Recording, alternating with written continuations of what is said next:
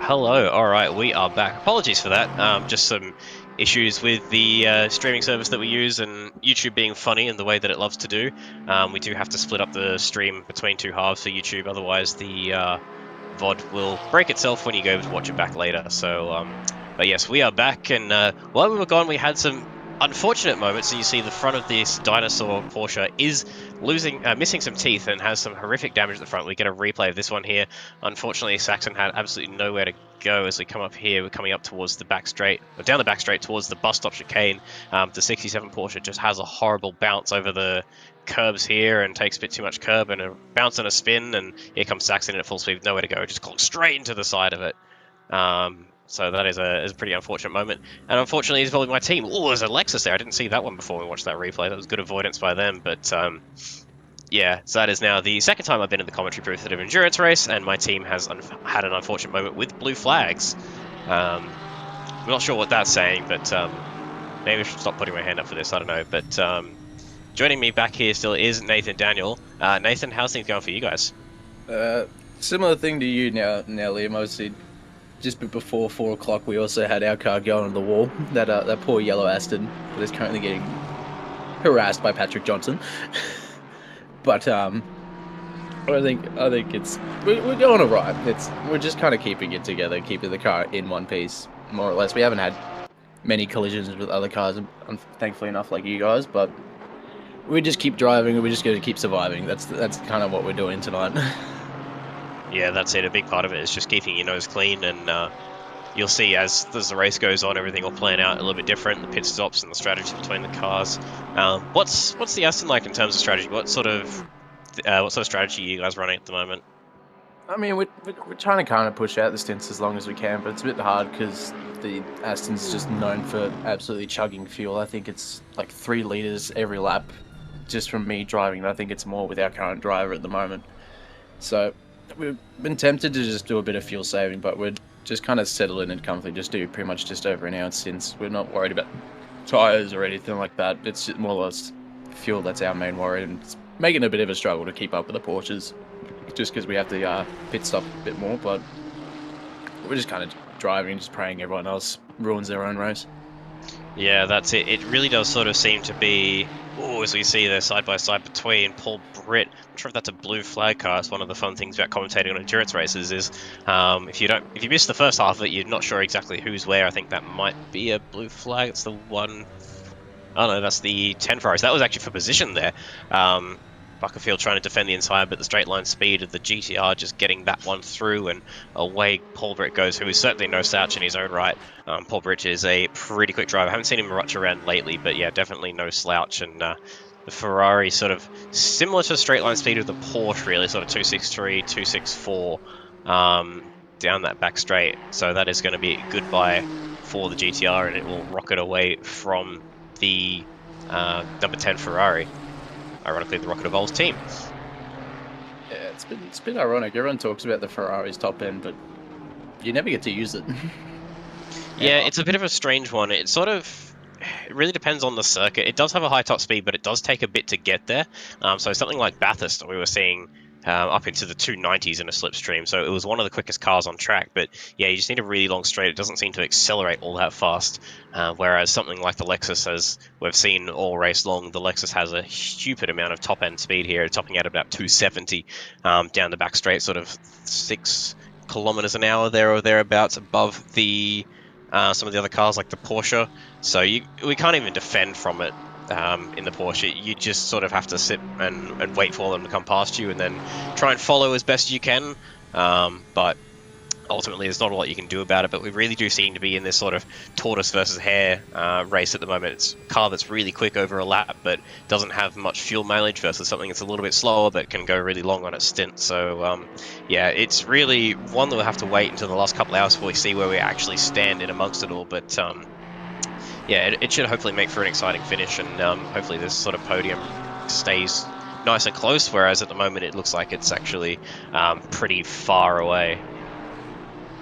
Yeah, it's sort of felt a bit like that for us in the Aston as well. We can't do much to keep up with the Lexuses either. Like we can chase the Porsches and stuff, and if we got the better exit, we'll make clear use of it. But if Lexus is already miles ahead of us, we're not going to catch up.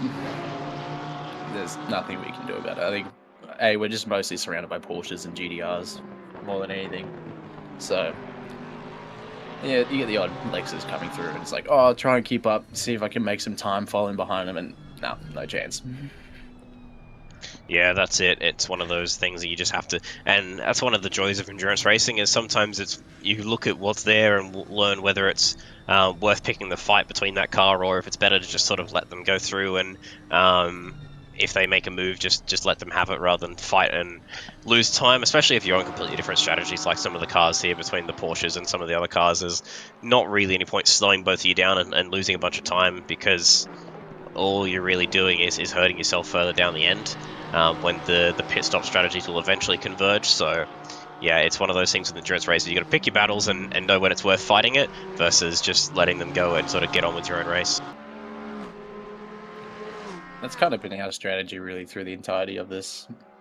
And like we were saying off air, we're not going for overall position. We're kind of more focused on the more classes themselves, and like we have a chance to possibly get another position in the class if the pit stops sort of line up.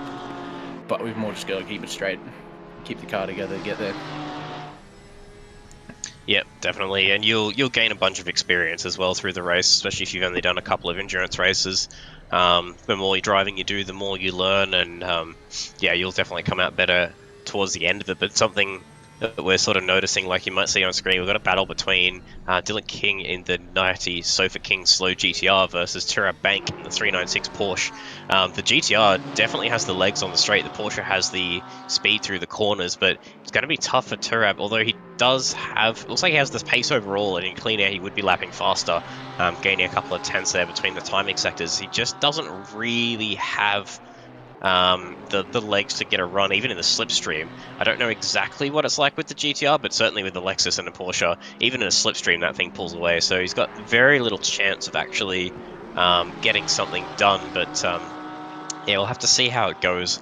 I will say though, that livery on that 396 Porsche is very cool. The sort of oil slick effect on it is very nicely done. What are your thoughts on that one?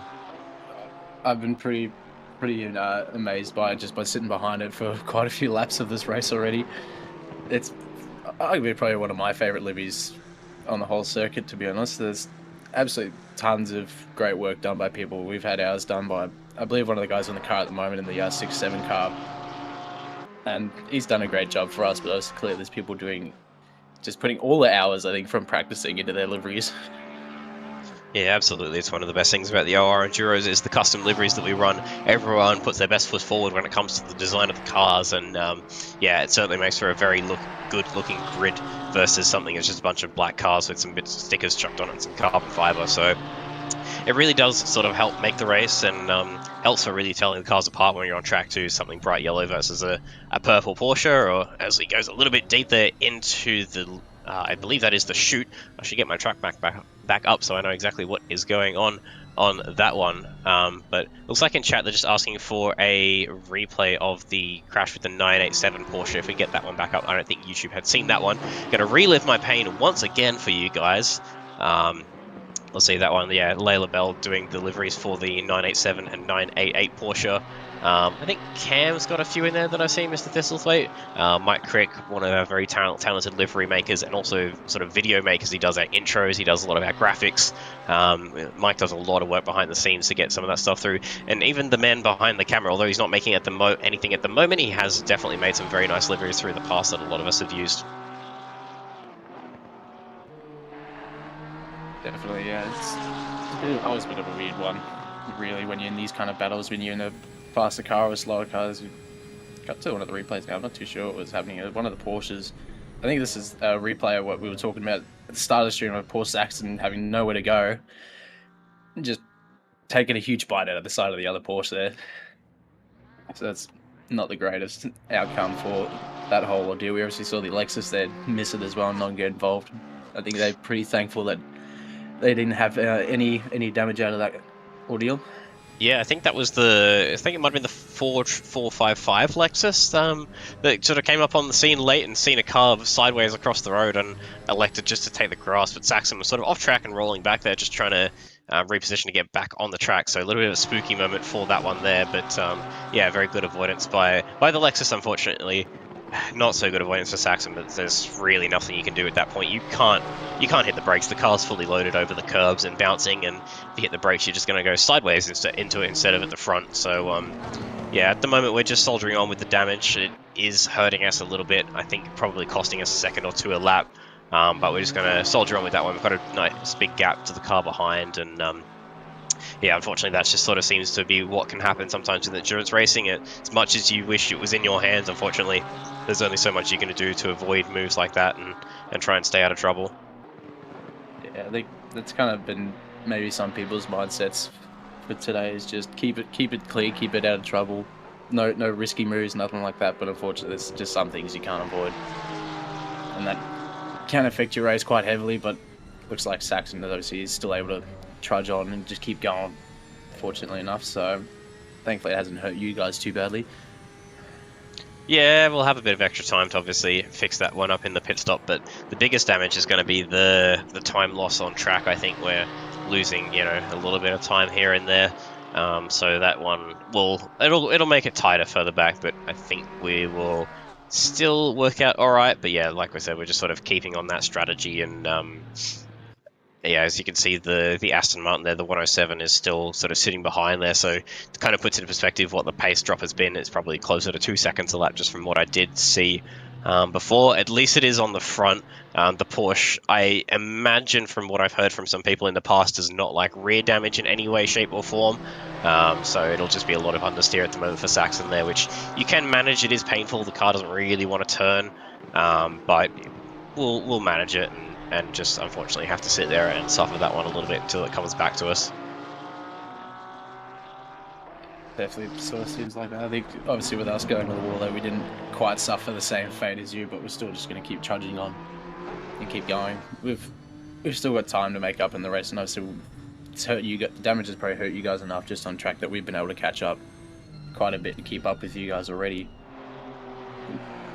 So I'm trying to keep it together, but we'll pray for it. Yeah, that's it, and it puts the other car in an awkward moment when you got to unlap someone like that. It's whether you just let them sit there or whether you try and make a move. Are they going to let you past? It's one of those awkward ones. Some people can be a bit sort of strong when it comes to having other cars unlap them, even though it makes far more sense strategically for everyone's race instead of having a car that might say sitting sort of 2/10 away from you, whether they're going to make a move or not. You just sort of blend off the throttle a little bit, let them past, and no one really loses any time. Speaking of making a move, though, we see Turo Bank look towards the inside down turn 1. Not going to be any room there. Dylan King does not need to defend that one. He has learnt there, no point defending fresh air. And as we have seen before, even if he did get past, what will probably happen, as we'll see in a second there, that GTR coming up the back straight through turn 2, 3 in the S's. The GTR is just going to pull another gap again. I'm not sure exactly what the top speed difference is, but it's going to be at least a couple of Ks an hour, even in the slipstream there. It looks like it's about holding even, so maybe it's not quite as strong in the Porsche.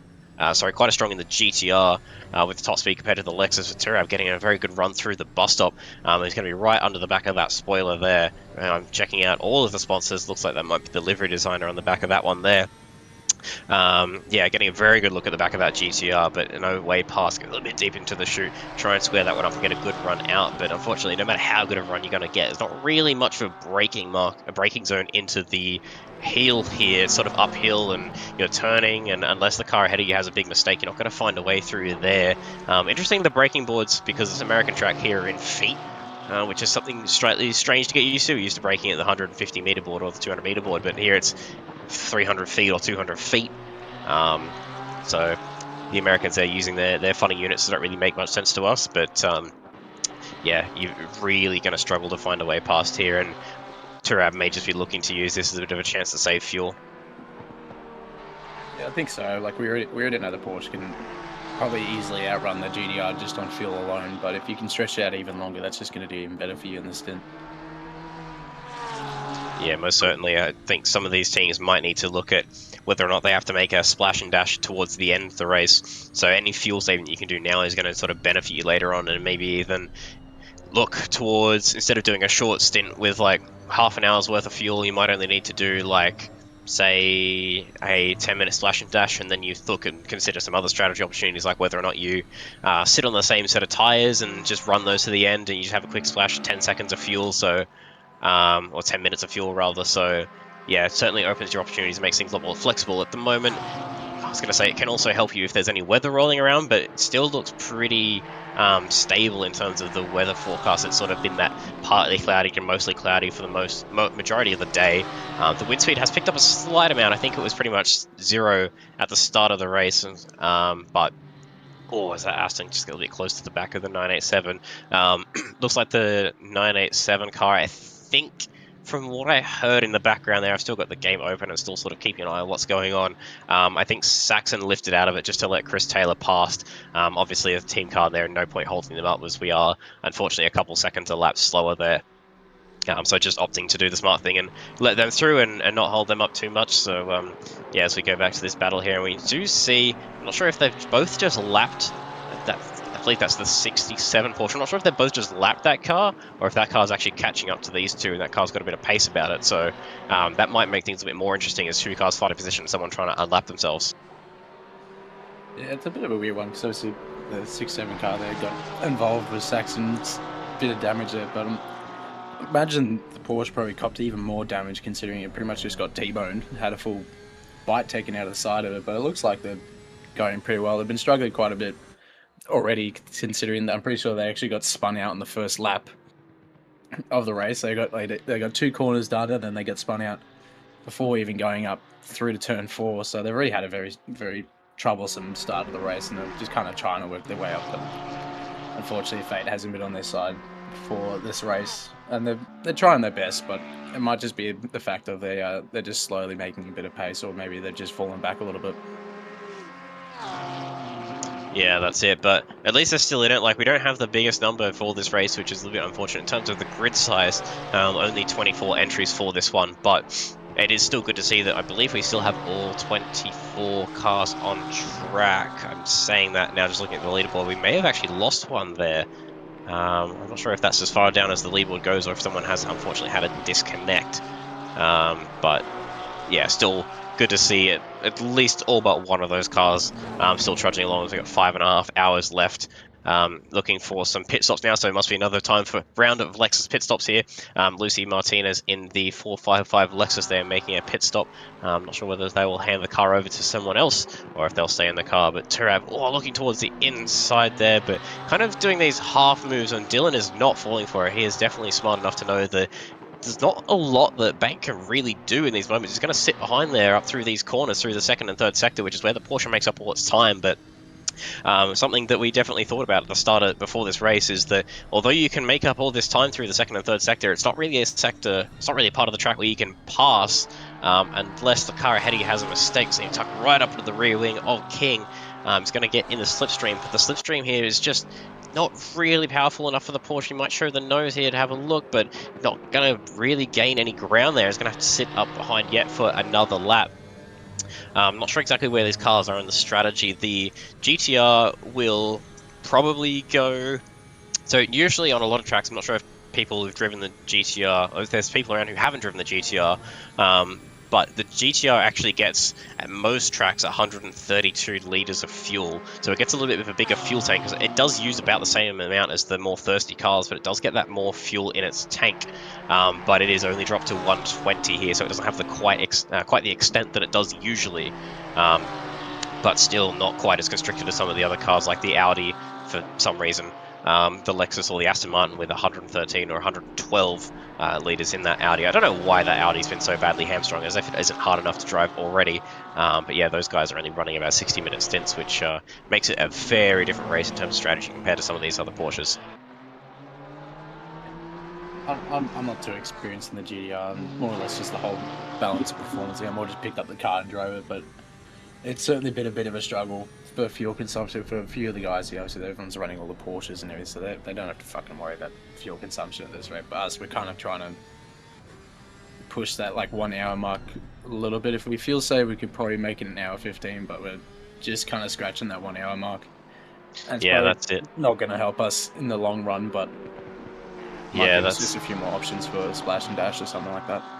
Yeah, that's it. You just want to stick it out the best you can and try and save a little bit here and there if you tuck up behind someone. As we did see in the side camera there, the 777, your leader is in for another pit stop. I think that's probably going to be about the 7th pit stop now, as we are more than well and truly halfway through this race. The 777 car is like absolutely leaps and bounds above the rest of the field. I'm not sure if they still are, but I think there was a point where they had lapped basically everyone, which is absolutely insane.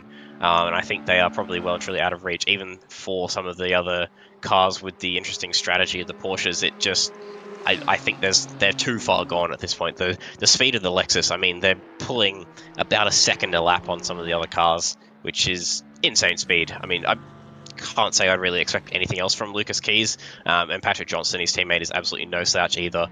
So that car is probably forbid anything else happening to it, like any unfortunate blue flag moments or anything like that. That car is pretty much going to be untouchable there, and I think they're a surefire favourite to take out the victory here.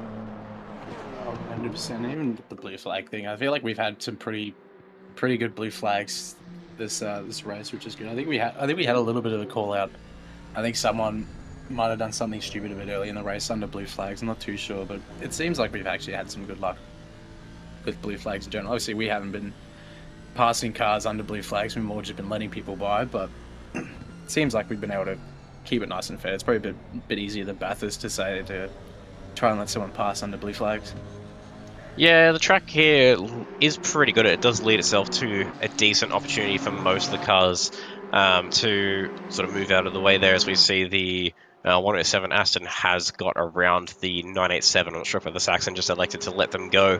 But yeah, that car has gotten free there of the very injured-looking Rexy Porsche. So that car back out into free air there, and will be able to lap again at his own pace with Campbell behind the wheel. But the track, it's got a few big straights. Obviously, the main straight, the back straight up before the bus stop being the biggest opportunities. But even between the heel, the boot and the heel, down at this section of the track that we're sort of going through now is also a big enough opportunity for anyone to sort of just move to the side and lift off the throttle and let the faster car through, which is exactly how you want to do it. But yeah, I do believe there was a bit of a mention in the OOR Discord of blue flag etiquette, just a reminder to the drivers that you want to be letting them through on the straights, move over to the side, lift off the throttle, and allow the faster car through. And not only does it help the faster car, it's also the best way for yourselves to come through if you are a blue flag car, just without losing. You're not going to lose. You are going to lose some time, but as losing minimal time as possible in that one. I've just had a bit of a laugh now, Liam. I believe your own teammate Layla Bell is calling you out on your livery. It's quote, it's Barney, not Rexy. Barney, the purple dinosaur. I see. Well, it's inspired. But yes, I do believe she is correct. We have heard the I've heard it referenced as Barney, but you know, it's good livery. I like it. Looks good. It is a very good livery. You don't see a Rexy going around or a Barney going around too often. Yeah, especially the purple one, more or less. Yeah, purple always looks good on race cars. I must say, purple is a very nice colour for car, and as we get into the night, you'll see the car's got some green accents, which will look quite nice. As we see the other Team Iris car, the 988 car, with the Audi all over the back of it there, having a very good sniff at the back of that purple Porsche. Going to go side by side through the bus stop. Is they going to yield? I think Chris is going to have to be smart and back out of that one, and he does, and that just allows Aaron Lee up into 5th position there. It's one of those moves where if you try and go side by side through there, unless you slow down a lot, it is going to end up in a rather unfortunate accident. So Chris there just electing to fight another day, and like I said, the Audi's only got 112 litres in its tank, so really only pulling 60-minute stints, but has stopped. Looks like they stopped about 10 minutes ago. So that car is going to be on fresh tyres as well, whereas Chris Taylor, currently an hour 13 through his stint, so he's going to be stopping here in the next 5 or so minutes. And same with the 987, so the 987 will be able to get that damage repair finally and put on some fresh tyres, and Sachs will be able to get back out there and hopefully get back down into the low 45s, just about where we've been sitting pace-wise. Obviously, we are getting later in the day now. We're 4:45. in the afternoon. So that means that the track temperatures and ambient temperatures are going to start to drop, which means temperatures will drop, the tyres will get happier. And we'll see that pace drop even further. And Lucas Keys, I mean, at this rate, he may as well just put in like a 42 for fun, because at the moment his purple lap is a 43.7 race lap, which I would have been happy with in qualifying. So that is absolutely astonishing pace from that car. That's already 3 seconds faster than my race pace. So I'm definitely not going to be too ashamed if I ever do something like that. I would never be sad with that kind of lap time, but unfortunately enough, can't really hit that at all. We've been fortunate enough to I think we hit a 145 flat during quali, which is good to see. But I think it was Aaron as well that did our quali, who's currently the driver on your screen, who's chasing Hopkins, one of the guys we've been sort of battling with a bit kind of on either side of the tracks, just purely off strategy, but it looks like we've managed to catch back up to them, make something to do with it. So I'm not too sure what Aaron's going to do. He's been playing it pretty safe for most of it, but he's maybe not so much anymore, as you just see him caught a bit of the grass there. Might have to get back in his ear and go, what the hell are you doing, mate? He's been alright. He's jumped in. I think this is his second stint now of tonight, so he did our quali, he's done our race start, and he's had a bit of a break, and now he's back in the car, so he might just still be getting used to driving it. I'm not too sure what's going on in his own head. I'll have to double check that a bit later. But I'm hoping he makes something out of this, just so we can get that a little bit further away from the bottom of the grid and get that bit further up in terms of standings. Yeah, that's it. These bloody race drivers, sometimes they just need a voice in their ear to remind them to settle down. You've still got over 5 hours of this race left. There's no point throw it in the wall yet, trying to make up a position. So, yeah, it looks like do you know sort of where you're sitting in terms of the battle with with that GTR, whether you've got sort of strategy in hand on it, or they're going to sort of pull away from you now? I think we've got the upper hand on strategy, because I think when I was doing my stint, I was able to pretty much build a pretty decent gap just off driving, and then they ended up having a pit or whatever, and that put us pretty decently in front, I believe. But then drivers have swapped, and we've had unfortunate mishaps. We've had a couple offs at bus stop and everything that's probably brought that back down. So it's a bit 50-50 between the two. We're running almost near polar opposite strategies, I think, to a degree. But I think it also might be the fact that we're able to stretch it just that little bit further past the hour compared to the GTR. Yeah, I think the Aston might be a little bit nicer on fuel than the GTR. The GTR is pretty poor, shall we say. Speaking of GTR, we are back with the Sofa King slow GTR and the purple acid oil slick Porsche up behind it of Turab Bank. Still not being able to find a way through. I really don't think there's going to be much he can do unless King makes a big mistake. He just sort of has to accept that you're going to sit behind him and wait for the pit stop, which... let's have a look here. I think Turab's probably about to stop here in the next 5 minutes or so, maybe even less than that. So Turab's only got a couple of laps left, whereas King's only sort of 45 minutes through his stint. So he will have a bit more to go. As we can see, there's a Lexus behind. I think that's going to be our leader there in the 777. Yeah, I believe that's Lucas Keys in the triple T 777 Lexus. So 7777777 Lexus. Yeah, triple T 777. I still don't know what's going on with the livery. I haven't figured that out. We've seen it enough already. I'm still confused by it. Look, sometimes it's better to just ignore it. Probably one of the better liveries that I've seen from Lucas in the past. Ooh, sorry. Excuse me. It looked like you're getting a little loose there at the exit of turn 1. Yeah, most certainly. That is I think that's one of the OOR people. I'm not sure who that is. It's probably John Gormley, if I had to guess, because he likes to somehow end up on these cars a lot, but I'm not sure who that is. That seems like some John Gormley antics. Yeah, it certainly does. Yeah, this battle here between the Aston and the GTR looks like hotting up. Oh, it's a big moment there. No! He's done it again. He has the rod wide, a bit of a bounce through the bus stop, and unfortunately ended up in that outside wall again. That Aston there taking that hit like a champion, bouncing back on track and continue on as you were. We don't have flappy bonnet, so the damage doesn't seem to be too bad, all things considered. The Aston is probably less susceptible to damage compared to some of these other cars that are a little bit more delicate. It is a bit of a barge and does like to be thrown around, but maybe not quite manhandled in that exact way. That's going to be a tough one there. He's going to be tucked up behind the GTR, just miss sight that curb. Actually gets a bit of a slide before it and the bounce, and around you go. Oh, it did pretty well to avoid the worst of it. Mostly side damage there from that one there, so it could be worse. Obviously, it's not going to help. No one's going to want that, and has allowed the 987 to just close in a little bit more.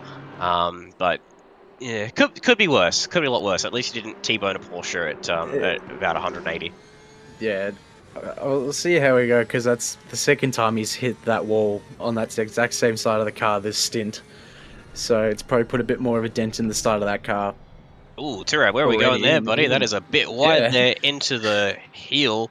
That car, I assume, not too far away from its pit stop, so it's probably on some pretty sad tyres. Speaking of pit stops, I can hear in the background the number 987 has come in for its pit stop.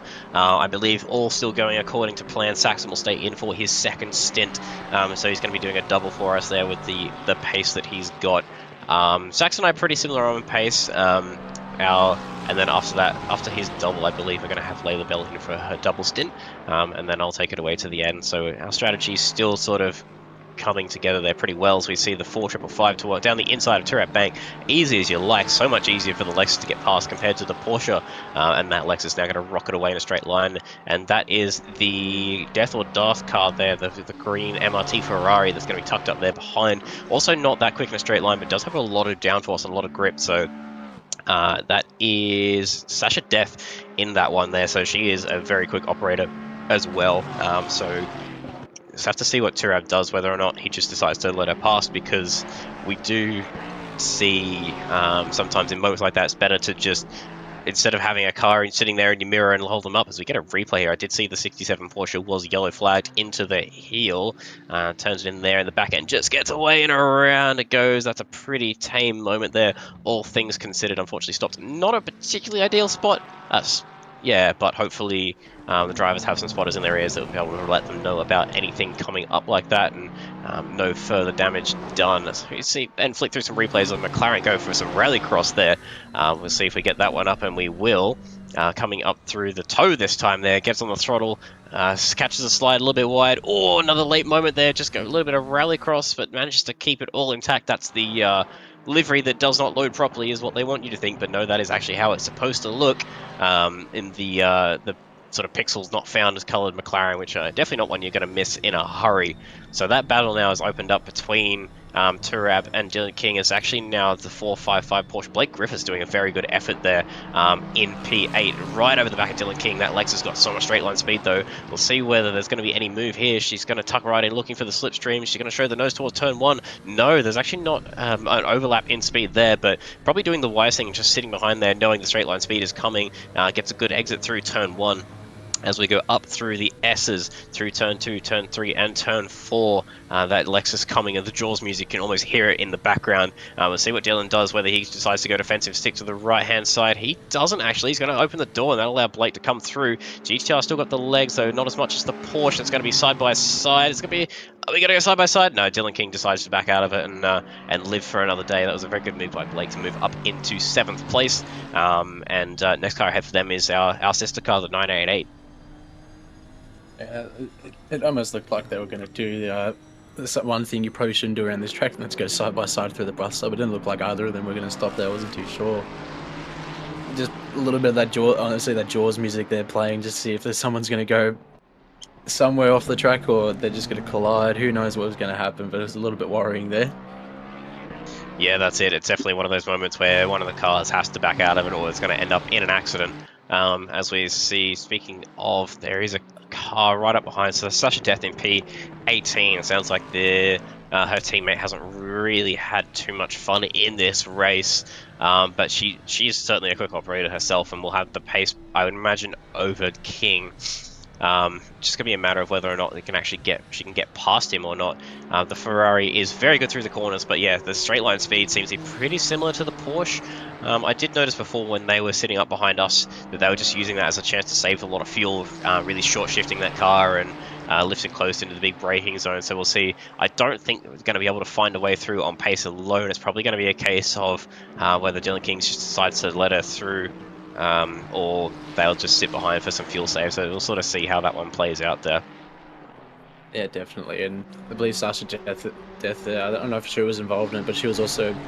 Their car was spun out at T1. It was a bit of a... I think it was a 3-car collision in the end between the 6-7, the the Ferrari and the I believe it was Alexis that was involved at back there. So they've actually done pretty well to get themselves back into this, working themselves up back to P18. So it's a pretty good job to them to get themselves back into this and actually try and compete for some positions. Yeah, that's it. I mean, it can be pretty tough if you're starting back down the field with the way the first lap can unfold in here. Lots of cars trying to go side by side through the bus stop doesn't tend to work out too well. And unfortunately having a bit of a recovery drive here. But yeah, like you said, up to P18, so it's not too bad in this one. As we're going to see, these cars are very close, but Dylan King's not really moving out of the way, so I think Sasha's just going to have to accept that they're going to have to sit behind this car for yet another probably stint. GTR, what are we, the number 90, so 50 minutes in, so Sasha, nope, that's the wrong car. So yeah, Sasha's probably going to sit there for another 10 minutes or so until Dylan peels into the pits. Yeah, definitely. It's probably not the best place you want to be if you're in Sasha's position, but you kind of just got to put up with it, I guess. They're kind of in that weird spot as well. They got a bit of a gap behind them. They got a bit of a gap in front. They're kind of just in their own world, really, and it would be nice to keep moving up in it, but unfortunately I haven't been able to do that. Yeah, it can be very tantalizing in positions like that. You just want to make progress and try and gain as much time as you can, but it is still a long way to go, so we're coming down to 5 hours to go here, so just over an hour past halfway. 231 laps about to be completed, but it's still a long way to go, and I'm not sure what the Ferrari's got in terms of strategy, but there may be some cars that do have a splash and dash at the end, and if you can't make forward progress in terms of pace, you may as well use that to try and use the time to try and save a bit of fuel, and you may just cut out an entire pit stop then, and so that's going to be, if you're just taking fuel, could be 40, 50 seconds of time here.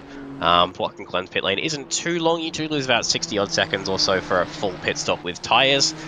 So yeah, even that, you're going to gain that time later in the race and it will come back to you, as is the joys of endurance racing. Yeah, certainly. And as we're now getting into a bit of the later stages of the race, we're going to eventually start seeing the sun start hiding itself away. We're going to see the moon come out. We're going to see all the lights go down, all the lights come up on the cars. It's going to certainly add a little bit of mixed bag of what could have possibly happened for this last few bit of the race. I believe it starts setting at about, I think it's like 6:30-ish in game time, where the sun will start setting, which will make it certainly a bit interesting for the last 3-4 hours of the race once it hits fully dark. So it's certainly going to be a bit of a spectacle to watch for those last few splash and dashes there at the end of the race at night. Yeah, certainly. There's always something very spectacular about night endurance racing.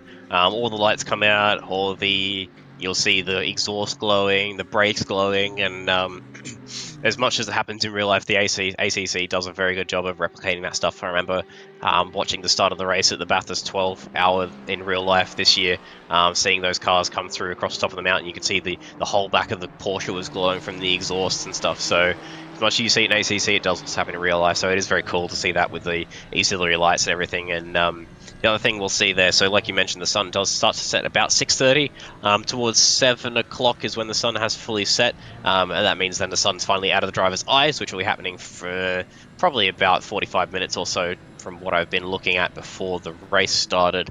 So we see a big closing distance there. It's between the GTR and the Ferrari. I'm not sure if there's something going on there or if I've just been caught out by that one. Dylan King running a little bit wide. It's going to allow Sasha up the inside, and that that move is done there. It allows Sasha to sort of run free a little bit there, and Dylan King struggling on his tyres. Like I said, he's going to be in any lap now, I think, based off of the current stint timer. Yeah, probably the next 10 minutes or so.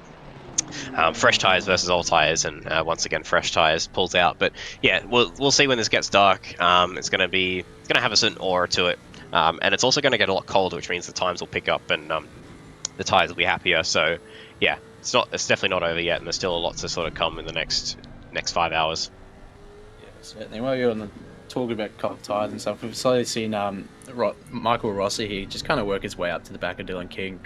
I believe he has pitted, so he's definitely want to see himself well past Dylan King, hopefully sooner rather than later, before he ends up pitting, so he can keep going. So it's certainly after this we've hit now these pit stop bits, we kind of come to see strategies come out to play of who's been extending their stints the longest, so they've been able to keep it out on track and try and make up some time and catch up to the others that haven't been so fortunate with their fuel strategy, even just the car they picked to do an enduro, to be honest. Yeah, I mean, sometimes people refer to that as a skill issue with the car selection screen, but you sort of know what you're in for if you're going to pick something a little bit sideways, like, well, I was going to say the GTR, that is very much quite literally sideways most of the time, but something more like the Audi, for example. Good to see that Stevie Tai and Aaron Lee, and I think it was Phil Slade in that car, taking a little bit of an oddball choice, but it's like, I think I heard Stevie earlier when he was in the commentary booth saying that he just enjoys it as much as the Audi will try and kill you. It's like, was it Stockholm Syndrome? When you learn to love the person trying to kidnap you. I think the Audi's a bit like that, you know, it will try and kill you, but it is also very fun. A bit like the Honda, I think, in quite a few senses. I have driven the Honda once. Somehow I got convinced to drive it at Bathurst, and I think we all had to go at putting it in the wall that race, but yeah, very fast car, but really difficult to keep on track. Oh, certainly. There's been fortunate enough one of our teammates drives the Honda and absolutely loves it, and is certainly in that vibe of it. It definitely tries to kill you constantly. Yeah, so certainly. We just see an on-track position there. Sorry to cut you off there, but we'll keep an eye on what's going on in the race here before we get too carried away. But yeah, there's a position there in the 888 Lexus, Michael Rosser, up to P8 there, overtake into the heel on the GTR. Lexus for GTR we sort of saw before. The Lexus has the straight line speed, which is absolutely wild and so hard to defend there with the big banana livery. We'll get that a replay of there. So I'm not sure if King just got a bit of a slide out of the toe. He certainly did. That is the GTR for you if I have ever seen it, and allows that Lexus alongside. Just realised it's a cherry blossom livery on that Sofa King car. That's a very nice touch there on the Japanese car. Down the inside goes Rosser, and away he goes there to take off into the sunset. Yeah, definitely. I'm honestly, I can't even know what I was even talking about anymore. I just got distracted by the big banana. Because I saw it going around the track, and I'm like, what is on that car? I wasn't too sure. I wasn't able to make it out while driving, but watching it now go around, I'm like, I see it now. Yeah, I'm not sure if that's icon of Australia. Definitely, I'm not sure if that's a statement about some of the drivers of that car, whether they're calling themselves big bananas. But yeah, it's again one of those liveries you're not really going to miss when it's in your mirrors. You'll certainly know that car is coming. I'm a little bit confused because the team name is 4.5 Sirs. So I don't know if that's a bit of a play on with the 2.5 Men TV show there, but with 4.5 people instead. But I want to know who the half is. Yeah, that too. I'm a bit curious. Is someone on the team like a midget or just shorter than everyone else, or do we have a case of like everyone's maybe just been on the older side and you've got the one young gun apprentice? I do know most of the people in that car. I've met a couple of them in real life as well. I think it's the skill issue racing car, so that's known as the Sir cars. But I believe they do tend to run the sort of something and a half Sirs name when there's someone in there who isn't fully a skill issue driver. And I think this case might be Dink Dog Chris Cooley is in that car. Bit of a last minute addition there as we see the number 911 Porsche come in for a pit stop. So yeah, I think the rest of the guys in there, it's a 5-man team, which means their driver time really only get about 3 hours per driver or so.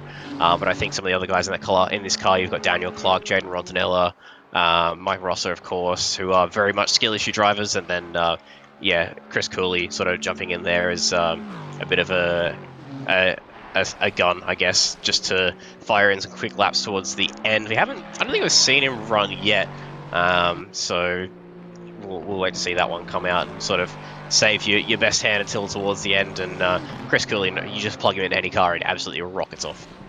Yeah, that might be a bit of a case. Once the sun starts setting, Chris Cooley's going to come out to play and just absolutely tear the track up. Purple lap who? Yeah, exactly. Probably happily steal that fastest lap off Lucas Keys. Yeah, he probably steal a 42 for fun. Yeah, most likely. It's like, oh, I'm bored, why not?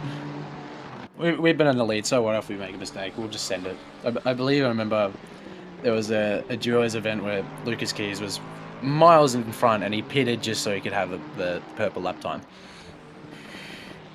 Yeah, So, I wouldn't be surprised if we see something like that here soon.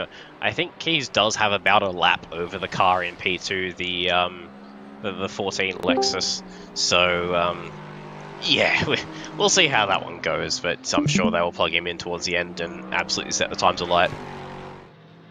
certainly, it's always that one of those weird things. It's like you're at the front, you're miles ahead of everyone, and just like, oh, do I just cruise and just not really like try and keep going or whatever? Just kind of Oh, big cruise around. slide for the 3. One of the Oh. Lexuses there spin around. Has a moment, keeps it out of the wall, so very well done there. That car, I think, has had some unfortunate moments. They were sort of looking up towards the front at the start of this race. We were sort of making our strategy, and that car was sort of one of them we were keeping an eye on, but I think they had it up with 2 stop-go 30s. They sped the pit lane, they did their pit stop, and then I think they sped again trying to serve the stop-go 30, so that has dropped them right back, and unfortunately they're sort of sitting there in P16, so it's a bit of a case of what could have been for that car, but yeah, anyway, I think I'm up with my first hour in the commentary booth. I'm on for a bit of a break here as we welcome Stevie Tyre back in to take over for me, and I'll be back here soon in another hour or so, and then once that one's up, I think I'll be in for another hour with joining with my own teammate, so that'll be a little bit of fun, but yeah, I'll leave you guys to it, Stevie, and hope you enjoy what you're seeing. Thank you, Liam. Have a good rest of your race. Hopefully we catch you up a little bit, but I doubt it. Kidding. Less T-boning Porsches will be nice. Yeah, I know. All right. I'll see you soon. Tell Saxon to stop T-boning his academy students. What happened there? Who did he T-bone? So unfortunately, one of the James May Academy cars, the car number 67 Porsche, lost it at the bus stop, and Saxon had nowhere to go, and unfortunately took a bite out of the side of the Porsche. Oh well, it is Rexy for a reason. So of all the cars to take a bite out of the side, this car is the one to do it. So I'm glad it's on theme, but no, not ideal to be T-boned by your teacher. No. But hey, kind of told us off for doing stupid things, and then that happens. I think Benny might have just pulled up a replay. Oh, live action replay! I love it. Here we go. Big mouth, ready? No. It's just so unfortunate. Oh no! I mean, I see why he didn't hold the brakes because he was off the track, but that was pretty unfortunate. That could have gotten a lot worse. That could have gotten a lot worse. I was wondering why they lost time to us because, well, I wasn't really keeping an eye on the stream because I was just catching up with. I was flaming at Phil on how he spun into the wall, so I was a bit busy. But fair enough. Yeah, real fair. But, I've really flamed my own teammate for putting it into the wall again. I've told him I was gonna tell Ben to keep an eye on our car because every time the camera's on, we tend to do something stupid. So the more screen time we get, I think we'll probably fall towards the P20s. You're a content machine, of course. Hell yeah. All for the content. I mean, we trust. Yeah, there we go. Oh, we are in trouble. Oh no. The worst thing is we're kind of near each other on the track, so if we spin, you're first on scene. So this is going to be a banger. You can see us in the background there. Yeah, exactly. I mean, I believe that's also Lucas Keys slowly following you guys and slowly catching up. So I wouldn't call Lucas Keys slowly following us. I'd call it very quickly catching us. But yes, I see your point. Yeah. So you guys have the opportunity to completely change the end of this race. I think it'd have to be a really big punt on Lucas Keys to change this Is race. all I'm saying. He's got a 2-lap lead on B2. It'd be a pretty big punt. You kind of have the choice in your hands. Red pill or blue pill, my guy. Do you keep it clean, take it all, or do you red make and it blue pill. Take red both. and blue pill. Just take both out. But yeah, no, it would be a massive punt for blue. I mean, even if they fell behind P2, I think Lucas and Patrick would just have the pace to take it back. But that's a massive if. Like, they're more than 2 laps ahead of P2 now. It's a very big if. No, but we'll have to see what happens. We don't want to jinx anything. We've already had a few commentators curse just from me. Oh, really? I hadn't being noticed. in the box, so I didn't expect my comms experience to be so tough in an endurance because I just had to spectate all my cars dying. Yeah, neither have I. It's the first time I've spectated my own car going around the track. Yeah, me too. Please don't. I've left the chat and gone, have fun. Please don't kill the car. And before I've even joined the commentary box, I've already seen it go into the wall. Yeah, I know. No, it's not a fun experience, but being in the comms box is a fun experience in itself. So I'm glad to be able to do an enduro. It's so much fun to just to sit back and watch.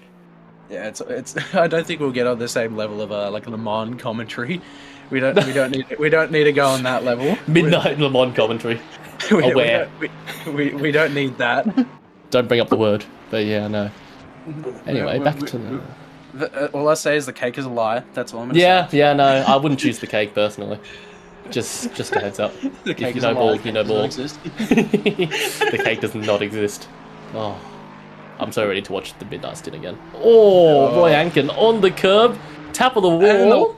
Oh no! Eats both the curb and the wall. Has a bite of both. That's incredible. But I know this Ferrari. It is not a straight line demon, and neither is the Nissan. But Cricky, bad exit though. He might make me eat my words. Experiencing some Tokyo Drift moments quite a bit. Yeah, pretty much. But I mean, just look. The Nissan isn't even broken in a straight line anymore. But just look, he's just pulling. Like there's no chance at all. But yeah, I'm not too sure about the slipstream of the behind a GDR, but I imagine the Ferrari might be able to make something of it. But I think he's just going to have to stick to the second half of the track.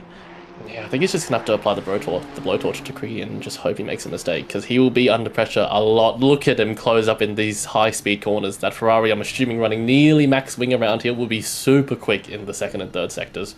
So he'll be applying the blowtorch here, maybe make Cricky run a bit deep, do a little cheeky switchback.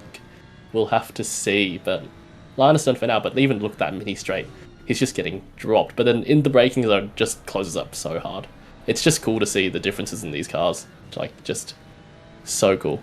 It's really just the pinnacle of GT3 racing. Just in this battle here, you have Japanese engineering versus Italian engineering, and ironically, this Italian engineering is semi-reliable. yeah, true. Actually, if this was like a supercar stock race, that Ferrari would be on the side of the road for sure. Oh, instantly. Or if we're watching F1, it'd be who knows where at this point. Oh my god, don't even. Yeah, oh. Have I triggered you as a Ferrari fan? Oh, a little bit. I mean, who doesn't... Sorry, has he just gone on the inside? Oh my god, I did not see that coming. Sorry, it just caught me completely off guard. I'm not sure what's happened there. I think Cricky's just taken it a bit easy. Missed the apex a little bit, and he's gone a bit deep, and Ankin's just taken the opportunity. Breaks the grass a little bit, don't go too deep. Rear steps out a little bit, but perfect move in the last corner. Just takes the switchback and just steam drives through. I think that was quite literally a case of the door was left wide open. Why not enter? But speaking of a door wide open, here comes the GTR. Sniffing, here it comes. Pulls out to the outside. He will have the overspeed here, but will he be able to hold it around the outside? They'll be very close to... Oh, he's cleared him. Wow. That is actually incredible. Wow, all that work. That's actually quite depressing, to be honest. That was such a cool switch back into the final corner, but that was quite a spectacle. And obviously, that Ferrari during the rest of this lap is still going to be on the backside. Yeah, after all that, yeah, no. I think we're definitely going to see quite a bit of back and forth through this battle. So yeah, the strengths are just so different between the cars. But that switchback was incredible. I literally had no idea it was coming, and I'm sure neither did Cricky. So incredible switchback. But and the fact that we have Mike Rosses making his way up the field and now adding a blue flag run into the mixture here, it's certainly it might split these two up depending on who decides to give way at what corner. I don't know if they're going to do it at the same time. They might. It looks like they might just both end up doing it on the main straight. You never know. Maybe. I assume the Ferrari would do it on the main straight and then Cricky would do it through the S's, I'd assume, just to... Oh, never mind! Not this lap! Rosser almost... Well, that's a commentator's curse number one. But anyway, Rosser makes a pretty big mistake as Cricky's pitting, actually. Turns the indicator on. Nice pit lane entry, nice and safe. As we get a replay, I think, of... Oh, here it comes. This is so easy to do. Good save, but it's so easy to do in second gear that you have so much torque and you just put the power down and the rear just doesn't comply at all. Getting in touch with the Japanese roots of that Lexus there, that overpriced Toyota Camry. Yeah, I mean, it's a Toyota after all, and I mean, if you think hard enough, it's pretty much a Supra. So you got to get your drifts on. You just gotta squint really, really closely. I reckon Ankin probably didn't even need to lift, to be honest. Looking at this, to let him through. Probably not. He's fine, but why not? Yeah, why not? It would have been funny, though, to just keep it flat and lose no time to still let a blue flag through. Yeah, you never know. And obviously, Crick's now in the pits, so he's going to... I don't know if he's staying in the car and possibly doing another stint, but We'll see what happens there, because obviously, I think I'm looking down the timetables, Pete Viney's now closing up, and obviously now passed him through the pits. So Yeah. obviously that's going to add a bit of a strategy option, or a bit of a strategy play between those two. Obviously the Porsche and the GTR are very different strategies for enduros. So Porsche this just goes is so gonna be long. interesting. Yeah, it just goes so long. It's honestly it was a bit sad at the start of the race, considering Aaron was actually putting up a really good battle with 3 or 4 Porsches, and I believe Benny Vintner was leading that pack as well. And I think it was like P12 to like P16. I think we were happily sitting there, but unfortunately we just didn't have the fuel to keep going. Yeah, no, I completely relate with my Audi to 112 litre fuel tank. That's just the most depressing thing ever. So I'll do you one better. One up on you is we have 113. nice. We're really thriving out here, aren't we? we are thriving. We are thriving. Yeah, we're I just think- getting past the hour. I think on our full push we're doing 3 liters a lap, so we are certainly drinking it going around this track. Drinking our small cup. But yeah, but a quick race update. Lucas Key's still 2 laps ahead. Followed by Sicanius 2 laps. I think not 2 laps behind. I think it's a lap and a half behind. Followed by Miller, who is, I looked at the delta. It's a 2-second gap. So those are still fighting. So battle for the podium might be on the cards here. Considering they're both in Lexuses, so they're probably running pretty similar strategies. Yeah, exactly. Probably pitting at the exact same time. And funny enough, the only car a Lexus can't pass is not a Lexus. So we'll see how that goes. Yeah. Miller, we'll see if he catches up. I think he's got the base advantage. It's quite similar to how Griffin was overtaking before. He's had, but I think you need a pretty significant pace advantage. I think to overtake, especially another Lexus. But he's just gained 3/10 in the first sector, so he's got a pretty significant pace advantage. We'll have to keep track of that battle, because I think that's just inevitable battle incoming probably in the next 2-3 laps, looking at that pace difference. Yeah, certainly. Now as we see now coming through some of the blue flags and everything, you see you guys down. No, I tried not to mention. I didn't like seeing my car in the background. Poor Audi getting overtaken by the GTR. It's a sad sight to see. It's a classic sight, let's be honest. Yeah, it's a sad sight, but unfortunately a common sight. Yeah, but Miller now 1.3 behind Sicanius, so that gap is closing rapidly. I'm not sure if we'll get much of a battle. It looks like he's probably a second a lap quicker, which is a significant pace delta around this track. So, battle incoming. So possible battle incoming might have just been a case of Sicanius maybe having just a small slip up in some corners. You never know. Maybe that Lexus is really channeling those Japanese roots and just sliding around the track. Obviously, the quickest way to go around the track, sliding everywhere. Scientifically proven to be the quickest way around. Yeah, I mean, just talk to any drifter in the world; they'll tell you that it's the best way to do it. Of course. But seriously, drifting around here is so punishing because you overheat the tires and then they start slipping and then you start overheating them more and it's just the worst thing ever. It's so hard to get your rhythm back after having a big moment.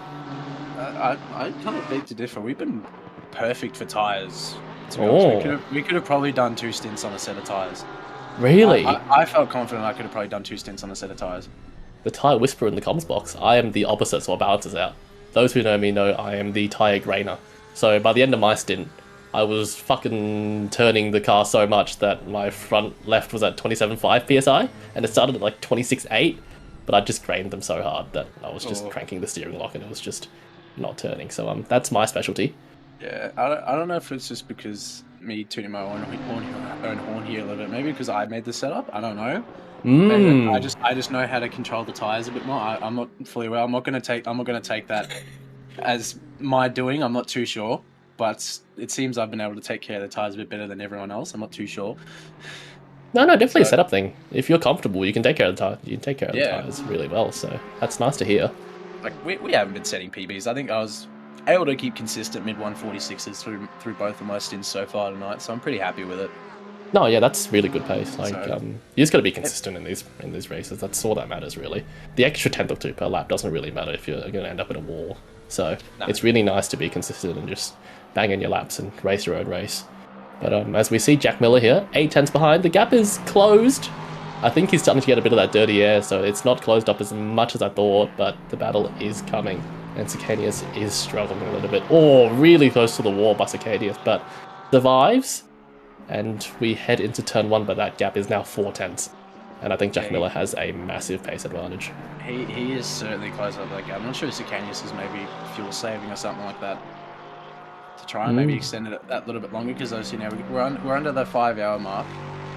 So there's that bit of a play of maybe trying to set up for a splash and dash in the last hour. Yeah, it could be. No, it could be. People might be starting to do that now. They've been able to push for the first half of the race quite well, and then now they've built their gap. They're able to take it a bit safer and save some fuel, maybe save the tyres a little, and then go for a big push. You already see Jack Miller getting a bit close there to Cadius, so he's certainly going to be very, very eager to go past Cadius here. It's definitely a battle to watch. They've been really clean throughout this whole race. They've been battling each other for pretty much 8 hours now, so they know each other very well. They know all their drivers very well, so this will be a battle to watch. But just following for now, learning where he's wide, where he's struggling is a really nice strategy. But he's 3/10 behind, has slipstream, not close enough here, but I think with Miller's pace advantage, I'm not trying to curse him, but I think we'll see him past in a few laps. Yeah, I feel like we'll probably see a pass either on pace, or maybe we might just see a mind punt. Like obviously everyone's been going around the track for more than 6 hours now. I guarantee some people are going to start getting pretty exhausted in the seat. Yeah. They might get a little bit lazy, or might start looking in their mirrors too much. You're going to see me talking about the lazy part. Jack Miller going a bit wide there. Lex is feeling very lazy through that corner, taking the wide line. Got to keep an eye out for track limits as well at this point in the race as well. I mean, Watkins it's known for its track limits. It's not too bad. It's actually quite lenient, but at the same time, if you extend all the time, there's a chance that you could be on 2 or 3 warnings, which is pretty sketchy with 4.5 hours to go. Yeah, I don't think we've actually had anyone get drive-throughs yet for track limits. Anyone that put bets in at the start of the stream, that clicked the 1 hour, that voted for 1 hour plus. I think you're very much taking the win there. As we already see Jack Miller lining up, having a little bit of a look. Definitely probably not the best place to make a move, but he's obviously kept it in there. Maybe just trying to fill up the mirrors of Sicanius and start to get in his head. Try and start playing those mind games. Yeah, no, I mean, it's not the best place for a pass, but it's the best place for a mind punt, as you were talking before. That will always get you through that corner. I can tell you I've been a victim to that quite a few times, so it is one of the corners where your rhythm's so important. If you're looking in your mirror, you're just bound to make a mistake at some point. So as long as Jack Miller keeps filling in the mirrors of Sicanius, I think we might see a mistake at some point, because this is a lot of pressure on him at the moment. Yeah, certainly. There's probably going to become a point in time where it's a bit too much for Sicanius, and he might break. Maybe Jack Miller just keeps doing the same thing over and over and over, and maybe he just gets pissed off with himself and he just makes a stupid move. We never know. So it's definitely going to be a huge mind game between these two. Yeah, 100%. And I think they know who has the pace and who doesn't. As Sicanius goes a bit wide, you can't make a move here. Shows the nose, does try to make a move, shows the nose, but as I said, it's Sicanius wide. Sicanius wide. Let's set him up. Miller's on the outside.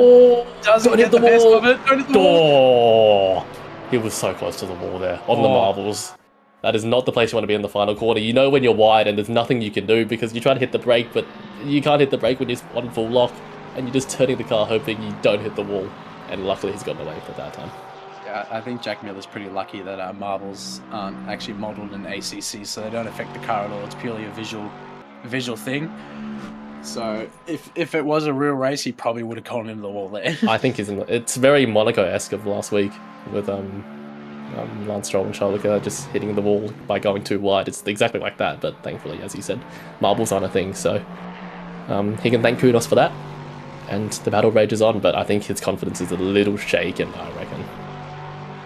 Yeah, maybe a little. That's definitely unsettled him a little bit. You can see he's dropped back to 7/10 now, so he's going to have to try and hopefully use a bit of that pace that he's got to work himself back up into Sicanius. So it's definitely going to be a bit hard for him to just head down, reset, keep going. Yeah, and Sicanius will be sighing a breath of relief. He gets a bit of clear air for now. But, I mean, I don't think it'll be for long, depending on how Jack Miller's pace goes. But, to be fair, Watkins is a really big rhythm track for me. Like, I feel like once I make a mistake, it takes 3 or 4 laps for me to get my rhythm back. Or maybe if it's a massive mistake, I don't really recover till the end of the stint. So, we'll see how Jack does. But he looks like he's closing the gap again, so I don't think he's... What is happening here? Vintner defending on Durkalini here. Coming through this long left-hander. There were a few alternate lines through the through the bus stop. Didn't really see the whole picture, but looks like there was some battling going through there. But this is a three-way battle, actually. Yeah, Ren, Thurkalini, and Vintner. Yeah, interesting. This could be interesting. Like I had a small battle with Ren near my first, and he's very much a very capable driver to keep it together. So definitely keep an eye on him at the back of that pack. He might just be playing it safe between Thurkalini and Vintner. So Vintner and Thurkalini, I believe, have already had a bit of a tussle in the start of the race. So I think they're very much aware of what kind of driver each other is now. So it's certainly going to make it interesting. Yeah, there's been a lot of cars battling throughout the whole race. Like I think for us, we've been seeing a lot of the same cars battling as we see a replay of this. It's live, I believe. It's live, sorry, it's live, yeah. Jack Miller trying to go around the outside, but gets the rear unsettled and just has to try again, but loses all the time he just gained. Yeah, but he gained a lot of that time in just one lap, so we'll definitely see him and Sicanius together very shortly, I reckon. Yeah, as we hop into an actual replay here. We're looking at, oh, here it is. Oh, Vincent was at the back. Oh. Okay, this is interesting. So looks to the outside, looks probably to get a nice run to turn one. Prioritizes the exit here, gets a nice exit. And the Porsche in front gets a poor exit. Oh no, how did this end well? This is certainly interesting because Ren's definitely suffered with going out wide there, and Vintner's been able to take that spot. But what caused him to get in front? We'll see here now. It's just GTR straight line speed. It might quite literally be. He's already weaving left and right on the backside of Thurkalini. I think it was probably just a bit of a case of who's going to back out first, but it doesn't look like it. They sort of went side by side. And that's what caused those alternate lines. Good move by Vintner. Very committed, very nice, and good from Thurkalini to leave the space as well. So very clean all around, but great moves.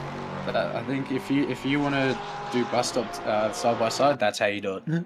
Yeah, it takes two to tango, as they say through there, and they definitely did tango, so very well played between those two. Yeah, and speaking of tango, like we said before, Jack Miller's already back in striking distance of Sicanius, so we might see a repeat of... That's a good run through turn one by Miller. I think Sicanius might be in trouble, but he might catch him too early. I think he might have had to lift there, so... a lot of rubber banding, which isn't ideal, but he's had to lift for sure. Yeah, so it's really weird through turn one. If you get too good a run, you catch them too early through the S's and you have nowhere to go. So you've got to catch them at the perfect time, which is really tough to do, honestly, because sometimes you go too slow and you can't catch them. Other times, obviously, you catch them too quickly, you got to lift, which is not ideal either. Yeah, clearly Jack Miller's shown that he's fast in the second half of the track here after the bus stop, but unfortunately, he's just had to close the gap during that sector rather than be able to try and make a move. Thankfully, he's now nice and close to Sicanius, so we'll see if he sets himself up to do something. I'm not too sure. He moves to the outside now, but not really able to do anything out of it. Oh, Miller definitely pushing wide of that apex. Tries to get a late apex. Oh, Sicanius traction limited. Spins up the rear wheels on the exit, but somehow manages to get a pretty decent exit. So no threat here, but I think it's going to be another turn one affair here as we keep on board.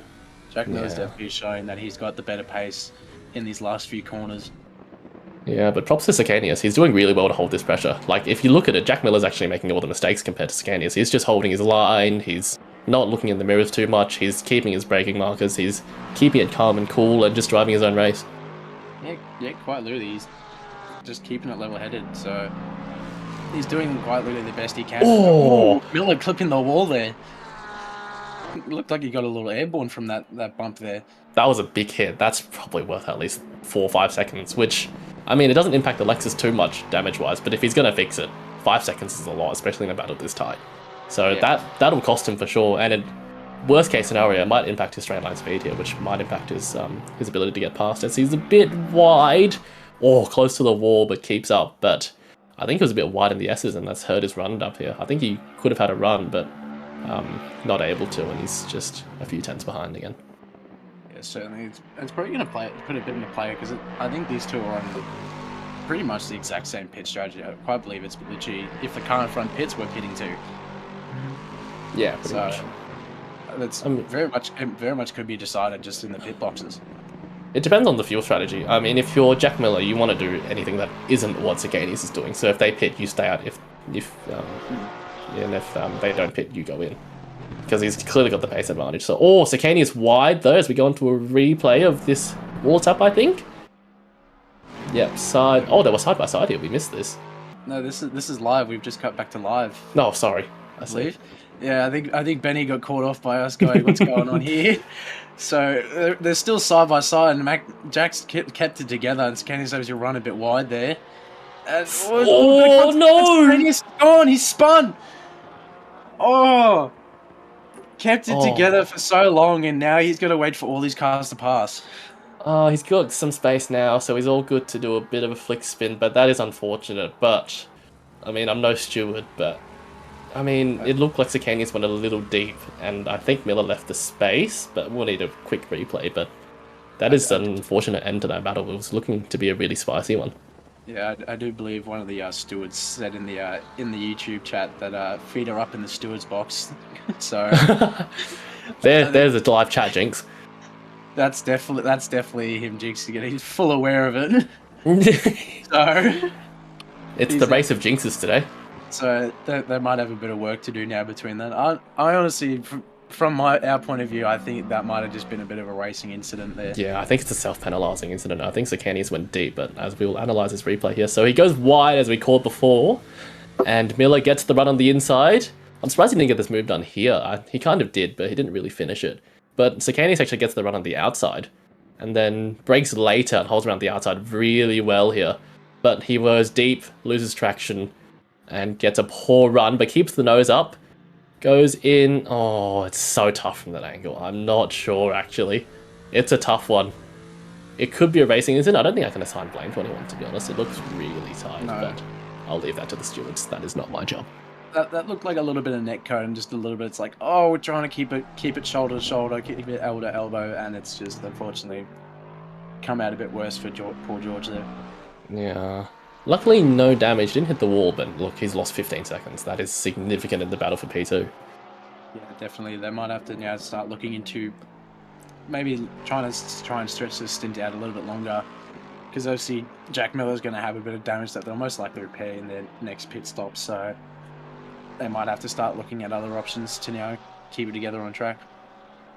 Yeah, I mean, even if he gets a penalty, Jack Miller will be happy. He can stretch his legs now, but we'll see what he does with this. We'll keep an eye on that gap, because Jack Miller looked like he was definitely pacier, but by how much, we're not too sure. But now he's got clean air. The gap is about 15 seconds right now, so we'll keep an eye on that, and we'll see if that steadily increases or not throughout the race. Even a bit of a real one there. Our little pack that we did have of Vintner, Thirkling, and Ren, they've kind of split up now a little bit, so maybe the Porsches are trying to extend their stints a little bit longer, or maybe Vintner's just gone, I'm fresh out of the pits, I'm just going to keep going. Oh, he's definitely going off the track. A little bit of track extending, but comes back, gets the final corner apex. All good. No foul, no harm. But yeah, I mean, to be fair, they were the opposite order before, and they were all bunched up, so I guess the pace order's kind of restored itself. Because I think Ren was kind of holding up Bercolini and Vincenter, and somehow that reversal of the positions has worked out perfectly in terms of their pace. So yeah, so I think Vintner's definitely going to have his eyes forward to try and get to the backside of Mike Rosser now. To see the grid updated, we'll see what kind of lap times or what kind of time difference they have between them. I'm not too sure, but it's definitely the grid's all everyone's kind of now split up a little bit. We've had a few battles, but we've had a few incidents now, and everyone's kind of split themselves up a bit. So now they're going to put the work in to get back there. Yeah, everyone's got their eyes forward and eyes behind. There's a few big gaps, there's a few small gaps, but yeah, everyone's got their own space. There's no really wheel-to-wheel battles anymore, but we'll keep an eye out on the leaderboard. There will definitely be some people catching. I see Luke Johnson catching Ren, I think. That gap was 6 seconds last time I checked, and that's down to 2.2. So we'll keep an eye on that and see if that battle closes anytime soon. But for the meanwhile, out in front, Lucas Keys, no surprise. Absolutely dominating the field. Is now, I'm not sure if it's a 2-lap lead yet, but it's just complete dominance out front. It's a 2-lap lead, but it might be encroaching. I feel like they might be encroaching possibly to a 3-lap lead after Jack Miller and Sakanius' little battle net there. Yeah, true. Yeah, just complete dominance in one of the liveries of all time, I must say. Yeah, good old Triple T. Triple T, my goat. And I know my generation is going to absolutely enjoy that. Our generation, yeah. Yeah. But yeah, a bit of a lull for now. Lucas Keys having a little drift, as you said. The Japanese roots coming out once again for the Lexi. Sorry, I'm just having a bit of a laugh as someone in chat's gone, this is boring, can Matt call a safety car? Can we get some unlaps, please? Definitely, I'm definitely not a car like 3 laps behind. No bias. Can we have a 2021 Abu Dhabi safety car? Yeah, someone goes in the pits. Lucas stays out, and Jack Miller goes in for new softs. Comes out 1 lap battle. Maybe. I mean, for Abu Dhabi 21, we're gonna need a last lap safety car. We're still far away from that, so we'll see if he wants to pull any strings. I'm kidding, but you know, you never know. Things could still get spicy here. Luke Johnson now. What's your bank details? I'll send you some money. Yeah. I'd kill some entertainment right now, especially in my car. I'm still nowhere. I think we've got 23 seconds to Saxon Hayes, but I think we're a pit stop behind. So, oh no. I mean, speak for yourself. We're sitting in the back of the grid. Yeah, we're sitting at P22, and I believe it's a lap between the back 3 cars at the moment. Oh, but hey, as long as you finish, right? So, that's the whole point of an enduro. Yeah, we've had our battles. I think we might have had a few slip ups that's caused Hopkins now to kind of increase that gap on us in the Pro Am class. I'm not too sure. Yeah, so but it's always nice for these academy drivers. Our resident Honda driver is currently driving the Aston at the moment, so she's currently taken to the Aston quite well. Well, it's better than going from the Aston to the Honda, if you know what I mean. Like, yeah, I can very much say that I tried driving the Honda once, and the car wanted to kill me, and I wanted to do the same. Yes, no, I've been there. I was a Honda driver back in the day, and I tried it again recently for Sprint Series, and it was just, I would call it undrivable at this point. It just, you turn in, and the rear just overtakes the front. Like, it's just incredible how physics does things to that car. It is the true definition of Japanese roots, if you want to go that way. It's just a complete drift machine. I should start driving it. I'm quite into the drifting scene in Simulator, so I might have to pick it up again. Oh, she's definitely a drifter. Driving it wrong. She's definitely a drifter, that's for sure. Lots of angle on the Honda, mostly too much, but definitely a lot of angle. But I'll just have to crank the toe out, so I've got a bit more room at lock, and then just send it. Hop on Forza and chuck the drift suspension on and get some steering angle. That's how you do it. Jeez, you reminded me, I haven't even touched Forza in that long. I haven't really touched it since it released. Oh, really? No, I played it midnight release here in Australia for the official release date, and played it for that week, and then it was back into Academy. I'm not gonna lie, as soon as this is over, it's Forza time. So I've been off the Sims and on Forza, straight SimK time. Yeah, I've been the opposite. I'd had my short stint in Forza mostly because Academy was at Suzuka and it was wet, and Suzuka's alright, but I was not doing a wet Suzuka. No, fair. No, Suzuka wet is a handful for sure. It was a stretch of tracks between LMU and ACC Academy where I'm just like, I hate these tracks, I'm not doing it. Yeah, no, so valid. And then went, oh, it's Kalami for the last race? Cool, let's do it. Yeah, we're back on. We're so back. We're so back. And it turns out Kalami did not disappoint. No, Kalami never disappoints. But speaking of so back, Luke Johnson here, 9/10 away from Ren, so the battle is brewing. We'll see. This Porsche is not a straight line demon, and the GTR passed its days, but can still rock up and show a good fight on the straights. So we'll see how this goes. I wouldn't say that GTR's past its days. I think it's just very much who's in the driver's seat and where it is, and we can already see Johnson now just going alongside for Ren after touching the wall there. Ren showing just no sign of defense. So well, I'm wrong. I'm sorry. The GTR is not past its days. Wow. I think Ren's just gone. I've already hit the wall. There's no point battling. Might try and do it a bit later in the lap or in the stint. You never know. Something might happen to Johnson. Touch wood, something doesn't, because he's actually doing really well at the moment. And quite literally showing what the GTR can do in that Calsonic livery. That was crazy how we just drove up to the side of him and just overtook him before the apex like it was nothing. But Ren did hit the wall, so I guess he scrubbed off a bit of speed, but that was still incredible work. Yeah. I think he's already had a touch or two with the wall there in this stint, so that damage might be stacking up on that Porsche, possibly. Yeah, she looks a little bit second-hand. I think a lot of these cars are second-hand by now. Oh, 100%, yeah, no, I think every car's touched a wall, I reckon, besides maybe the lead. Oh, no, the lead 2 have had an incident now, so pretty much just Lucas Keys, I think, has had an incident, I think. I'm 90% sure P2 down to P23 have all had an incident. Yeah, you never know, because as we talked about the leaders, I see that Liam's just put in the chat that Keys was having issues about shifting, but it looks like he's fine now, so we Jack Miller's now a lap down, so not 2 laps. So he's certainly making his way up. Shifter issues is very interesting. That's quite severe. Like, especially if you're in one of the more extreme gears. Like, if you're in first gear and you can't shift, you'll be doing 3-minute lap times. So that will hurt him for sure. So we might hop to a replay, and we do get Alexis that I think is Lucas Keys. We see him there in 2nd gear, now 3rd. Okay, that all looks fine. So it's fine. Obviously, 4th gear, you're sitting in that little bit of a let off, and I think most people sometimes downshift or not. It looks like he's kept it in 4th. Whoa, so close to the wall. Certainly flirting with it. Yep, stuck in 4th. He's stuck in 4th. Wow, how long did this last? I mean, I hope it. I think Liam said it's fixed now. And he couldn't downshift. Yeah, no. Couldn't downshift either. Wow. Yeah, no. That is a shocker. And yeah, he's stuck in 4th here as well. He's still stuck in 4th. He is struggling.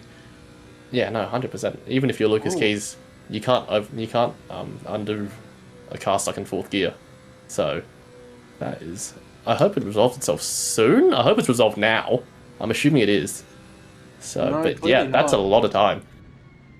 That is so much time lost. That's probably why Jack Miller's now just over a lap down rather than 2 laps. Still stuck in 4th. This is a 3rd gear corner, I think, or maybe 4th. No, I think it's a 3rd gear corner. 4th and 3rd, depending on what line you take. I know I've kind of. Is he back here? Still stuck? How long did this go on for? I feel like he's going to hit the possibility of just blowing his engine up. Okay, there it is. Okay, yeah. Oh, cool. Yeah. Cool, he's back. I can imagine he's just frantically just spamming the upshift button, going, please, please, please, please, please, please, please, please, please. Yeah, exactly. And that's interesting because there's still 4 hours to the race, and that's a 2-man team.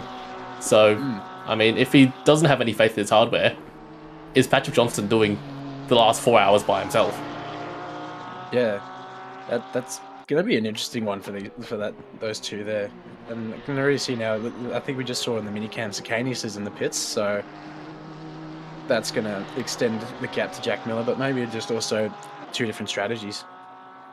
Yeah, and there might be an undercut here. I mean, the gap is 15 seconds, but if Jack Miller starts struggling on his tyres and starts feeling damage from his ball taps, then there is a chance of maybe an undercut, but it's quite a reach. Yeah, definitely. And I'm looking at the live timing now. See, it says 2 laps on our screen, but Jack Miller's currently 1 minute and 17 seconds behind Lucas Keys. Yeah, so it's a lap and a half. So once he crosses the line, I'll go back to +1 lap. So yeah, a lap and a half. So he's definitely going to be probably wanting to take advantage of that small mishap with Lucas Keys. Might even just be praying for it to happen again. Yeah, look, I mean, that was pretty scary, but not enough to cause any real threat. But if it happens again, then Griffin out the pits, no chill, complete push, slides his way through the chicane as you should. And I think Griffin was really, really quick, so that undercut theory might actually work out depending on Miller pits. Because I remember Justin Griffin before was absolutely rapid. Yeah, certainly. And even with, obviously, the fact that we've now just been talking with Lucas Keys, we haven't really had a lot of major hardware issues this race. You can speak for yourself. My team hasn't been so lucky. Our GTR has been through the trenches, because I'm not sure if you saw it before, but Britty was stopped on the side of the road because his 20 Newton meter wheelbase decided to go to full gain, and he lasted 3 laps and had to pull to the side and go to the options and turn it down. So yeah, that was fun. I mean, he was definitely sore after. That's certainly better than losing the ability to shift up. Yeah, I agree. I agree. But yeah, I don't know. There's been a few issues here and there. I'm not sure if anyone else has had any issues. It was a small one. I believe Darryl Lim ended up getting stuck in 6th gear going into the boot. Oh no. I think he was in 2nd and the car just went, nah, 6th gear. Yeah, but like, yeah, there's a car off in secondary monitor. But okay, question: which gear would you like to be stuck in if you had to choose? I'm 3rd all day. 3rd is pretty fair. Third or 4th, especially around this track. Honestly, I was thinking back to the Lucas Keys incident, and I was thinking there were so many worse gears to be stuck in. Like, it could have been 2nd up that hill, but 4th was actually pretty decent because he could get through the bus stop and get through the hairpin. You're in 4th during the bus stop. You're in 4th during the hairpin. Yeah, like the boot, you go up to 5th, and then you fly the last 2 corners. You're in 4th or 3rd. So Yeah, I'd actually pick Pretty, 4. lucky. Yeah, he's actually pretty lucky. If that was first gear, he is in trouble.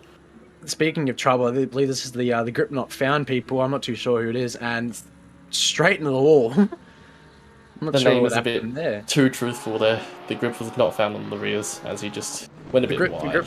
The grip was found at the wrong time, I think. It looked like he went wide and then just oversteered. Yeah. As we see Lucas Keys in the pits, is this a scheduled pit stop, or is this him swapping out for Patrick Johnson to get rid of the shifting issues? Not too sure. We'll see what happens, because I think Jack Miller's still got a pit stop to do as well.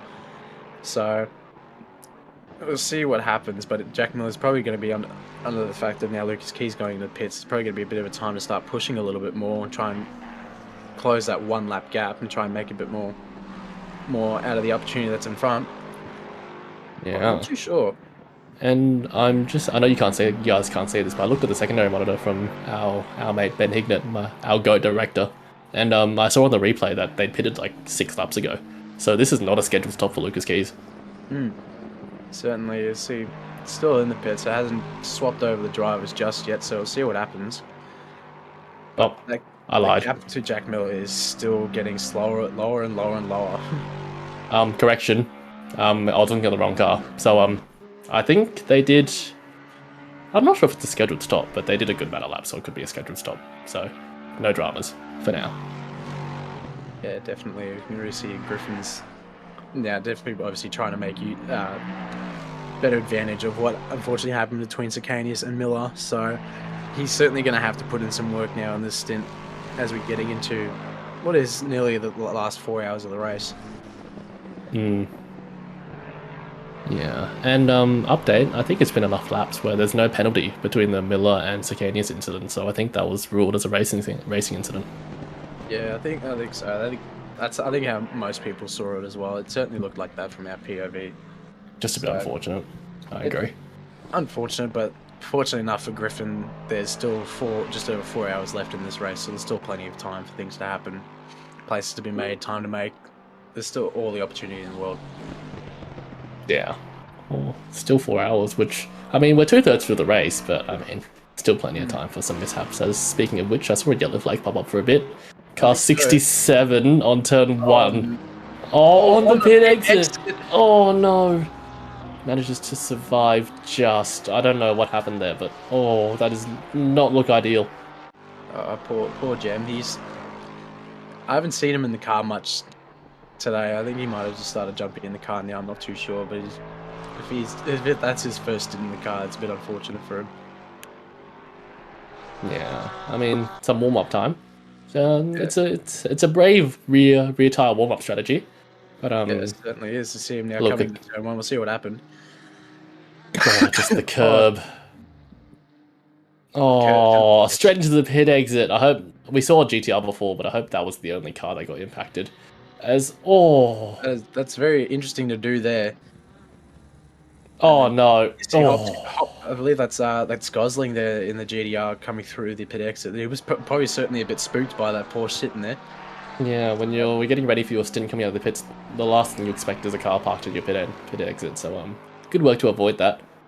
Yeah, certainly. Yeah, I will say that there was a good chance I probably would have just run into him because I'm so not locked in at my pit exit. Oh, yeah. No, yeah, we can see it now. We saw it now in our second one. I feel like everyone else shortly sees now.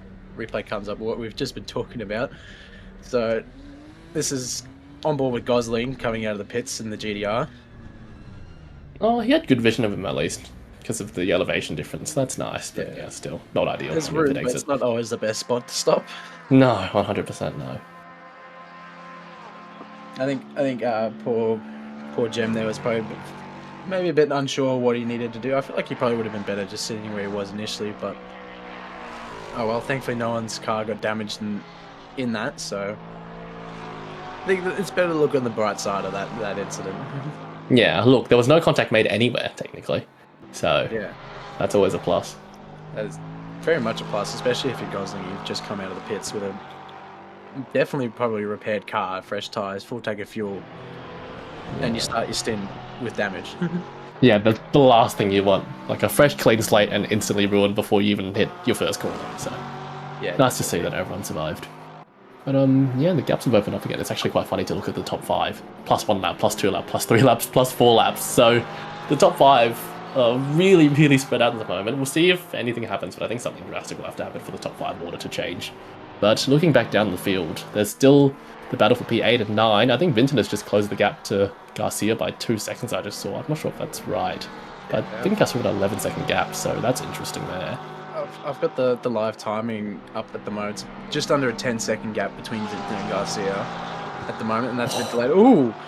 Yeah, that's a hit from, I think that's Garcia's car. So, pushing.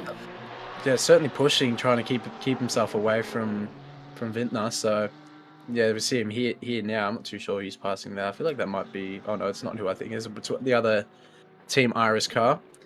So, Vintner also just trying to make his way up the field. And Thurcolini's also a bit back behind him. He's also... I believe he's just... I think he's a lap down. I'm not too sure. I'm looking at the timing sheets now.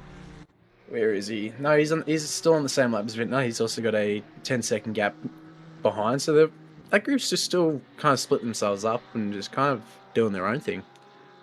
Yeah, no, still split up, but still kind of in the vicinity as well. So, I mean, 4 hours left, 3-second gaps. That's pretty much nothing. So, battle for the top 10 is heating up pretty well. From P8 to P12, I think those positions can swap that at a moment's notice. So definitely keep an eye on P10 to 12. So Thurcolini, Johnson, and Wren, they're all relatively close to each other. Yeah, within 7 seconds, 3 cars. Yeah, under 10 seconds between P10 and P12. So maybe that Porsche Thurcolini has just been doing a bit of fuel saving. He's now unfortunately getting caught up by Johnson in the GDR. Maybe Wren's also just been pushing a bit more, considering I believe he just came out of the pits when he joined the group. So he's still 100% going to push. He's probably got the longest legs out of all 3 of them. Yeah, so 100%. So he's going to keep using them as long as he can. Oh, 100%. But yeah, I mean the GTR. I mean I think Luke Johnson's coming up to probably the last third of his stint, as far as I know. And from my experience, that GTR really gets that second wave of tires where you kind of have that middle of the stint where you kind of get the tires like worn off, and then that's a fuel burn, so if you kind of get recovered again. So I think he's hit a bit of a strong rhythm here. He's catching Thurcolini, not rapidly, but consistently bringing down that gap. And I think once he's within 5/10 of that Porsche's in trouble, especially if it's fuel saving. Yeah, definitely. It's going to be it's definitely going to be one just to keep an eye out for those 3 drivers there, because they're all on it's pretty much polar opposite strategies, considering you have one of the cars that is quite literally the endurance beast in terms of just how long they can go for stints, and then you've got the GDR that's just fucking quick. Oh yeah, no, 100%. It's just quick. Even in the corners, it's pretty quick. But yeah, the gap's still. I mean, it's still 3 seconds. I think P10 to 12, the pace is really similar as we head into a replay here. This is the Sirs car? Roscoe, I believe. Yeah. Oh, bit of a moment. Doesn't hit the wall. Well saved. So, all survived there, but that is definitely a scary one, because once you lose the confidence there, you start hesitating on the throttle, and it's just rough. That's always a bit of a weird corner. The apex kind of is hidden away and it's uphill. You kind of think, oh, can I keep going? Can I keep going? Put a bit more throttle on it, and next thing you know, the rear end's catching up to you.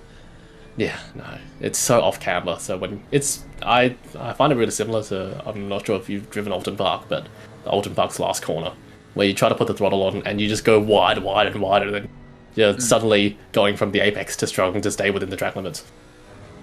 Yeah, definitely. It's arguably that's probably the one corner where I just keep losing the most time here, and the heel. Oh, that's a Porsche off. Oh no, that's the 6.7 Porsche once again. That's very unfortunate for them. I mean, he's rejoined nice and safely. That's what we want to see here. He's kept his composure, hasn't panicked, and just stayed off the racing line, waited for a gap in the traffic, and come back in. So that's great work by them. I feel like that's miles better than the unfortunate one in the pit exit. Yeah, well, that was just unfortunate, if we're being honest. He's just spun into the pit exit, and then it's hard not to panic when you're stationary at pit exit. So hard to blame him there. I feel like it might have been another case. It's also another spot where you can have the rear end catch up to you pretty easily there in the heel. So I imagine we'll probably see the replay shortly as we come to it now. I imagine he's gone wide. Yeah. Oh, no, he's kept it relatively right, but getting too heavy on that right foot. Yeah. Oh, that's such a rough place. He's done well to hit the throttle and just move off the racing line, so good work to him. Yeah. But thankfully enough, no one once again getting any damage out of that, but Yeah. Harmless pirouettes, we call them. unfortunately, a damaged rhythm and a damaged ego. Yeah, but Is hey, the no only damage to the car. That's all that matters. That's quite literally all that matters in this type of racing. Yeah, damage to the ego can be replaced after the race. So Yeah, you can replace that with alcohol once the race is done. yeah, exactly. Yeah. Oh, that's Alexis. Is that That's Griffin? Alexis just coming in from stage right. I'm not sure which car that is, to be honest. Oh, Oh, it was Griffin. it was Griffin, and that's damage to the front end. That is a massive moment for the fight for P2. What's happened there? He's just come in from stage left. Yeah, because Jack Miller's now closing his gap now, so he's a lap and he's just under 2 minutes behind, so he's still over a lap. Okay, instant replay. Let's see what yeah. happens. Oh, it's a chicane moment. Yeah, Takes the first bit fine. That looks okay. He's gone too wide on exit. Catch to bump. A little tap of the wall. Does he keep it out of the end wall? It's pretty... Oh. It's so hard. Like, there's a lot of runoff, but you're on the grass and you just see it coming. You And can't it's stop. so hard to stay out. You just can't stop. It's inevitable. That's a lot of damage to the front end. He might have gotten a bit lucky there, considering it looked like he was turning. Obviously, he was turning away from it, so it might have helped reduce it. But having that short bump in the front and that's flicked the rear into it might certainly put the car a bit out of shape. Yeah, no, I think it's a front engine car. I don't think it's going to appreciate that front end. He might feel it being a bit lazy, so we'll keep an eye on his pace, see how he goes. But I think that's a pretty pivotal moment in the fight for P2 because he's going to have to repair that damage as well. And that's, I would estimate, 10 to 15 seconds worth of damage at least. Yeah, certainly, because that's quite literally extended the gap now to almost an entire lap between Jack Miller and Griffin. Oh, sorry, a bit more than almost 2 laps between the two now. So it's not going to do him any favors now. For quite possibly been a really good battle for P2. Yeah, both just kind of split up. I wanted to see how the undercut was going to work, but obviously he's lost all that time and his pace is going to be really not poor, but like just impacted. So he probably won't be catching Miller anymore. And it's definitely going to affect him quite a bit mentally. Yeah, 100%. As I said before, like, I need to catch up, but I also need to keep it together. And then arguably the quite literally the main spot where everyone loses it, and it's gone and done it. Yeah, no, it's so tough. Once you lose it at the bus stop, it's just you're never the same after. It's just like, I mean, you recover after a while, but once you lose it, you start braking earlier, and you lose your rhythm, and then you start taking the curbs less, and then it just starts spiraling out of control. So we'll see how he goes, but that's really pivotal for P2. And I believe we have Mike Rossi here behind Vintner, so I'm not too sure. I can't remember if they're on the same lap or not. Not too sure. I believe they are. They've just come out the pits, so that's a driver swap for Noel Reinhardt. Yeah, they are on the same lap, so Vintner's definitely going to be try and keep going ahead of Reinhardt, so might be one to watch out for here, because I think Vintner's been going for about 45 minutes now, so I think 45 minutes. I'm losing track of who's pitted when now. I mean, I think ever since I've been in the box, he's been in the car, so he's definitely been in the car for like at least 50 minutes. So coming to the end of his stint, I don't think it's really a battle for position because he's obviously a pit stop behind from Reinhardt. And I don't want to say anything, but I think Keckers is yet to get in the car, and that'll be a pretty big boost, I'd say, to their pace. So not sure if this is Vintner's battle, but we'll see, because I think Reinhardt is likely to catch up here, because obviously he's on new tyres and Vintner's probably struggling a little bit coming to the end of his stint, and probably a little tired as well. Reinhardt's fresh pair of boots, fresh mind, fresh driver, so we'll see. But he's dropped off already a little bit, I think. I think the gap is a bit smaller, so we'll see if Vintner can hold his own, but I doubt he'll fight it too hard if it comes to there. Yeah, and I'm looking at the time boards now just to kind of get a bit of a gauge of what lap everyone's on. I believe it's from quite literally P11 all the way down to P14. They're all on the same lap at the moment. So that's certainly going to be a pit stop based strategy there for a few of those guys. It's a very mixed bag of cars in that section there. So Yeah. let's see if we'll start updating even more as everyone's going over the line. So it might even quite literally be from P7 all the way down to P40. We'll see now. Everyone's just kind of, they're all kind of split up quite a bit, so it's a bit hard to keep track of who's kind of on the same valid lap at the moment, but it's a very mixed bag for this kind of mid-pack group that we all have that are kind of still sitting on the same lap together. As we just saw before, Miller has just pitted. Not sure if they've done a driver change. I think Miller's double stinting, but Griffin's actually closed that gap. I think it was a 15-second gap before they pitted. So Griffin's pace was strong, but it's a 7.5-second gap, and I think that instance really cost him. I think he would have been running his tail and been able to contend, but I think that off has really sealed the fate here of the 14 Lexus. Yeah, definitely. They're kind of on polar opposite times for pit stops, so they've got a gap now, but they'll most likely change if Griffin goes into the pits, or probably when Griffin goes into the pits, Jack Miller will just be able to keep seeing himself into the future. Yeah, I was looking forward to that battle. I think Griffin would have been 2-3 seconds behind with no damage, and I think he had a pace advantage on Miller, so it would have been nice, but I think Griffin will be struggling from pace from this point forwards with 15 seconds of front end damage. Yeah, it certainly is. Obviously, Garcia is now kind of weaving himself past Saxon there, who thankfully has a car that's in a lot better condition than it was an hour ago. The Porsche has been fed. It's been fed. Yes. It's, I wouldn't say time to put it to bed, but no, hopefully we're hitting 6 p.m, so the sun's going to start slowly coming down now. Surely it wants dinner after the race and not within these 4 hours. I hope not. Yeah, I don't want to see another Rexy T-bone. That was actually painful to see. I don't want to see Rexy take another bite out of the poor 6.7 car. No, I really don't. I've suffered enough already. I don't think there's any more limbs to chew off that car. Of the 10 things I don't want to see tonight, that's probably up there. Yeah, I've seen enough. I feel like there's top 10 cursed images for the 6.7 cars, seeing a Rexy on your side. Yeah, no, not ideal. I mean, at least it's theme appropriate, so, I mean, could be worse. Yeah. At least it's not Triple T T-boning you, could be worse. Oh. I mean, think that's worse. If that happens, that's going to make it very interesting for these last few hours of the night. That would make it very interesting. That would make it very interesting. But I don't think Lucas has had any shifter issues since. I think it's a one-off blip. Not cursing him, hopefully. He's still in the car, so he's got faith in his gear. So no driver swap, no tinkering, no anything. So looking good for now, but 4 hours to go. I'm hoping his equipment doesn't fail him. I think we're all praying his equipment doesn't fail, but also some of us are praying that it does, just because we want to see a battle for P1. Yeah, It's certainly make an interesting battle for the end of the race, but it would take a lot for his equipment to fail just enough to make a battle, but not enough for him. It would be a miracle. I feel like if his equipment fails at like the wrong time, at like maybe just before the braking zone at bus stop, then they're done for. Yeah, no, there's a really fine line between having a battle and them just dropping down the order. So, yeah, we'll see. If they have to RTG, then I feel like we might have a battle on our hands. Yeah. But I feel like it's going to depend where on track if they have to ever RTG.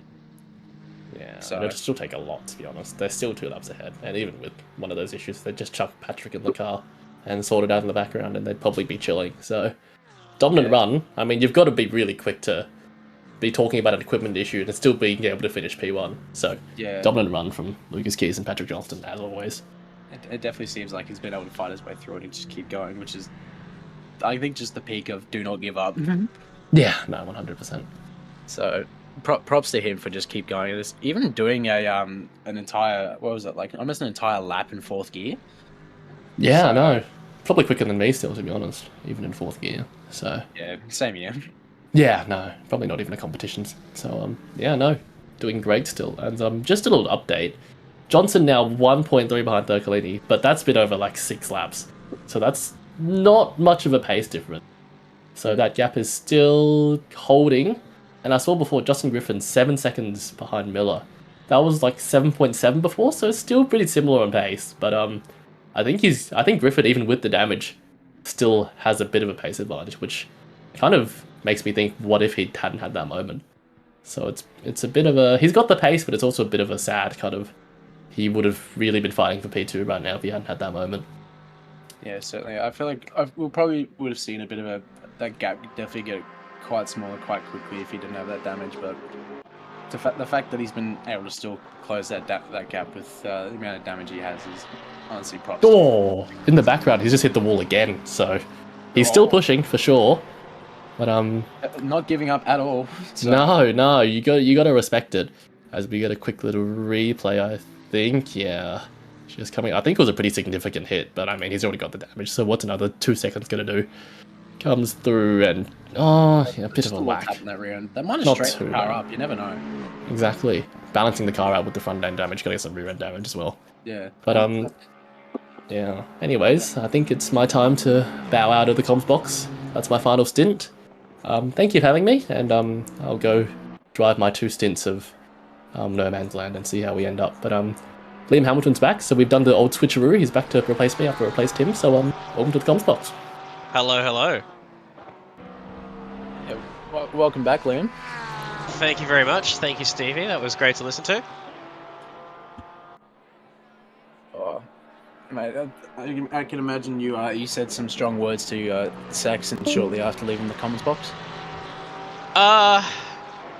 No. Look, I mean, I went and spoke to him before we sort of came back, and you know, it is what it is. There's nothing he could have done. So, it's just a rough moment for everyone involved, I think. Yeah, and I believe shortly after this, since Saxon will be joining you in the commentary box. So yeah, you guys can sort out how you two deal with the car on air. Yeah, look, we'll keep that stuff off air and we'll keep it clean. But yeah, no, he's supposed to be in at the moment, but we underestimated his fuel saving ability. So I think we've still got another 5 minutes or so before he comes in, and yeah, then it'll free you up in the booth. But appreciate you keeping me company here while we wait for Saxon to join us. But yeah, how was the last hour? What did I miss? Oh, you missed a little bit. It's been a bit of an interesting one. Poor Lucas Keys had some technical issues a little bit early. He couldn't shift out of 4th for nearly an entire lap. Yeah, I did see that. He was actually just ahead of us when that happened, and we thought he was just trying to mess with Saxon. And then I went on board and realised he was stuck in 4th, because it would be a Lucas Keys thing to do, is just start messing with people because you've got a lap's worth of lead. But no, he did actually have an issue.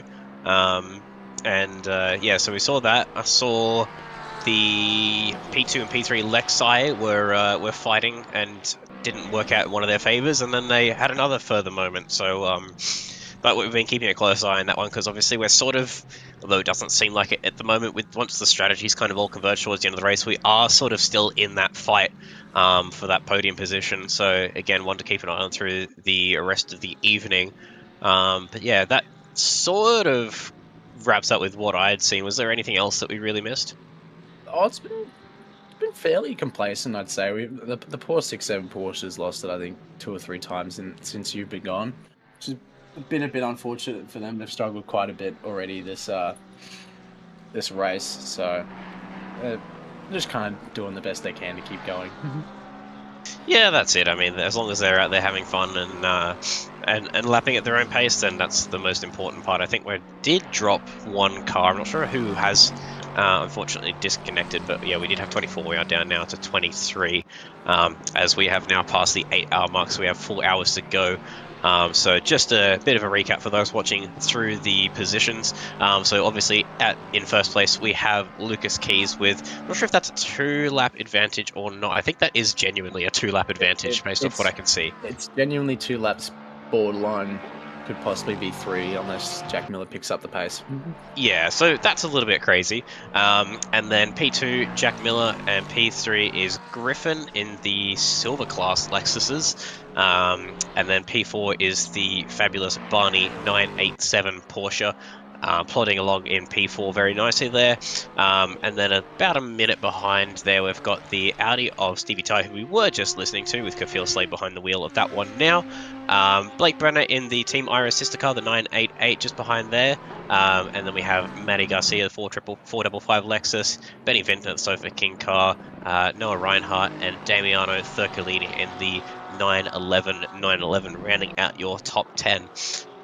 So yeah, it's like you said, it's been a little bit of action towards the front, which is good to see. We usually don't see a lot of that in some of these endurance races. Usually what we see is the cars all disappearing in the distance and never to be seen again. So if we take Lucas out of the equation, it's good to see that they are running a little bit closer up the front, even though there was an unfortunate moment between P2 and P3. I don't think any penalties got handed out from that. Do you know if the stewards had a look at that? Did they determine that was a bit of a racing incident?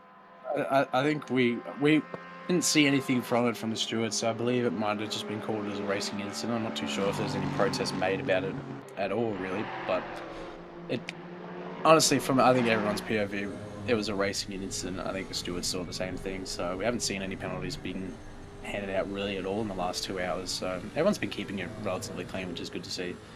Yeah, it has been good. Yeah, I did have a look at the moment in game myself just to see what happened, but yeah, I think I couldn't really figure out who was at fault in that one. It's sort of one person tried to squeeze, the other person was on a tight line, and they both sort of met in the middle. So yeah, definitely a racing incident on that one. Unfortunately, Griffin having his another moment after that through the bus stop and going all the way into the runoff through the loop and into the wall, so carrying a bit of damage on that one, which explains why his pace has dropped back off. But yeah, they should come in soon and hopefully get that repaired and get a nice new car. But yeah, we're seeing now approaching just past 6 p.m. in game.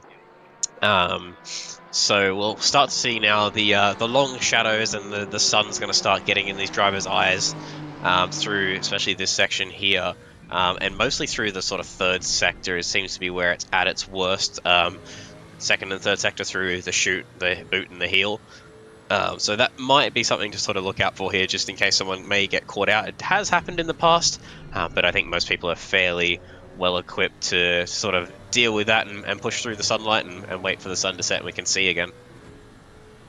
Yeah, certainly, and we can already kind of see Reinhardt now just closing in on Vintner, so we might have another little midfield battle on our hands very shortly. It seems Reinhardt's just been kind of putting laps down and now just keeping the head down and just slowly closing that gap. Yeah, certainly. I think we sort of saw this before with sort of GTR v Lexus. Might have been the same two cars from memory, I don't quite remember, but definitely the Dylan King was driving the Sofa King car. As the 90 that runs pretty wide, Vintner is definitely pushing that one pretty hard.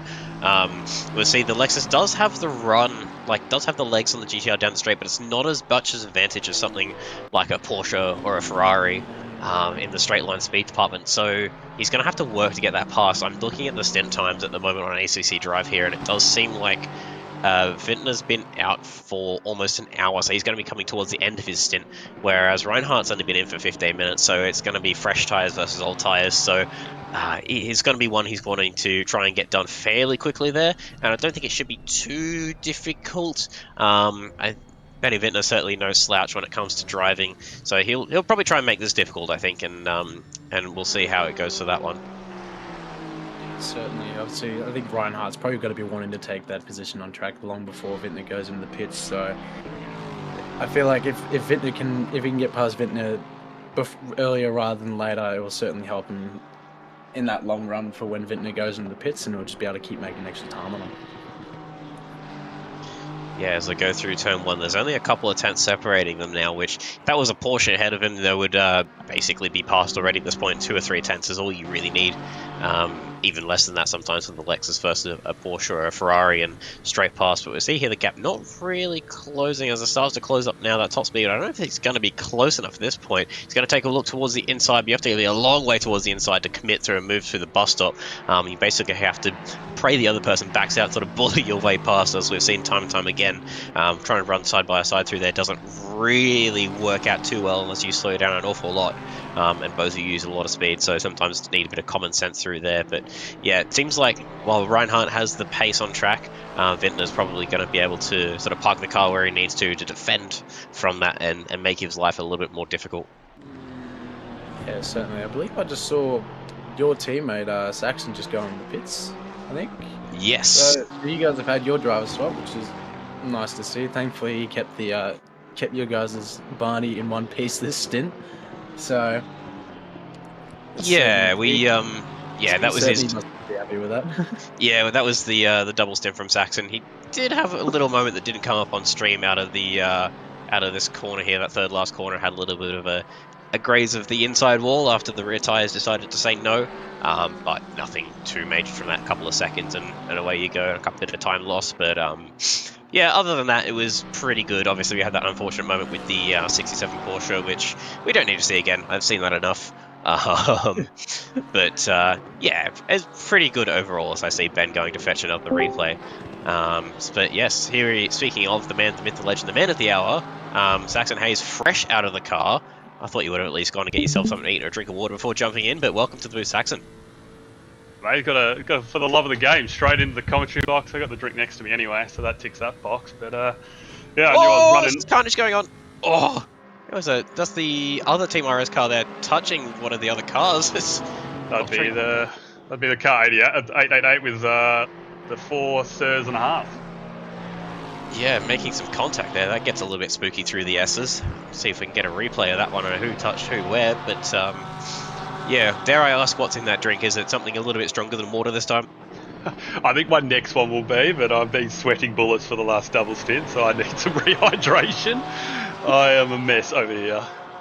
Yeah, putting in some mega effort as always. Talk us through the stint. Actually, we are gonna get a replay of I think that little wobble that we saw there. So that is the 988 Porsche with one of the lap cars there, the black and gold car, just turning in. Oh, trying to get out of the way of the Smoke King car, just trying to get out of the way of the blue flag car. Jeez, that is tight. It's done very well not to spear the 988 into the wall. I know ACC collision physics at the best of times loves to throw cars into the fence there, so we're going to get an onboard view here between the two of them. One car gone right, one car gone left, and Vintner's tried to split the difference there and just misjudged it, and that has made for a bit of a hairy ride there in the 988. I'm not sure if that's still Brenner behind the wheel or if... no, that is Jeff Close has jumped in, so a bit rusty to ACC, and that is a hell of an introduction for him.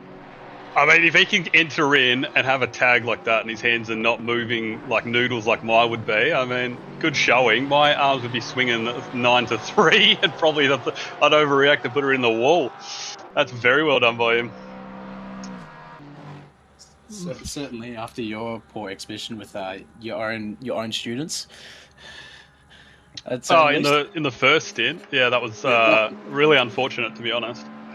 I do feel for them, like you've lost it in the middle of the bus stop and I become a passenger because of how close I was. I just did what old Hobbsy would tell all of you in Academy and held my brakes, but that didn't make a difference, so I still went straight through the side pod, and I think it ended up being like 20 seconds of damage, which then put the car at about 1.6 a lap slower, which pretty much destroyed that stint. But, it's good that the Academy boys are in, boys and girls are in here. I swear there's 2 cars, if I'm not mistaken, and it's great to see that they're coming up and giving it a shout when it's a bit scary when you'd look at it as kind of being the big leagues in quotes. So, that's I give it my hat to them, and I'd like to see them up in the Sprint Series coming up very soon with the sign-ups. As we see, someone's just taken an excursion all the way into the wall as we had them on screen. Just on screen there, that one was. But yeah, one of the Academy cars, I believe that was having a moment. We'll definitely get a replay of that one for you there. I'm not sure if that was the 67 or if that was one of the other cars. It wasn't 67, unfortunately. They've had a run of bad luck and not stopping for them. Yeah, too much curb there once again. Just running the wall. Oh, that's going to hurt. Oh.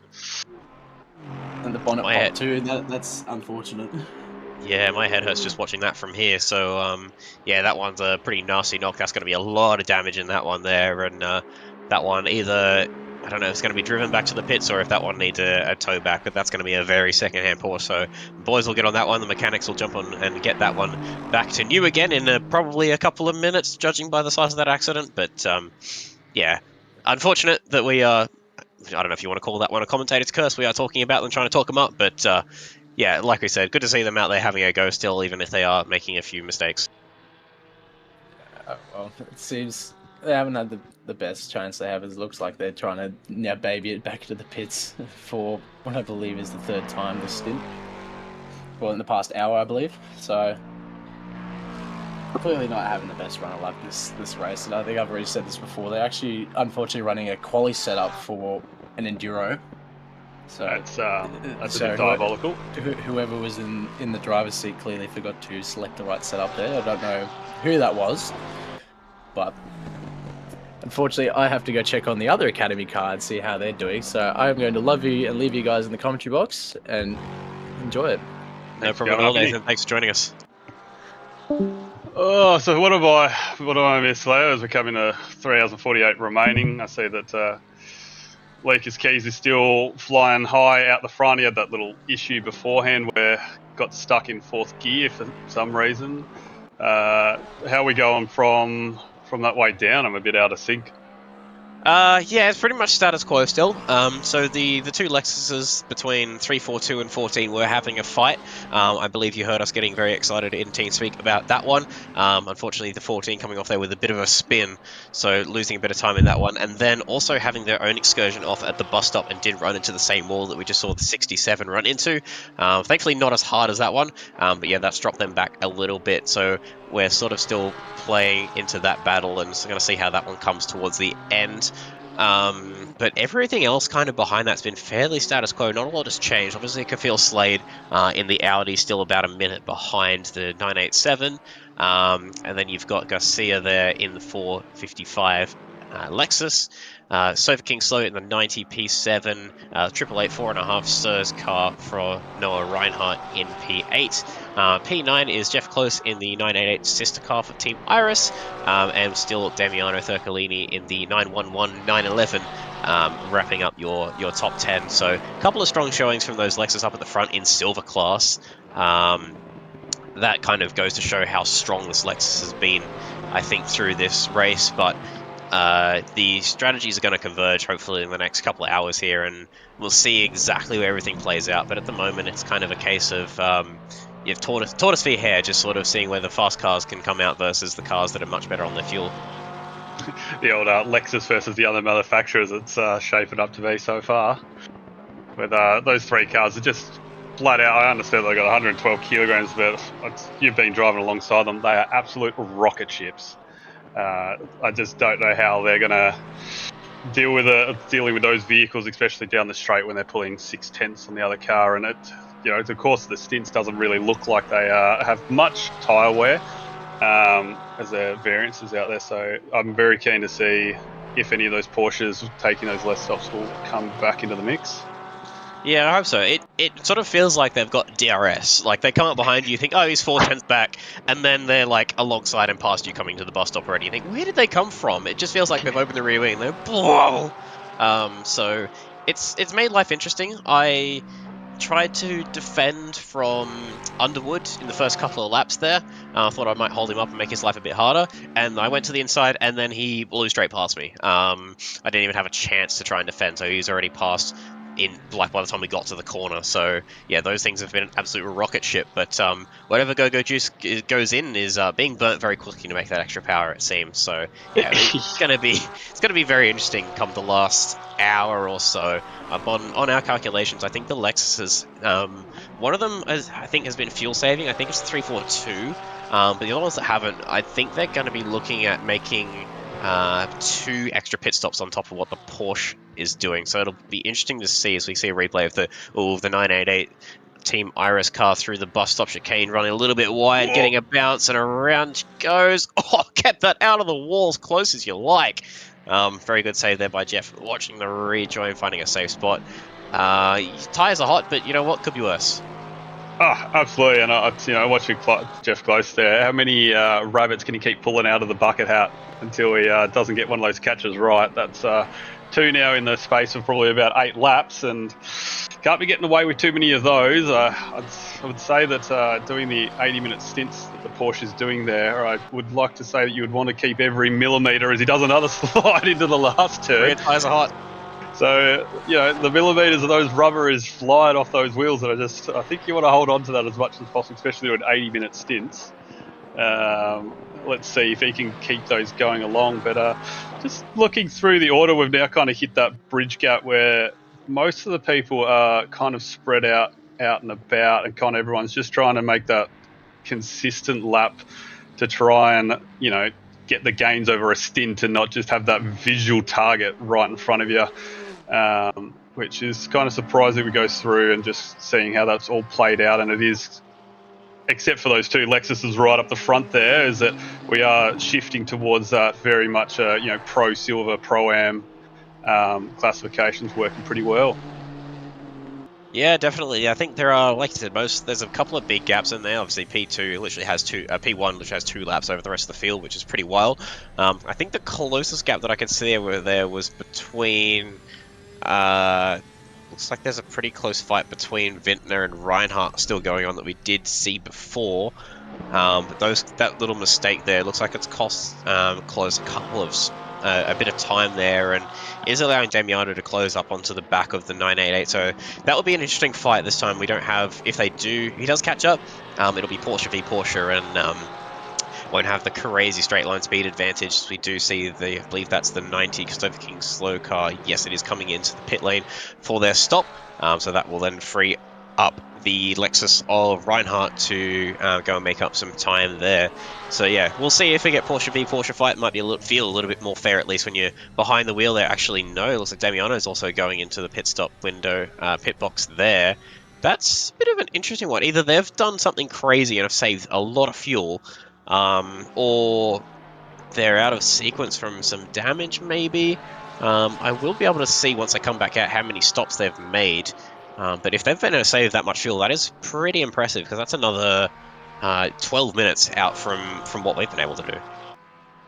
Yeah, I'd be very curious to see on that one, because that is absolutely wonder blasting the old fuel savings there. And if they could give some tips to our local government on how we can save some more fuel, that would be brilliant. But as we come along through, we've still got Jeff Close bouncing around the track going along.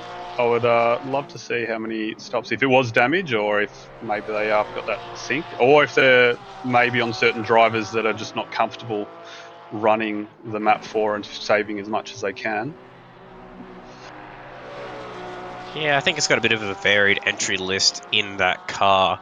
I believe they are silver rated, so as we see, Joe Spenceley jumping into that one. So yeah, a little bit of a range of driver skill in there. So that was their 7th pit stop, I believe. So that would put them one more stop than us, actually. So yeah, it looks like they're a little bit out of sequence with some of the front-running Porsches there. So whether they've had damage, or yeah, like you said, maybe there's just been full guns blazing running in map 8. I'm not entirely sure, but yeah, they've just made that extra pit stop now. Yeah, as we kind of hit that type of breach point while we're waiting for the next bit of groups to go up in banks, and we're just seeing Paul Britt get past Darth there with the blue flag. No issues there. Going across the board on when you got such varying skills, the blue flags for the most part have been pretty well, which is the high level of OOR that we come to love and enjoy when it comes to these big 12-hour events. But with yourself there, are you signing up for the sprint season, or are you starting to look at potentially going into those other platforms like Le Mans Ultimate or iRacing that's coming up? I think I'm going to have my arms twisted both ways at this rate, so we'll see what happens. I know a few people that would love to jump on LMU, a few people would love me to jump on iRacing. I think LMU is actually on sale at the moment, so maybe it's worth something picking up when it comes to the future of OOR and the future of sim racing. Unfortunately, as much as I love ACC, we think we have to acknowledge that it is certainly starting to get to the end of its life, not getting any more updates or anything, so we'll see how we go. Obviously, AC Evo's also there, but I just don't think it's going to be at the stage where it needs to be to do sort of serious league racing at this stage. So yeah, we'll see what happens. As much as I'd love to jump into iRacing, the subscription model still puts me off. So maybe LMU might be where it's at, and jump into some hypercars and P2s and a new challenge, maybe something a little bit different. Yeah, absolutely. And ACC's going to hold a special little place in the heart with all the new friends it made, and Enduro's going through, and also Glenn, Matt, Paul, and all the admins and staff stewards that put their time in here, as well as the lovely sponsors as well that kind of make a lot of these things possible. Yeah, it is kind of that interesting question where they, by pretty much saying no more updates and putting their all in their bags in the baskets for Evo, and we're hitting that little crossroad points where everyone is unsure on what the future holds. It's going to be interesting, and I see that they're all testing out different all different schematics. You know, Elms and the WEC series for LMU, and then I believe for iRacing they're even bringing in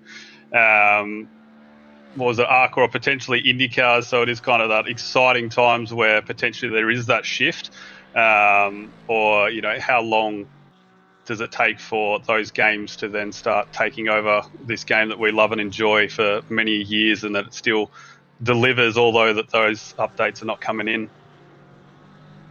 Yeah, that's it. I mean, as long as there's people on there that are playing it and the racing's good, I don't really mind where we end up. But yeah, it does seem like a lot of people are starting to jump towards the LMU side of things, which I haven't driven it for a long time, so it's hard for me to really say what it's like now. But I didn't really enjoy it at the start. The force feedback just wasn't a lot going on, and I wasn't a huge fan.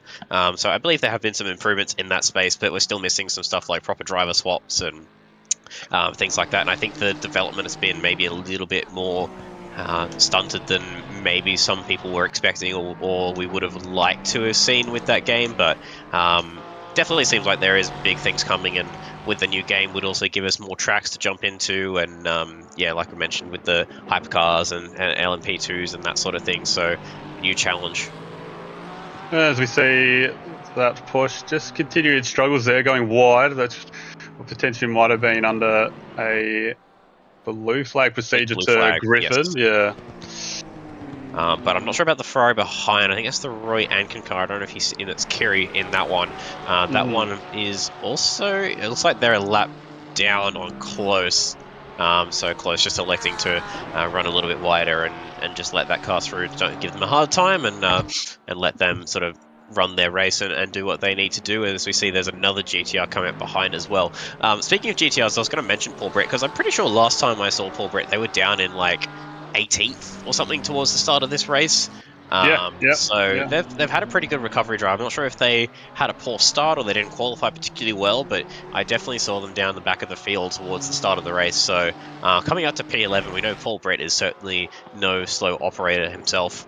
But yeah, they're doing pretty well to come back up there, and they're a couple of seconds behind the 911, and I'm sure we'll take light work in getting past that one there with this advantage the GTR has in a straight line, and we'll see how far up the field they can actually pull. Like we said, there's still 3.5 hours to go, so there's still a duos race and a little bit more to go here, so it's far from over. As we see the sun starting to set there, getting into the driver's eyes between the two last corners. I don't have my track map up for now, but yeah, through there the sun's going to be a problem, and also through the sort of end of the second sector and start of the third sector through the boot and heel, the sun is going to be right in their eyes. Also, where you just the shadows are then sitting over those lovely markers that you had at the start of the race are now kind of moulding into the shadows and no longer being as prominent to the eyes as they probably were a couple hours ago. Yeah, definitely. It makes things a little bit more tricky as we come into night. Where do you stand on the night racing thing? Do you love it? Do you hate it? Or you don't really mind it?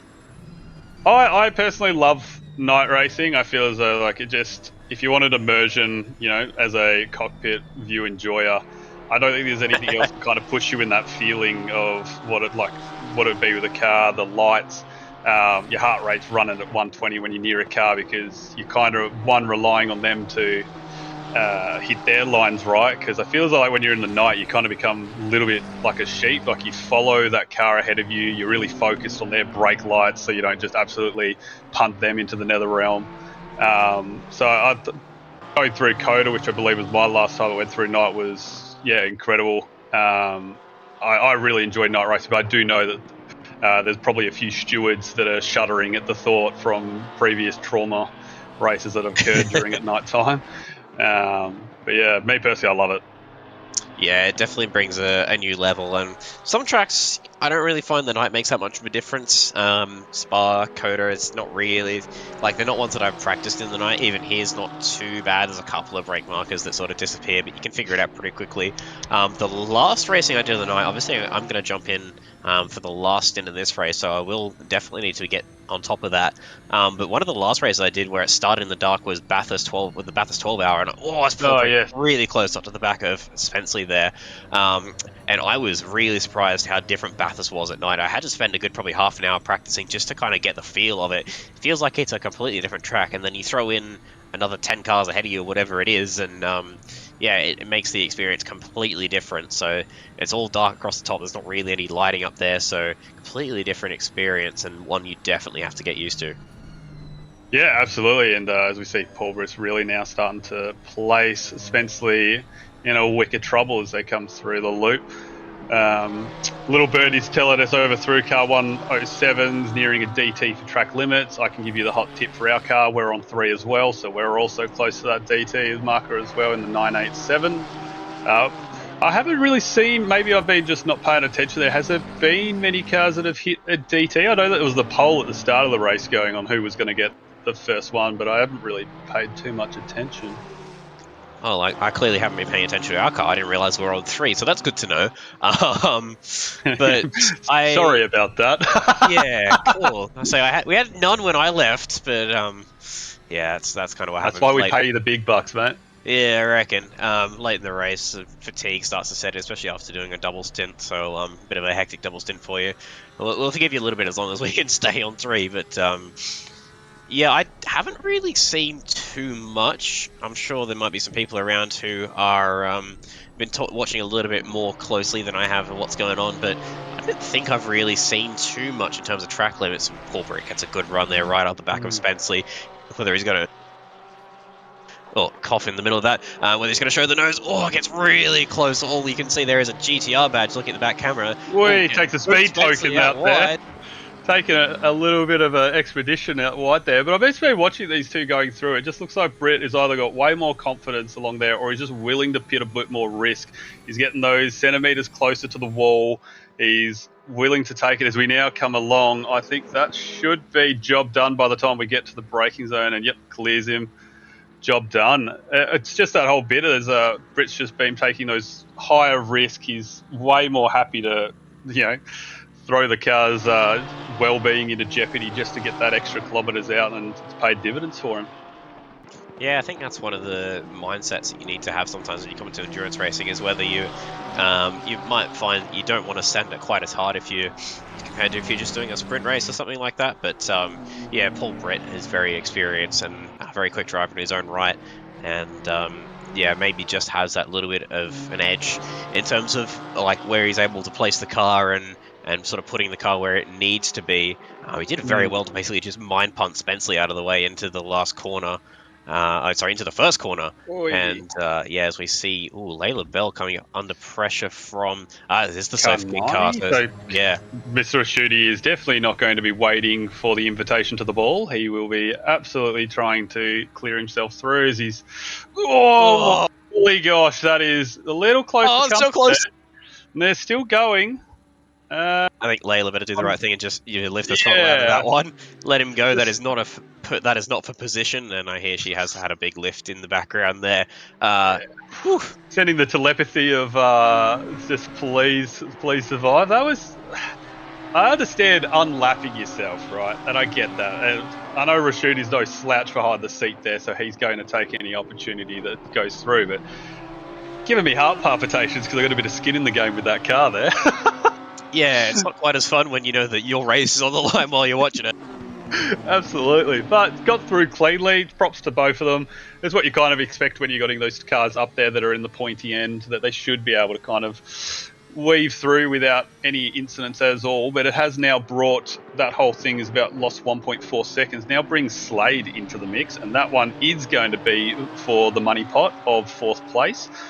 So we'll have to kind of see how that plays out. Now, Audi would not be fuel saving whatsoever, so it is now going to be essentially car v car on what's going through here, with the little spice on can Rashuti clear them in 2 laps.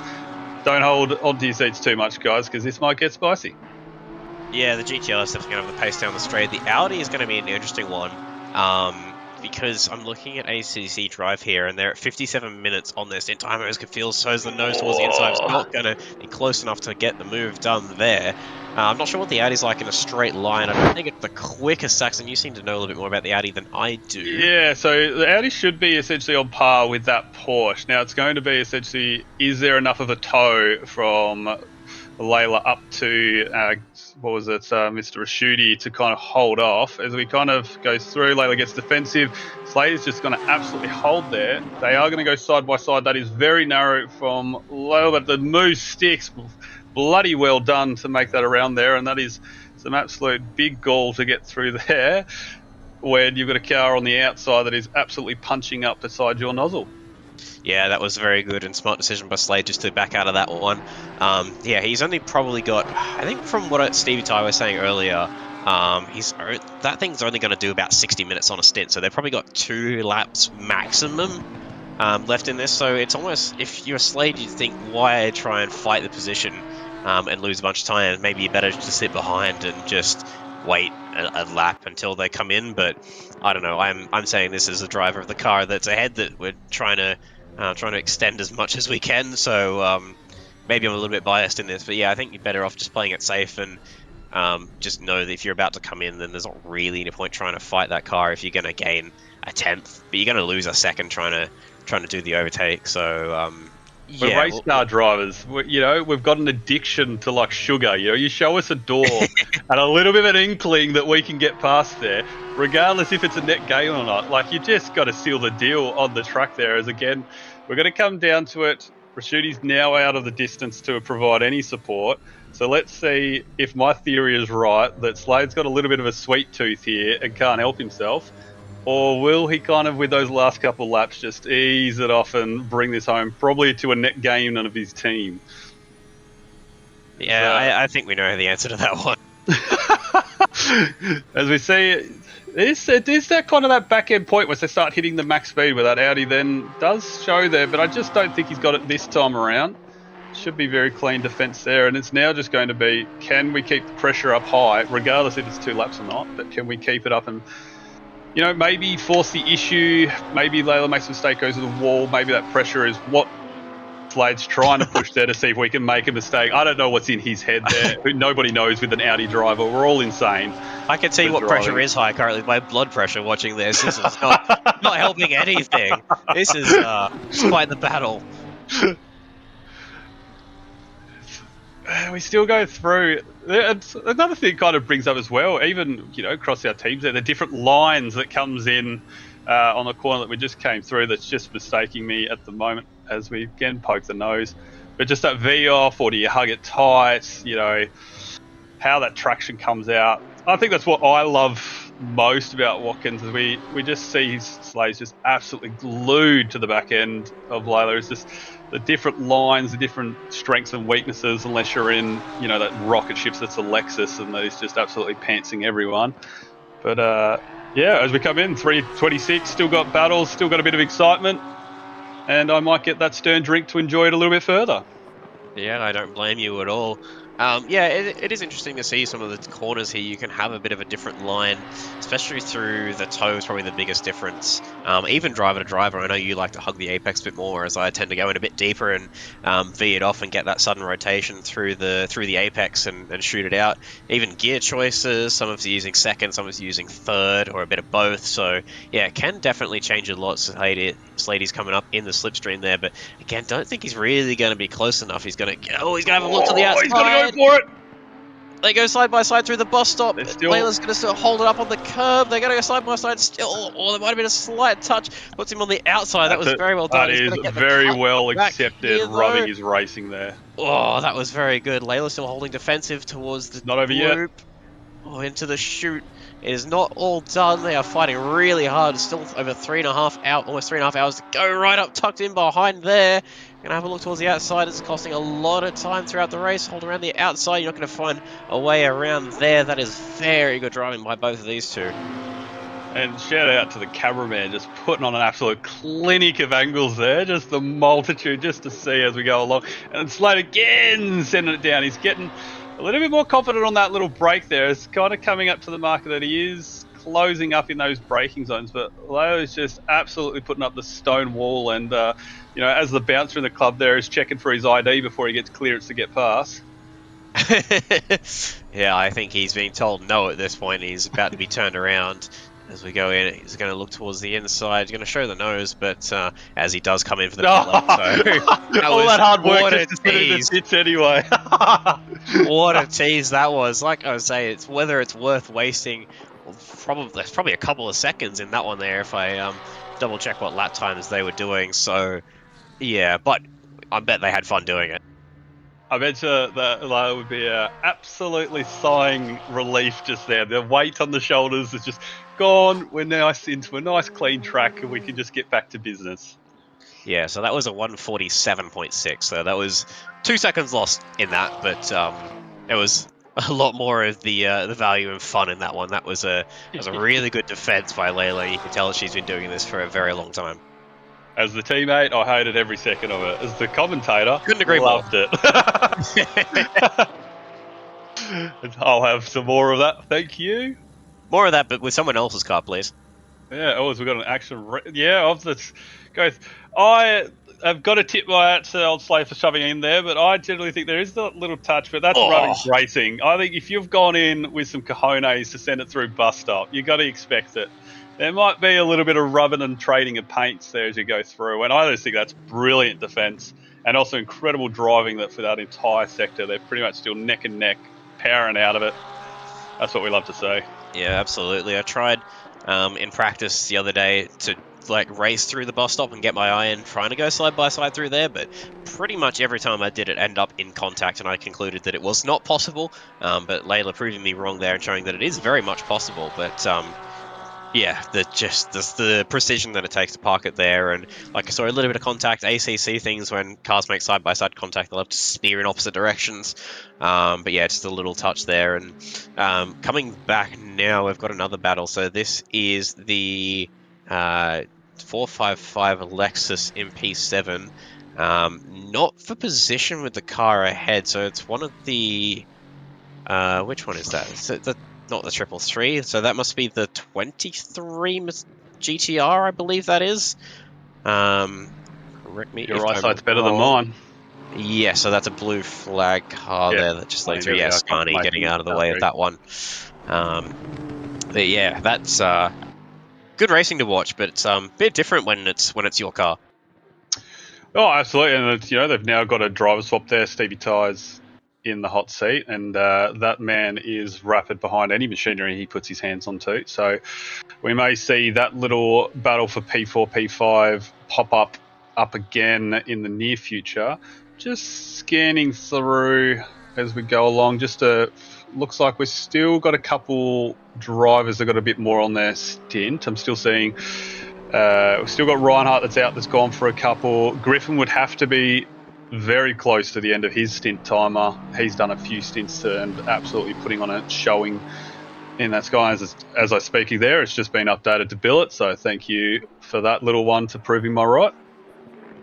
Yeah, it looks like they just come out of the pit lane about a minute ago.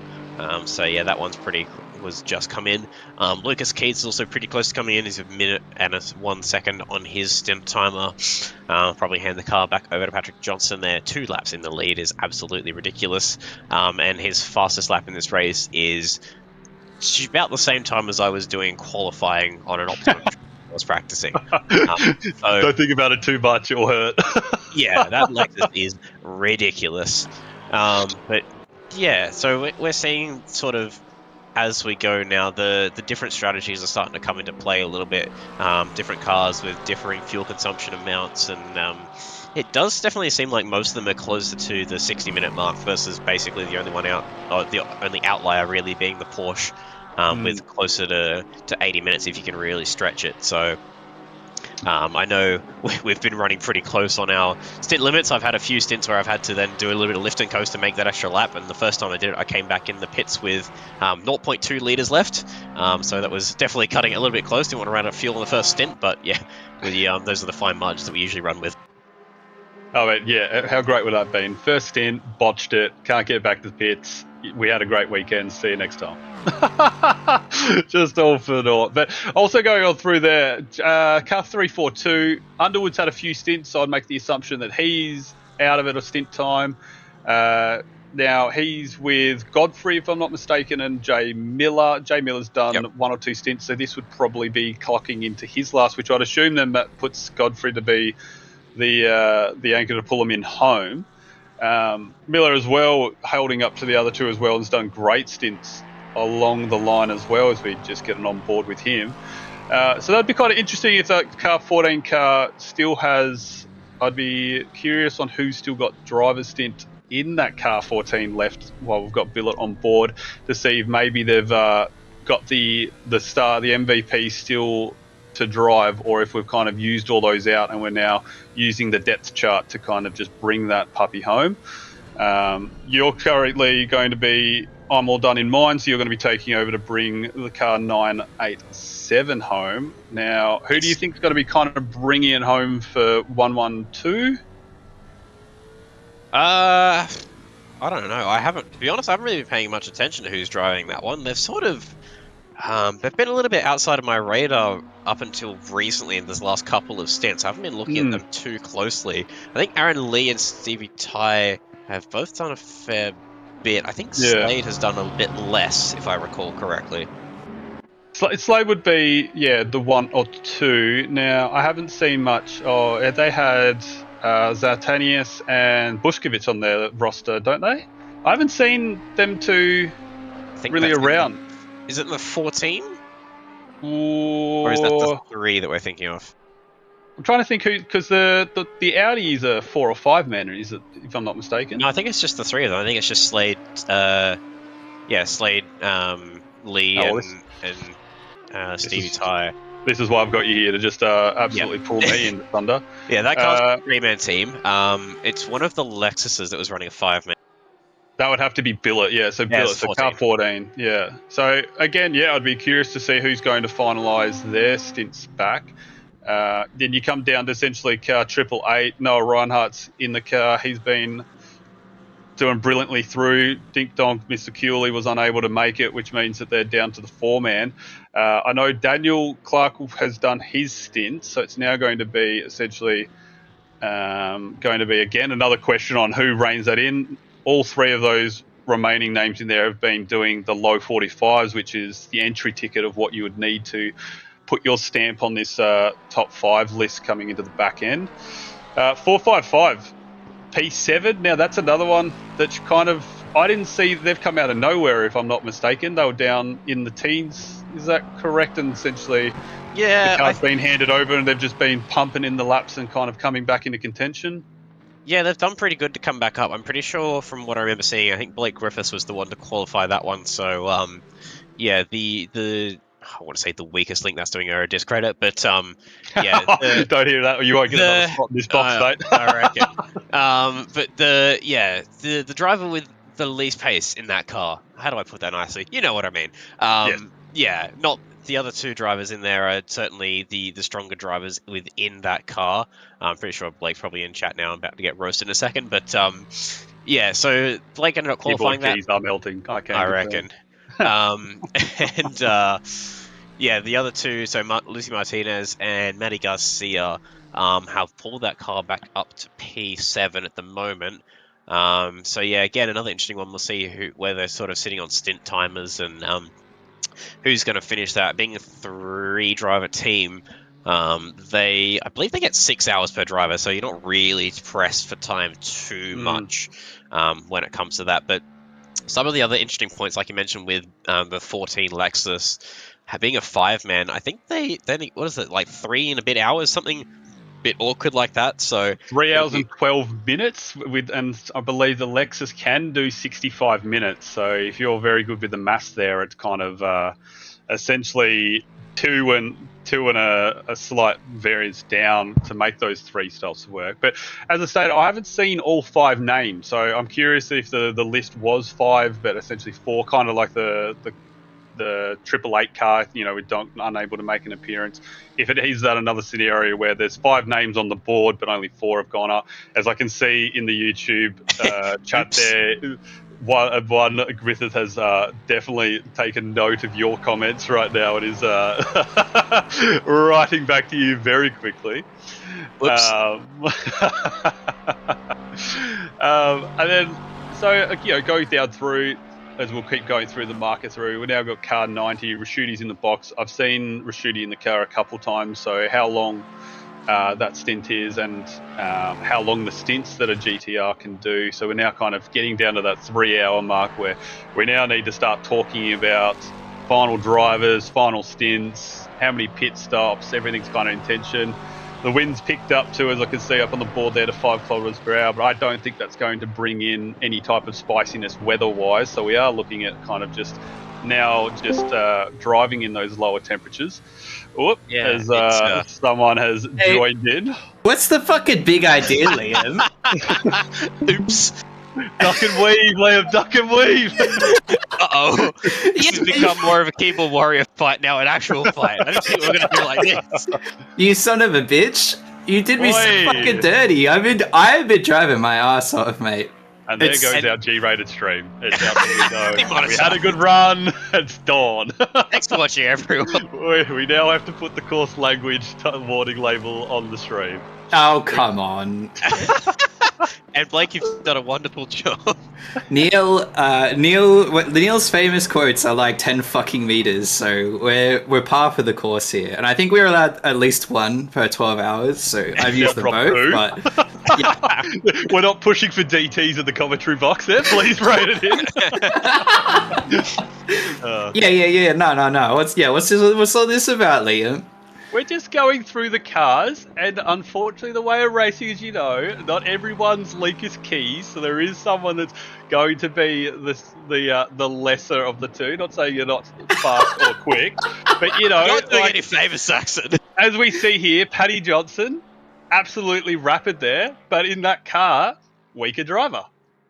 Yeah, no, but I'm not going to let it stand without coming and giving Liam an earful about it.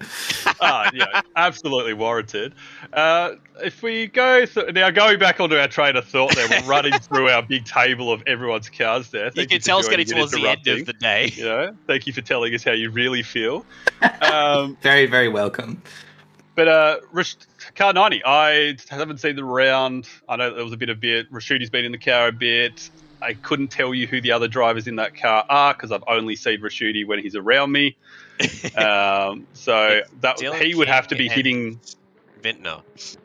Vintner, yeah. So I would be saying that Rashudi's timer would be up, which potentially means that Vintner's still got time to finalise this off. So let me chime in real quick. They changed the stint time limits like last night. So in a 3-driver team, 4 hours, one driver can do 9 hours. So there's not really like, I don't know, because I've already done 4, 5. I don't know. It's been a long day. Well, for us, there was 5. I swear, looking at it, it had 5 hours for us. I thought it said 6. I've done 3 stints, and I'm down to, I think I had like 90 minutes left. So it's roughly about 5-6 hours. I don't know. Yeah, Glenn pinged it in the announcements, but maybe it didn't actually go through. Yeah, I think there's been 6 hours. I mean, that's still a lot of time for you to work with the 3-man there. But as I said, except for that last one that I'm now just watching as a commentator with Benny V, essentially, you've got Rashudi, who's been in the car a lot, as well as confirmation. So Benny V saying 40 minutes left in the stint, but that would be for the current. Benny V, if you can shout out how much stint time is left per your drivers. I'm very curious on you. We then drop down to car 988. I've gone back through the Discord. I have found the actual numbers. So a 2-man team is 9 hours, 3-man is 6 hours, 4 is 4.5, and a 5-man team is 3 hours and 36 minutes. No, that covers the 3 stints in the Lexus for the car 14, so that helps them out. That kind of opens it up. Well, then everyone time, isn't it? I think there may have been some adjustments to it. Yeah, not targeted to benefit an already mega car that is pouncing through here. But we'll go down through. Then, as Rashudi has a little bit of an uncharacteristic slide coming through the S's and just misses the wall. Sorry for commentating Kirsten there, but well done. So that would mean then if they've got 40 minutes left, the GTR is doing about 70 minutes on a stint, which would make sense. They're not got the full 132-litre tank, only 120. And it's not the worst on fuel, but it's not the best. It's sort of middle of the road Absolutely. on that one, so that makes sense. Car 988, I would say they've got Jeff Close in the car. This is I'm so sorry for talking about your car. That is all me. That is very unfortunate. Absolutely perfect little reslide 180 to get back through. As we see now, the 988 of the car of Fox gets through. As we see an action replay here, just comes through. Maybe just got a little bit off the brakes a little too early, and those rear tyres just couldn't. Oh yeah, that's just. But those rear tyres could not go through. Benny V, I owe you 2 beers now. One for knocking you out of the championship, and this one. I think at this point, I'm going to have to buy you a 6-pack the way I'm clocking these up. Yeah, I think that's just the GTR. Just went a bit deep, and I think you know pretty well. You've driven the GTR enough to know what it's like with its rear tyres at the best of times.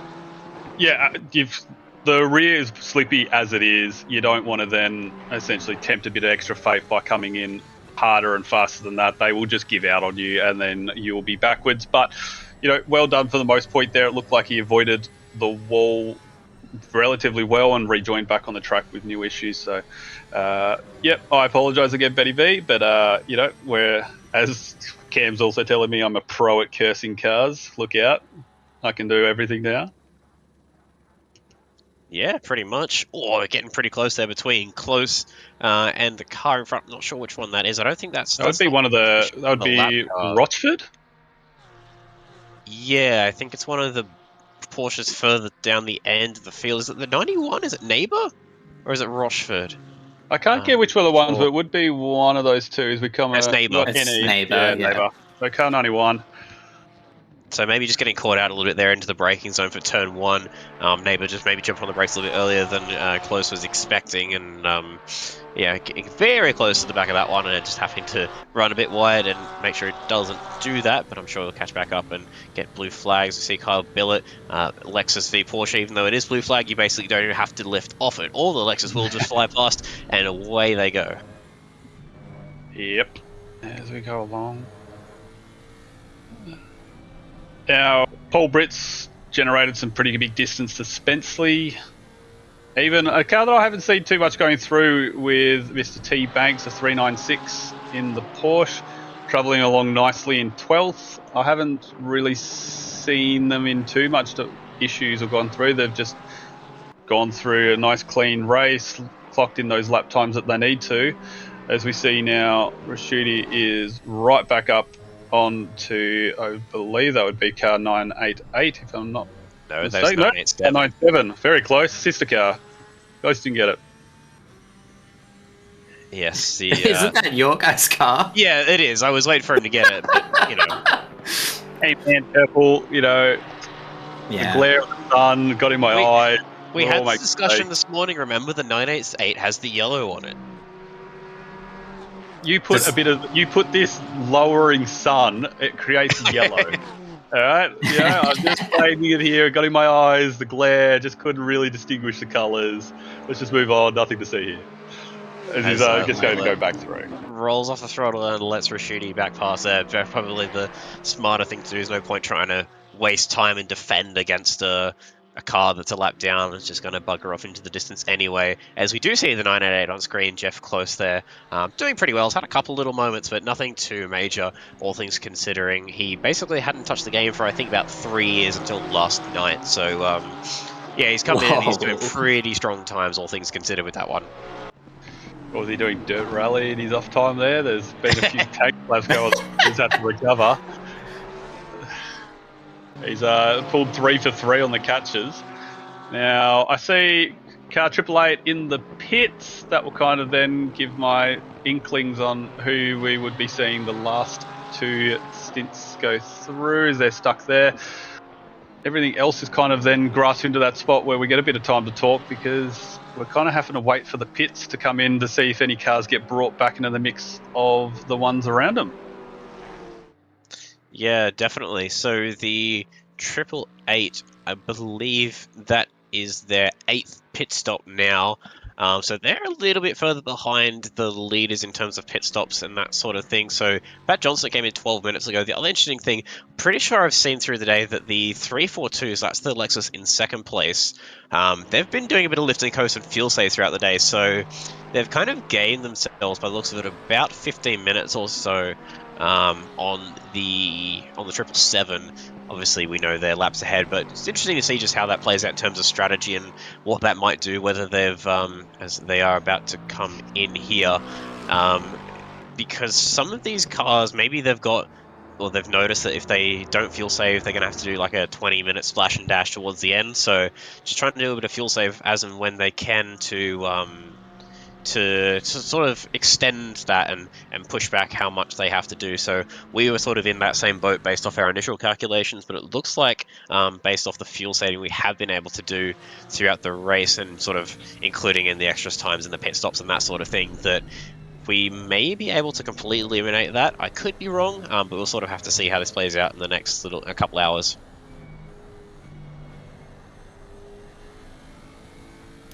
For the moment, I'm going to jump back out, take care of my team, as we're just on the screen.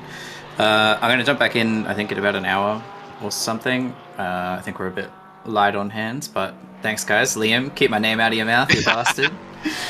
But, yeah, catch up. No worries. Thanks, Blake. Good luck. Whoa, bit of violence in here. Yeah, you're okay. All friendly banter. Talk about it. All friendly banter. I think. Yeah, you'll find out afterwards. Yes.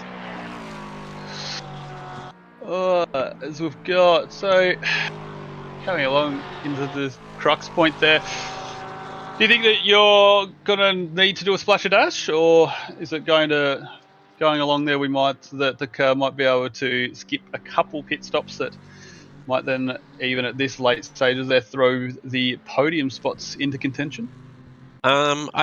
We'll have to double check our stint sheet and see how that's tracking, but I think we're looking like we may not have to, which will be nice. So yeah, we'll see. And like you said, there is a little bit of wind picking up, but I doubt the weather's going to change. That would also throw things into contention, and God knows what that would do. But yeah, so I'm hoping not. I'm hoping we can cut that out, but we'll have to wait and see.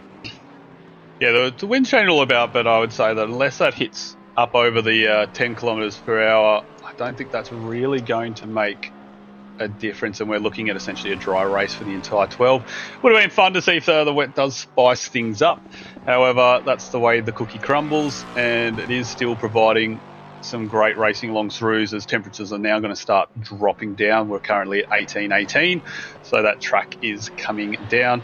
I see we've got a late entry here entering into the booth with us, and I'll let you introduce and take it away for a stint. I've just got to dip out for a couple of seconds. Fair enough. Yeah. Good evening, gents. Hello, welcome Chris Neville into the booth. Chris, how's things been for you? That's been all right. I've been at work today. Oh. Wonderful. We love working on a Saturday. So, have you been able to keep an eye on the race too much, or are you just sort of jumping in blind now? Oh, I've heard of Lucas Keys' gearbox issues, and I've heard of several cars being involved in several incidents, and the little spat that hit the comm box about 10 minutes ago. Or just another day's working at OOR. Yeah, no, I've been sitting in some of the comms for some of the teams on the Academy races, so despite what you and Mr. Hayes have been predicting, they want rain and crashes so that they can make up some time. Well, we may not need rain to deliver the crashes at this rate, but we'll see what happens. Oh, as the 107 gets a little bit wide on the curb, he has a bounce. Manages to just about keep it out of the wall there, does Adam Campbell. He's tucked up behind the... I don't think it's Turab Bank in the car at the moment. It is Turab Bank in the car. God, I feel like I've only seen Turab's name in that car all race so far, so I think he's got teammates, but I swear it's only his name. But yeah, as Turab will come past there and pull away from that one. But yeah, it's been pretty decent race overall. There are some big gaps across the field. Although Lucas Keys did have some minor technical gearbox issues, they are also 2 laps in the lead, so it wasn't really too much of a concern for him. So you see the Aston get the straight line speed over the Porsche. But yeah, apart from that, there was a battle between P2 and P3, which did have result in the number 14 having a bit of a half spin into turn 9. But yeah, and then through the midfield towards the back of the pack, there's been some good races and good fighting. So towards the front, I believe towards the start of the race, there was like a 5 or 6 car train at one point. So yeah, I think it's been pretty entertaining so far.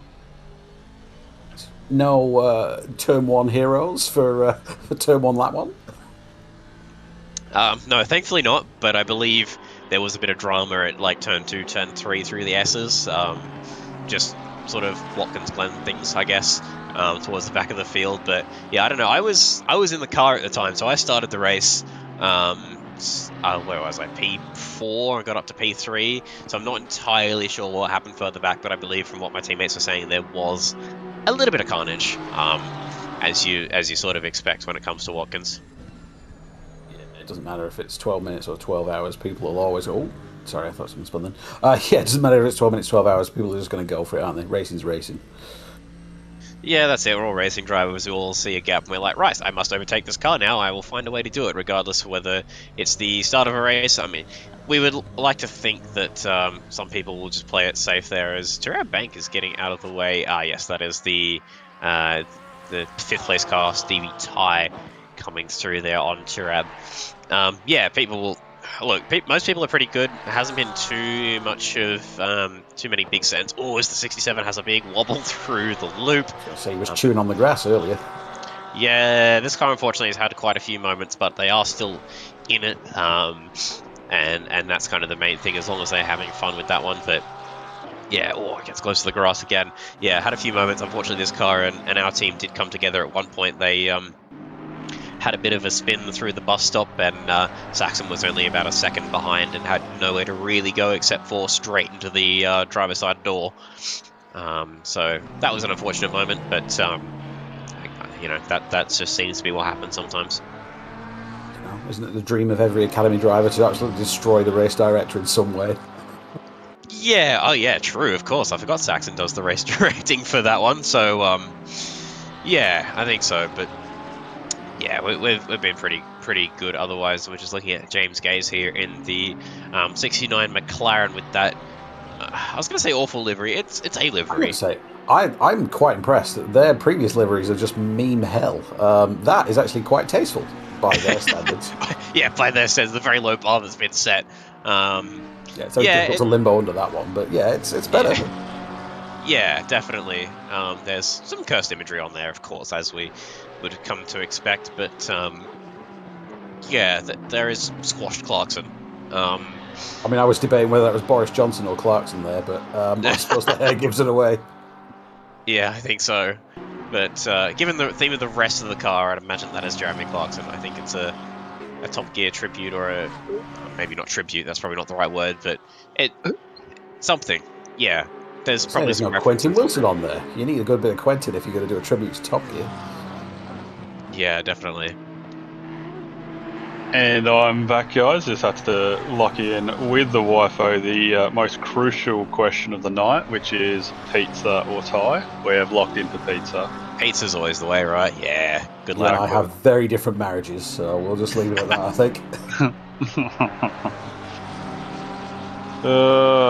What did I miss? Anything exciting except for the absolute tribute on the side of that McLaren there with Gaze in the car?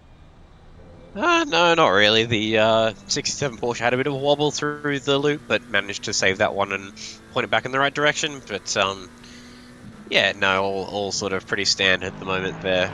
Obviously, Lucas Keys and Patrick Johnson still out in front. That is not, unfortunately, the ACC leaderboard being funky. That is genuinely a 2-lap lead over P2. I think that's a pretty signed, sealed, and delivered insurmountable lead. They have been driving absolutely incredibly today, and yeah, I don't really know what can stop them at this point, quite frankly. we have tried all the way through the race to send all curses that we could through them. But the cheeky buggers somehow persevere through and have been putting on lap after lap. Yeah, so I do apologise to the audience there. We have tried our best. Yeah, unfortunately, but yeah. So we will. I don't know if the broadcaster should be interfering with the race, but that would probably not help because they'd still be over a lap in the lead if we did that. But yeah, maybe we need a competition stop-go penalty for them. Ballast plus 40. Plus 400. Yeah, say plus 400. They can pull over to the side, have a bit of a cheeky snack, and then get back in. They're still going to be a lap in front. That's it. And the other thing that's the easiest, the cheeky thing that I don't think you know about Mr. Hamilton is that they've also been doing minor stints of fuel saving due to the fact that apparently knocks out one of their their pit stop requirements. Yeah. So they're 2 laps up and fuel saving, so they make sure that their win is not only secured, but it also is signed, sealed, and delivered, and they can start, getting into the showers before anyone else finishes the race. Yeah, it's lucky that we don't have to then complete the next 2 laps, otherwise we'd be there for another 10 minutes waiting for everyone else to cross the line. But, yeah, Turab gets a little bit sideways out of there, and I think he's going to have to be making way. No, Gay's actually a lap down. Yeah, so Turab is, ahead of the 69 McLaren on track, so going to have to be patient trying to get a way through there. I will say there's a very nice livery on that car. It's probably one of my favourites that I've actually seen across the field here.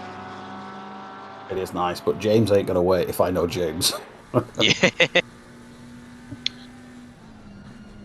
Well, it all kind of depends on that point, whether you've got the mustards to clear, as he's potentially taking a speed token there. I wouldn't say you'd get time gain from that one, but you might be willing to get up to the back for the dance, but you've got to clear him in 2 laps, which I just don't see if we've really seen that just happen just yet in clear pace alone. Yeah, I haven't seen his lap times. I don't know if he's being held up or not. I think this would be coming up to the 2nd or 3rd lap that we're watching him behind. He's absolutely close, and he does close up there, but there's that point that you've got to 1 pass and then also clear them by the 2nd over the 2 laps as per the requirements. Being a little bit nerdy in here, as I see that apparently everyone wanted to know who the driver pizza is. Everyone was able to pick up my tyre analogy, but apparently pizza was a little too hard for people to understand. I'm not drunk enough for that yet.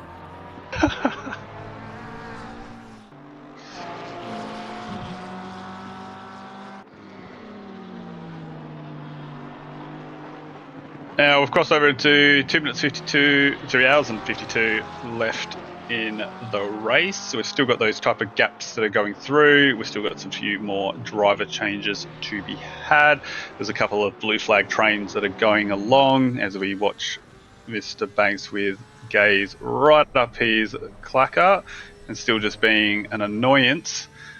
But still just hasn't been able to get that final notch that he's... Oh, he is. So we probably now will see it as Bank has a little bit of a slide. I'd be curious to see if he did make a little bit of contact with the wall, but that should be jobbed down. Now this is where Gaze is going to have to really start stretching the legs out and show that not only is he faster, but he's fast enough to hold that gap and unlap himself.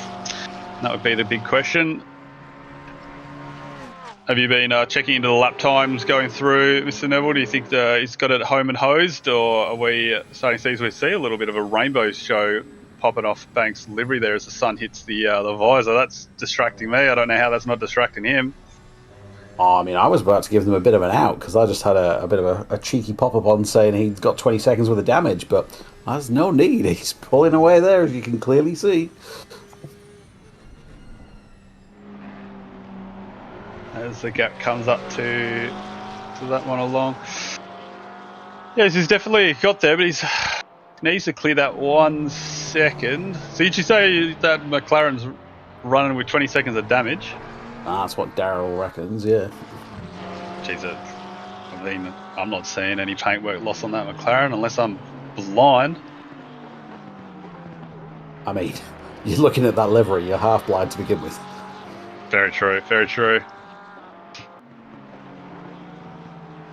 If looks could kill, that's just dead.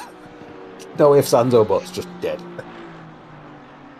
Can I ask Mr. Cameron in the back there if on that pass or a little bit of a replay, did Banks get a bit of a tank slap and slap the rear end into the wall, or was he able to keep it within the confines? As we see the Aston Martin dip into the pits along the side of Mr. Campbell.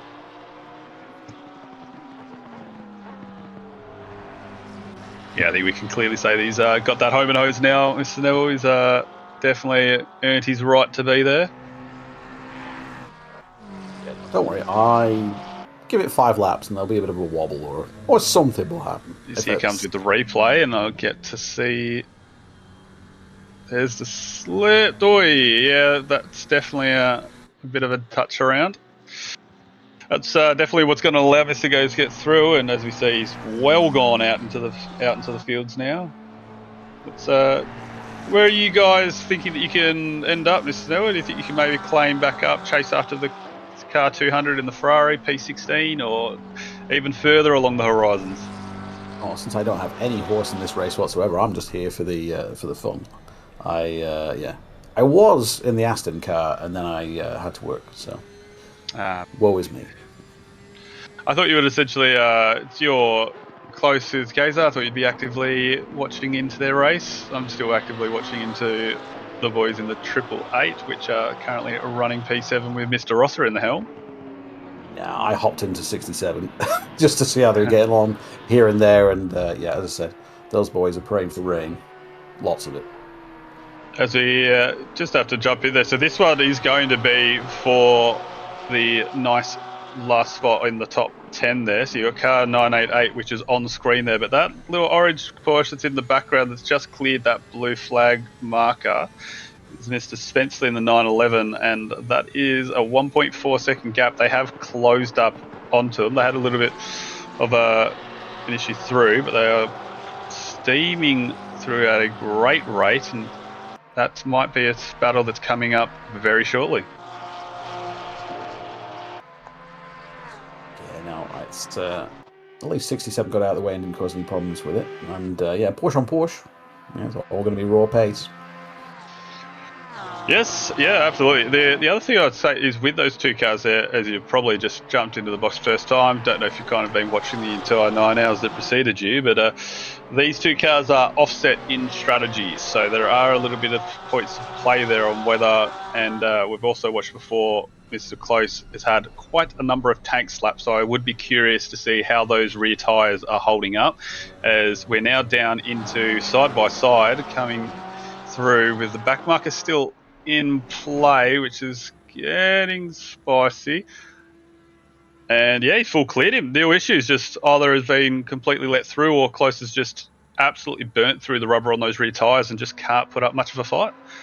Well played, Mr. Spenceley, going up into P10. We had Britt that passed him probably about 10-15 minutes ago up into P9. So that is going through, and as we see the Gaze car in the background there, rounding out this train that is forming. No, I did hear there was a bit of a rust issue with our friend Mr. Close. That's part of the problem. Yeah, absolutely. Now, what we got? So, now we've got P12, T-Bank coming up 2.9 behind, so that's going to run through. We've got a bit of train going through. Now, blue flags looking close to me. Hopefully he gives him enough of a pull along through the S's and then decides to shuffle on over. But as you can see, just up ahead there, so Close is even letting through the McLaren of Gaze. So maybe an issue, or he's just not wanting to fight any car around him because he's trying to hold onto those tyres for dear life. Oh, well, look at the reflection on that livery there.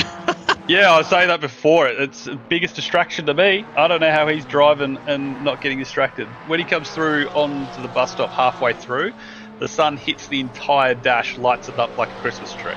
Oh my goodness, that would drive me insane. I was looking at it before just without the sunlight on and thinking, gee, that would distract me the whole race looking at the rainbow. But as much as I love that livery to look at, I'm not sure if I'd be wanting to drive something like that. I guess you could just black out that very top section there if you were designing liveries and kind of make that tweak. But yeah, that's a tough one to stomach with the sun looking on it like that. Oh, things of not only does he see the rainbow, he could practically touch the rainbow. I think it's grand strategy here. You're not thinking about this. End of a long 12-hour race, you're getting a bit tired. You look at that and you're like, bam. Bam. Yeah. Yeah, I love getting flashbanged in a racing game. That's my ideal way of fun. Jeez. You're not tired. Indeed. You're not asleep.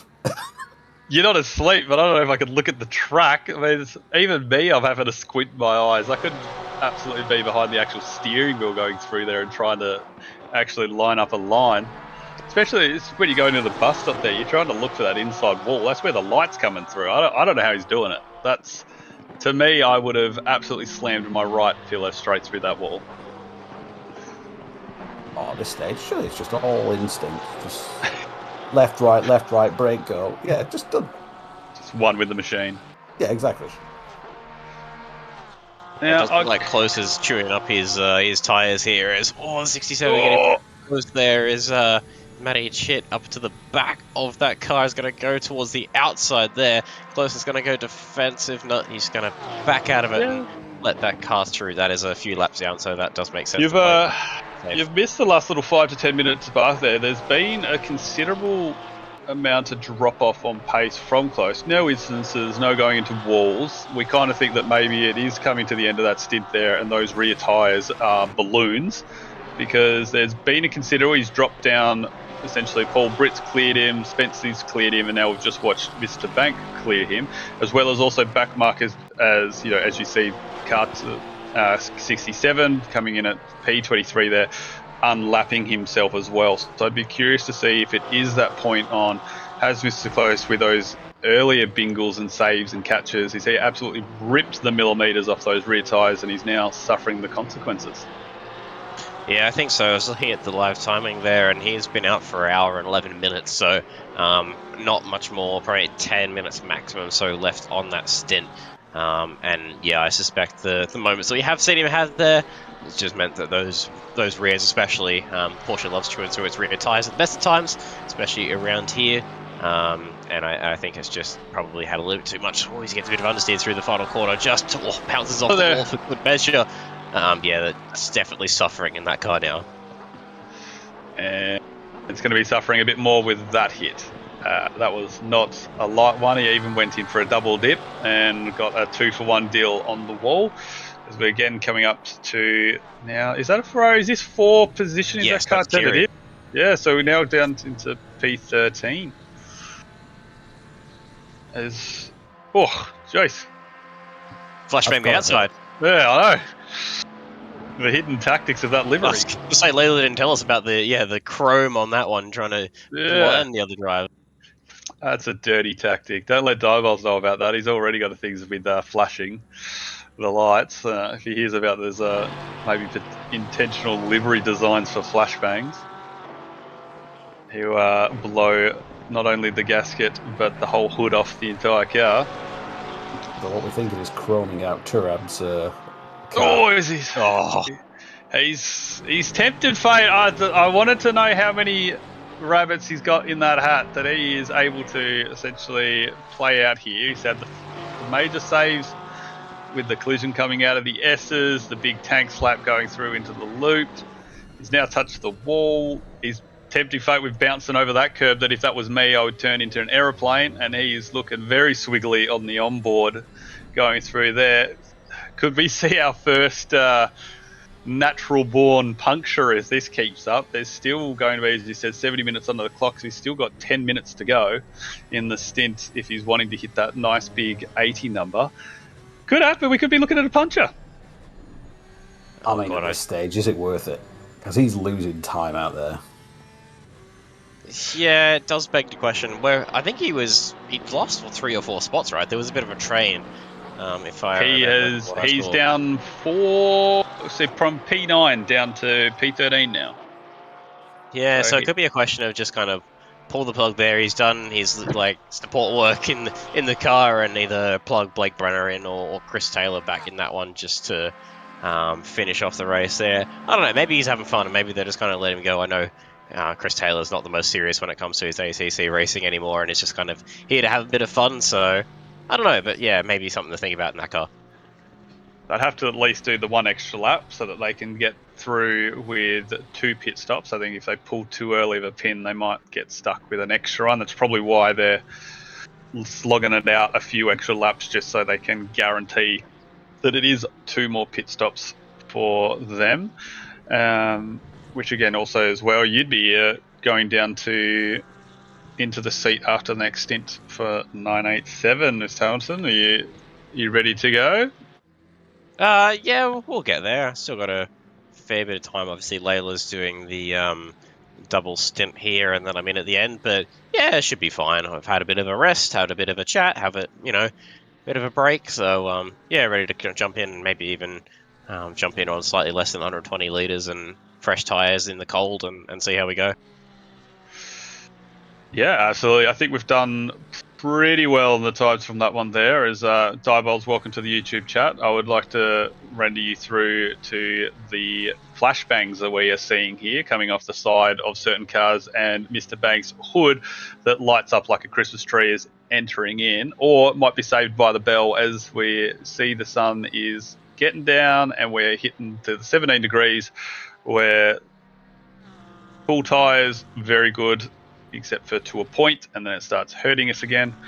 But we were just watching the hood of Mr. Banks' car light up from the sunlight, and then also the side of a certain Porsche that will remain unnamed that definitely flashbanged my eyes. I had to squint as it came through. I was not suspecting it at all.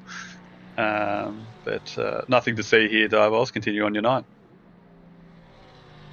Yeah, I think we can leave the stewards out of the sneaky tactics.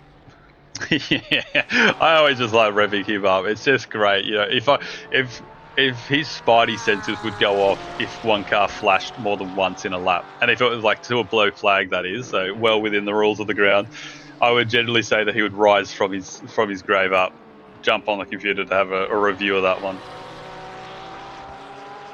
Oh, that's a bit harsh. Wishing the man dead.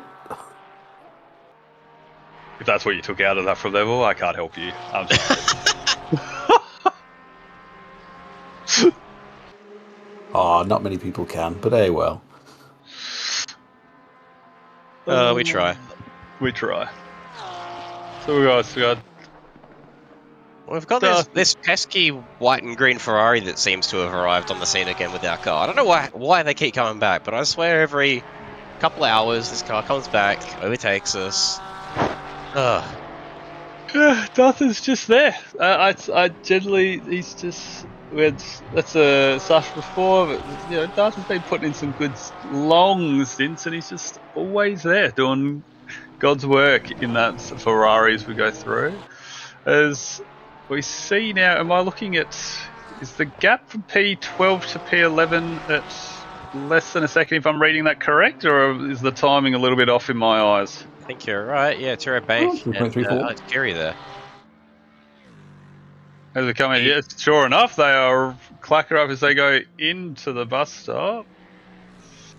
And again, as we were saying before, we're nearly coming up to the 10-hour mark. Still battles left, right, centre. It hasn't really been too boring that we now then need to start talking about, AFL or, our philosophy on the world. We've been able to kind of keep going on the racing at hand and keep it entertaining for those that have stuck with us from the long time, as that's another bouncer on that one for Mr. Banks, which invites Mr. Kiri to poke the nose, but decided better of it for his longevity of that point. You don't want to throw it all away now that you've done 10 hours, as we still sit within there. I wouldn't be too sure, maybe you could help me on this one. Ferrari v Porsche, top speed? I think they're pretty close, but if you do happen to run wide like that, that's not really going to do you any favours when it comes to racing. Turo Bank going very wide there, taking the alternate wet line. Yeah, that's going to allow Alex Kiri to come straight through there. Might have missed his braking marker, but I think the top speed of those two is pretty close. Kiri's actually going for the pits. So a bit of maybe just trying to stick behind him and just sort of mind punted him accidentally. That's going to go a bit quick. Oh, might have just pulled that one up. I always love when they angle out just to give them those extra meals. They're just like, I need as much tarmac and runway as I can gather here, gents. I haven't seen that strategy before. That's an interesting one to note, but yeah, definitely on the limit of that pit entry. So keep an eye on that one, and hopefully we don't have a stop go 30. But that was definitely on the limit. Yeah, that's going to be pretty devastating if you did end up with a stop go 30 on that. Oof. That's like, what, 4 places down looking at that scoreboard? 5? It would be hurtful to the old wallet. You'd be definitely looking down. To answer to your prayer, let's see your answer before there. Brennan's now in the seat for the 988. Luke Johnson is in the car 111. Which I would then state from there, Luke Johnson, very quick operator. He would be able to then start getting back up to fight again, depending on how long Mr. Banks got left in the tank, which I would say probably not too much longer looking at the time remaining on them coming back up. And as you stated earlier, just absolutely have been pulling off a lovely drive from the back to the front. I cannot remember where they polled. Do you happen to know anyone on the floor? Oh, that was a long time ago. Yeah, it was. I generally think I wouldn't be wrong in thinking that it was high teens. That's what my inklings goes for, is where they kind of came through and they've just been climbing through the ranks stint after stint. Same as well, car 455. Blake put it in P18. They're up into P6 now. That's an absolute drive and a half. The fabulous Blake Griffiths did an amazing job in qualifying with her pace. I think it's too late for you, mate. You've already done the whole. You've Looks put the around dirt the on. The rose is even welting for how long it's been there. I think it's job done, mate. No recovery now. Yeah, no, I think 111, they were down in 18th or something when I saw it at the start of the race, so they are slowly working their way back. Johnson is right behind Turab. Actually, Turab's come into the pits, so not long left on that one there. So that will promote Johnson up into the top 10, chasing down the Porsche of Spenceley, but it looks like there is quite a big gap between Spenceley and Johnson.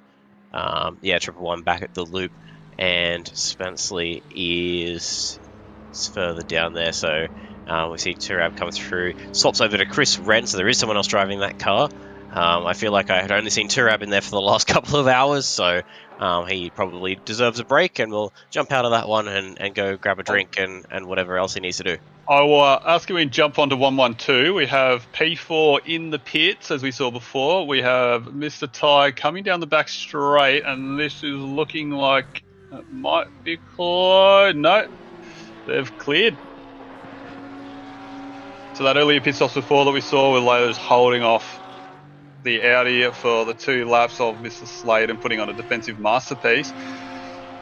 Mr. Ty has jumped into the car and has just absolutely started melting tarmac and has got clear by what looks to be a considerable margin there now, if I'm not mistaken. Yeah, Stevie Ty has been putting in some pretty hot times here. I haven't been keeping a close eye on what he's been up to, but I mean, we can just assume by default that he is going pretty quick. So maybe not surprising to see, but yeah, the Audi will have to do 2.5 hours, so at least 2 more stops. So yeah, we'll see how we go with that one. It's going to be one of those battles that kind of just plays out across the whole race, ebbs and flows with the differing strategies, and eventually they'll converge and we'll know which one's best. Yeah, absolutely. We're coming down through, so you've got 987's coming back out. We're doing a double stint. That will be 1 stop left, which means that Mr. Ty is going to have to keep burning rubber to gain as much distance as possible to try and cover off pit stop advantage. Same with, I would make the assumption that all 3 Lexuses potentially still have 2 stops remaining, as we see car 90s in the pits yet again from that car 90. Yeah, I would say at the point that we could kind of safely say P1, P2, probably, unless something on my commentator's curse doesn't pop off for Mr. Car 777. that those two would be looking very home and hose and secured at this point, and then it is now going to be that point on car 14, 112, and 987 on how those pit strategies come about, and if maybe there is 2 stops on those cars, which may bring, that's a speed token there, if that brings the Porsche back into contention as well. Especially with the 112, we've got the pit stop in hand on that car there, so there might be that final stint may actually continue to deliver some battles and races for us here. Well, just having a look at the YouTube chat, and apparently, and I quote, the Audi has a flask for a fuel tank, 112 litres. Yep. Yeah, that's about right. Apparently, Cam's saying that the 111 had a pit lane start. So they've done a very good job to come up now into the top 10. But yes, the Audi has 112 litres, which is 1 litre less than even the Lexus. So I'm not sure why they decided that the Audi needed to be nerfed that hard with some random fuel tank BOP, but apparently that's what it was. They decided that 60 minutes since was all the Audi was going to do. They just got to keep massacring my boy, the Audi. They just won't let it live its foot and let it spread its rings. They just got to keep clipping it. It's devastating. I might be a bit biased on that view. And yet you still come back and drive it. Oh, without a second doubt. I'm actually devastated that I didn't know about this car existing. I even messaged Lady and was like, thanks for the invite. I would have absolutely driven that Audi with a second heartbeat on that one. If they got ahead of you, of course this happened. I'm not going to double dip. All right, that's, We got it first. But, yeah, we'll see how... I think... Look, I'm hoping there's still a podium contention. That's kind of what's been keeping me going for this whole day. So, yeah, it's going to be very tight, I think, up the front to see where everything plays out. The Porsches from here should only have 1 more stop left, which is going to be that sort of key deciding factor in the strategy, whereas some of the other cars, I think, still have 2. So, yeah, it'll be very interesting to see how that all plays out. But, yeah, looking back down the field, there's a couple of gaps that are a little bit closer. We've got Rochefort a couple of seconds behind Brenner, and also Buckerfield a few seconds behind Chris Wren there in the flashbang Porsche. I think we can probably start calling that one. But yeah, it looks like they've sort of all spread out a little bit here. There's nothing crazy going on. So what's a pit stop worth in these conditions? Or 61 seconds. 61 seconds, okay, fair enough. And that's if you nail it. Yeah, pretty much. Give or take, yeah, about a minute, roughly. If you've got a DT, I think that was 26 seconds. I've got a spreadsheet somewhere with all the pit lane times of the circuits in ACC. So it's one of the... It's not too bad. It's not super long in terms of pit lane length. And like overall lap loss, I think it's about 55%. Oh, the 988 just brushes that wall with no damage from that one. You can get some of them that are a lot worse that are sort of coming into the 70-80% lap loss. So it's not super punishing, but, you know, obviously you want to try and stay out of it as much as you can. Oh, that's a bit of a slide.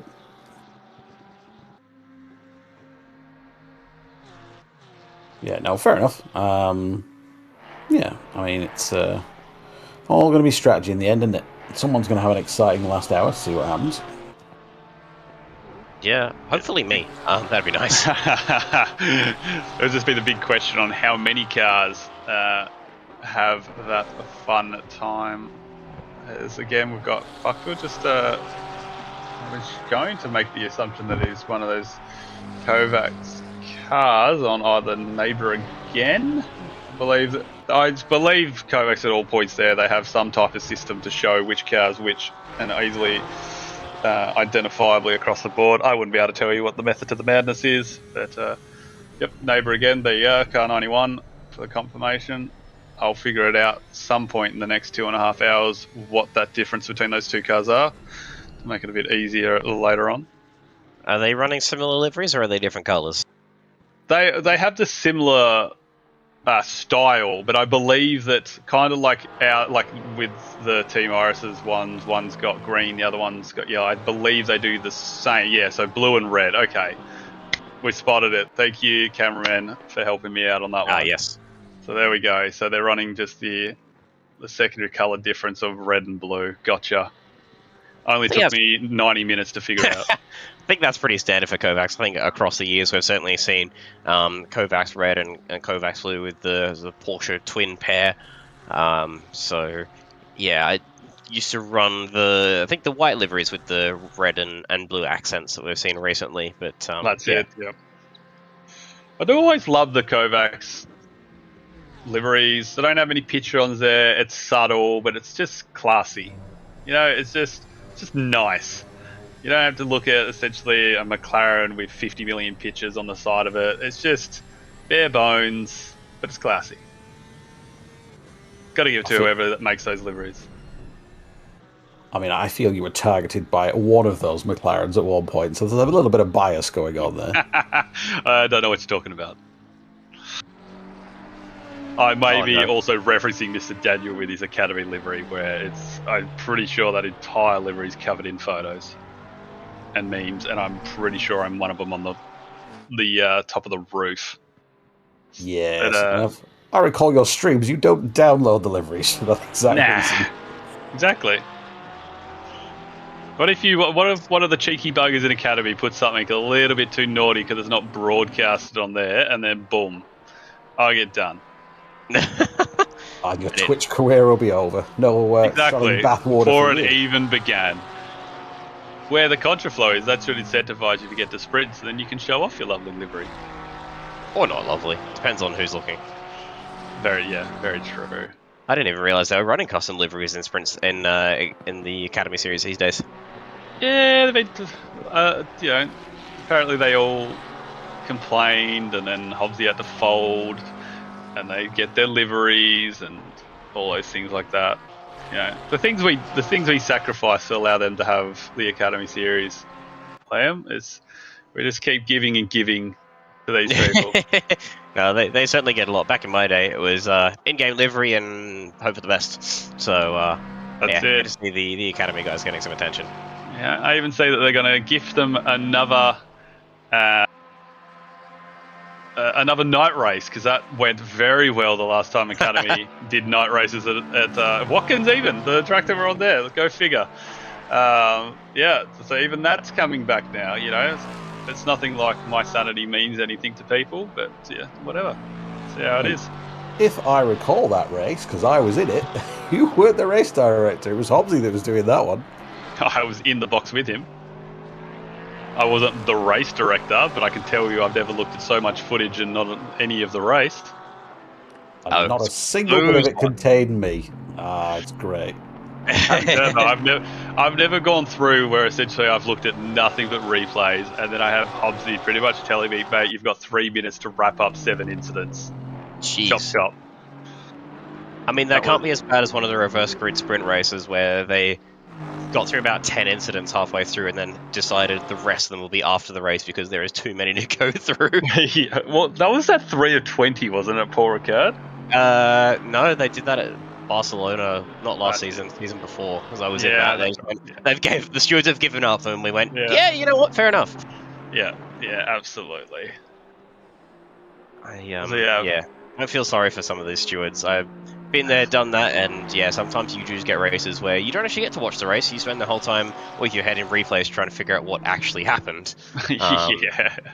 As I've just recognised, car 107 has learner plates on the car. That's top tier. I enjoy that. It's been 9 hours and 40 minutes. I just haven't paid attention to that car until now, and then I saw it. All right, don't hate the game. What is this one? I had a load of plates on that one as well. There we are. They both have learner plates. What do you know? That's adorable. I didn't even know that till now. Props. What do you mean you haven't been paying attention to your Academy cars? I have not. The only time I paid attention was when being when you had no on the track and I went through the side pod. That's when I recognised the car was there. But other than that, I couldn't tell you anything about that livery. I can tell you the facial expressions of the driver as I went through the side pod, but nothing else. What about your facial expression? I was taking chunks out of my seat. Don't you worry. Yeah, that was not it. Also, we do see the James May Driving Academy. I don't think they've had a James May award yet. They haven't got lost. Or at least old we Captain know. Slow. But yeah, certainly Look, they're in the race still. They haven't given up, which is all we need. All we want to see. They're in it. And they're having fun. Determined banditry. That's what's in that academy. I'll tell you. And I believe, is that the car that had the quali setup slapped on and they forgot to change it to the race? Or is that the 107? 6-7. Yeah, there we go. Yeah, that's got to be rough. I mean, surely there's a point where you just like RTG and change your setup, but you know what? They've stuck it out, so fair play to them. If you RTG'd with that, this isn't it that locks you plus also then for the change setups you're looking at 2 minutes locked? I don't know. I can't say I've ever had to do it. You should be right. Yeah, I mean, you should be right. Of all the cars as well, the Porsche, I can assure you, having done qualifying this morning, it is a very different car and qualifying fuel compared to a race fuel. Oh god, this is where you tell Diebols to look away. Look at the frickin' disco lights going on here. Yeah, I know. You're noticing it as well. It's a party up here in P11. This is amazing. It was right up the clear of red, and every time his lights hits the back, it just starts sparkling in front of him. Look at it. I mean, all I can think of is Eastern European rave. Yeah. It's like snake charming there. It just starts dazzling you with the lights just to throw you off. Yeah, flying smoke, but not really. It's just the delivery. Yeah. All right, I will give it to you. That is genius. It is. It is. I do thoroughly enjoy that, as I'm just seeing it still sparkle a little bit as it goes along. I would just get distracted by the pretty lights. Ooh, look at the oh, I've gone to small. Yep, it's probably what the intention was, as we now see some familiar faces prop up into this train. Can you imagine a meme livery in that? We've got Tio that's coming up along. Now, again, I'm assuming it's going to be that there'll be a little voice on his rear left ear that is telling him to lick a stamp and send one, as he's forced the issue on Buckfield. I feel as though like, at this latest point there, you're probably less inclined to kind of let someone slip in between you and what would be possessions, like a position place, especially if they're a blue flag. So I feel as though at this point you'd be kind of digging in your heels and going, no, you're not getting past me, because I really want to chase after that Porsche and I really want 11th spot, as he just forces the issue, and somehow we have made that just through there. That's twice now we've seen that happen, Mr. Hamilton, and I don't want a third. That is very scary. I was getting any easier to watch the more it happens, let me tell you that much. Generally it's just at that point there on how much you push the ladder to essentially you're trying to unlap yourself, but these guys are pushing for P11, P12. These are points to be had and battles to be won, and we're kind of dipping our hand in here, and just don't know how long you'd let that go through before you just kind of recognise the position you're in and go, you know what, maybe I just let them have this. Yeah, if you're a car that's a lap down on a couple of cars that are ahead that are fighting or trying to battle, sometimes you have to recognise that and just think, maybe I don't want to get involved in this, because what's going to happen is the car ahead is going to just get, like the car that gets in the middle is going to get even more aggressive, trying to get past you, and you just end up asking for trouble, as we see the number 14 Lexus pitting in P3. Car 455 as well. Yeah, so we see a couple of random pit stops here coming through. But surely the spirit of Senna would be very upset for you if you didn't go for those gaps. We did have this discussion before. We are race drivers. We do have an addiction to doors and gaps, just like anybody with sugar and chocolate. If you put that in front of them, yes, it is very hard for us to not go for the candy. But, I mean, there's like when it comes to enduros there, you've got to have that little additional point where now we've got the blue flag spicing things up, a little bit of flash and dazzle before we go into the bus stop. And again, we've then held it out, going along, but this again is now closing up a gap, and that would have been the car 455 that came out with the blue flag procedures and made that one a little bit spick and span. We've got a little nose in again from McLaren, and it's kind of that point that it's, Mr. McLaren, you are not in this battle. Please stop licking the stamp unnecessarily and poaching a nose. Yeah, Do not think- ruin this battle by a misinput. Yeah, Ren actually did really well there to still manage to give way to the blue flag car, to that Lexus there. I think it's the 455, and also not manage to lose a position to Tio. So not Tio, sorry, to the Buckerfield. There we go. Look at the wrong spot on the leaderboard. It's a challenge to try and navigate the blue flag section without losing positions to a car right behind. So very good job there, and yeah, that was very, very well done. As this is kind of becoming a train now. We've got the so that is Chris Wren, Buckerfield, Tio in the McLaren, and the neighbour at the back, all being held up by this train. And also, just spotting in the background there is the 777 Lexus coming up. So again, we're going for another one, and he's now going to force it. And yeah, and poor unfortunate Buckerfield now being sent down the inside by Tio. Now just sees his lovely P11 just get a breath of reprieve, and this is going to be hurting him though, because if he doesn't pull away, he's going to have to give that position back. But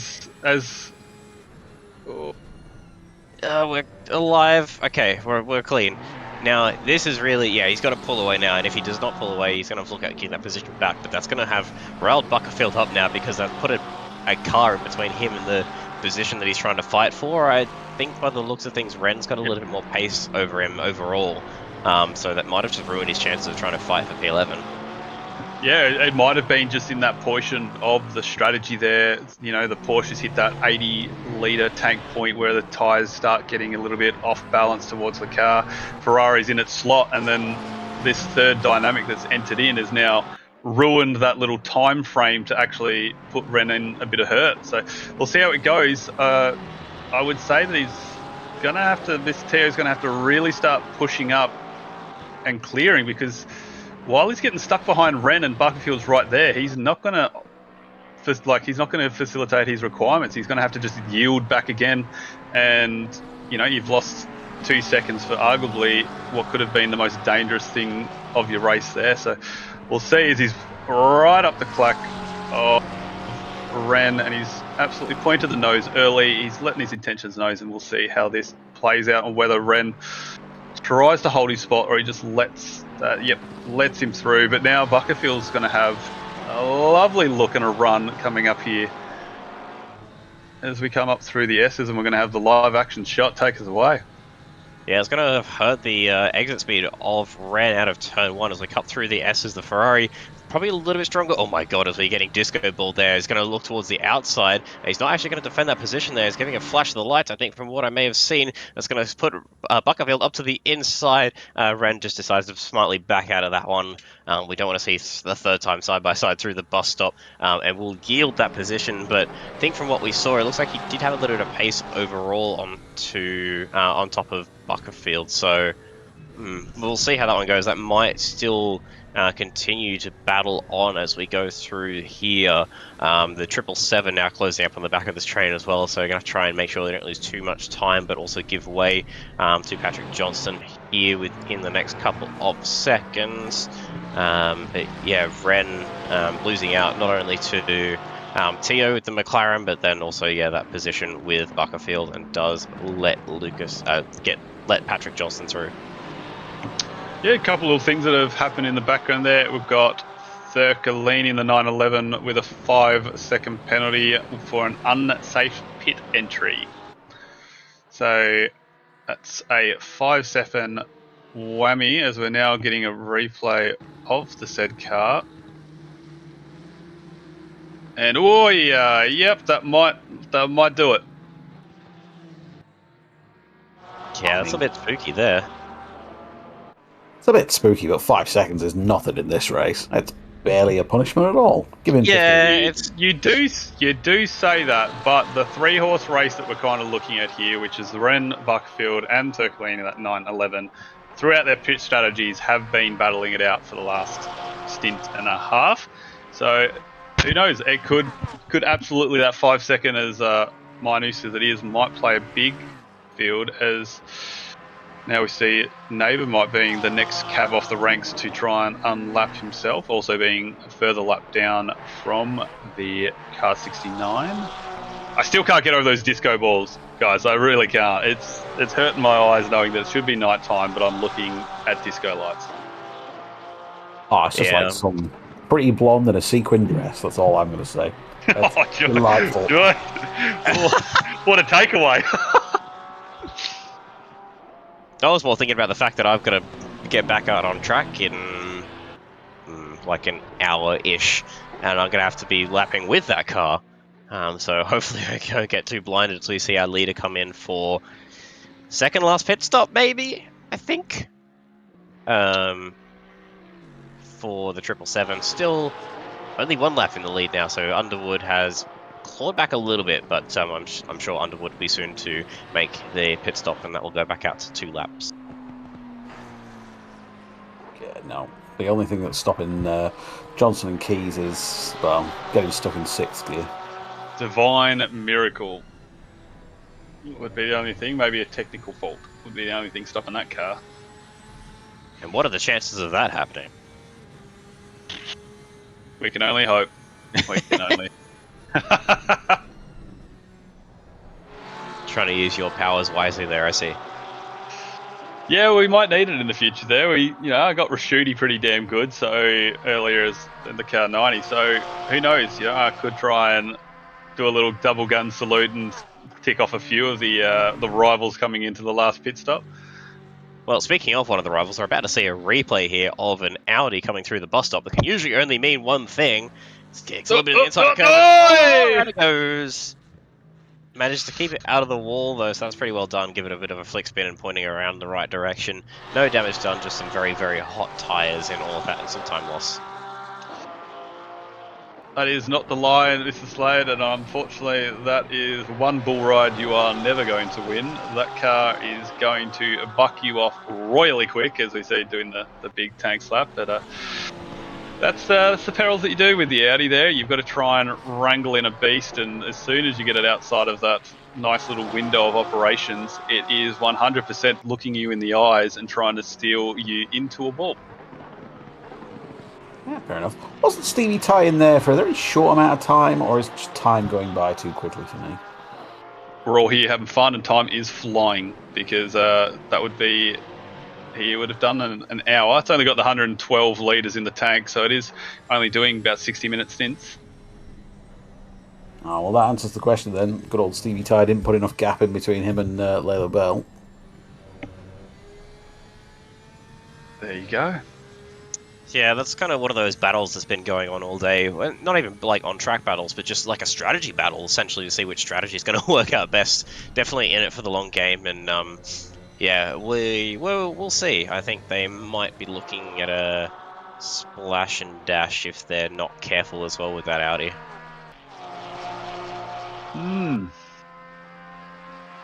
mean, that's enduro races all over, isn't it? It's all in the pit strategy. I mean, normally, yes, but if you've got a Toyota underneath your boots and the rocket ship NOS that comes with it, I would say on today that has absolutely trumped, with the old P1, 2, and 3 being Lexus. 2 of them which are silver classed. So what I'm hearing, in a non-controversial way, is that we should ban the Lexus. Well, yeah, that. I don't think that would work. The unfortunate thing with like the no more updates is you can't really put a restrictor on it forward style, because you'd then have to. Well, you can. Well, you can, but you'd have to. How are you going to take more than 4? Like, it's already at what some tracks negative 30 ballast. You can't put a restrictor and then try and hope to get to negative 60. So it's a hard balance on that bit. I don't know how they're going to operate it, but maybe just put them down to a 90-litre tank. You know, just nuke them. 45 minutes to hit. Yeah. Wet tyres only. That should do it.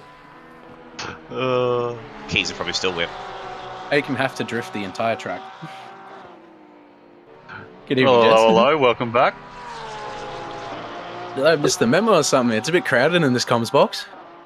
Yeah, there's a few too many academy drivers, I would say. I think instead of sitting down in here, I got to start standing up. There's clearly not enough room in here. Well, we will be losing Mr. Aldridge shortly, as he will be taken us home, so that will drop one off at the bus stops there, points to carry on, and we'll be back down to us. Oh yeah. I think. Well, I guess Saxon, you can say it if you want. Looking at the unofficial official roster, and I believe your time is also over for the moment, but it's supposed to come back in at the end. But I mean, if you want to do 5 hours in a row, be my guest, I suppose. Cam will probably thank you later. My clock says 7:57, cutting me by out of my drawstrings 3 minutes early. Well, I see how you feel, Hamilton. All right. Well, you weren't even supposed to do the last hour. 57 minutes over, like. Yeah, exactly. Someone's clearly can't read a clock, and it's not me. We're all here having fun. I see how it is. That's right. I'll take my leave then, and I'll come back an hour. Feelings have all been known and duly noted. I mean, I just wanted the opportunity to say that you were wrong about something, but that's just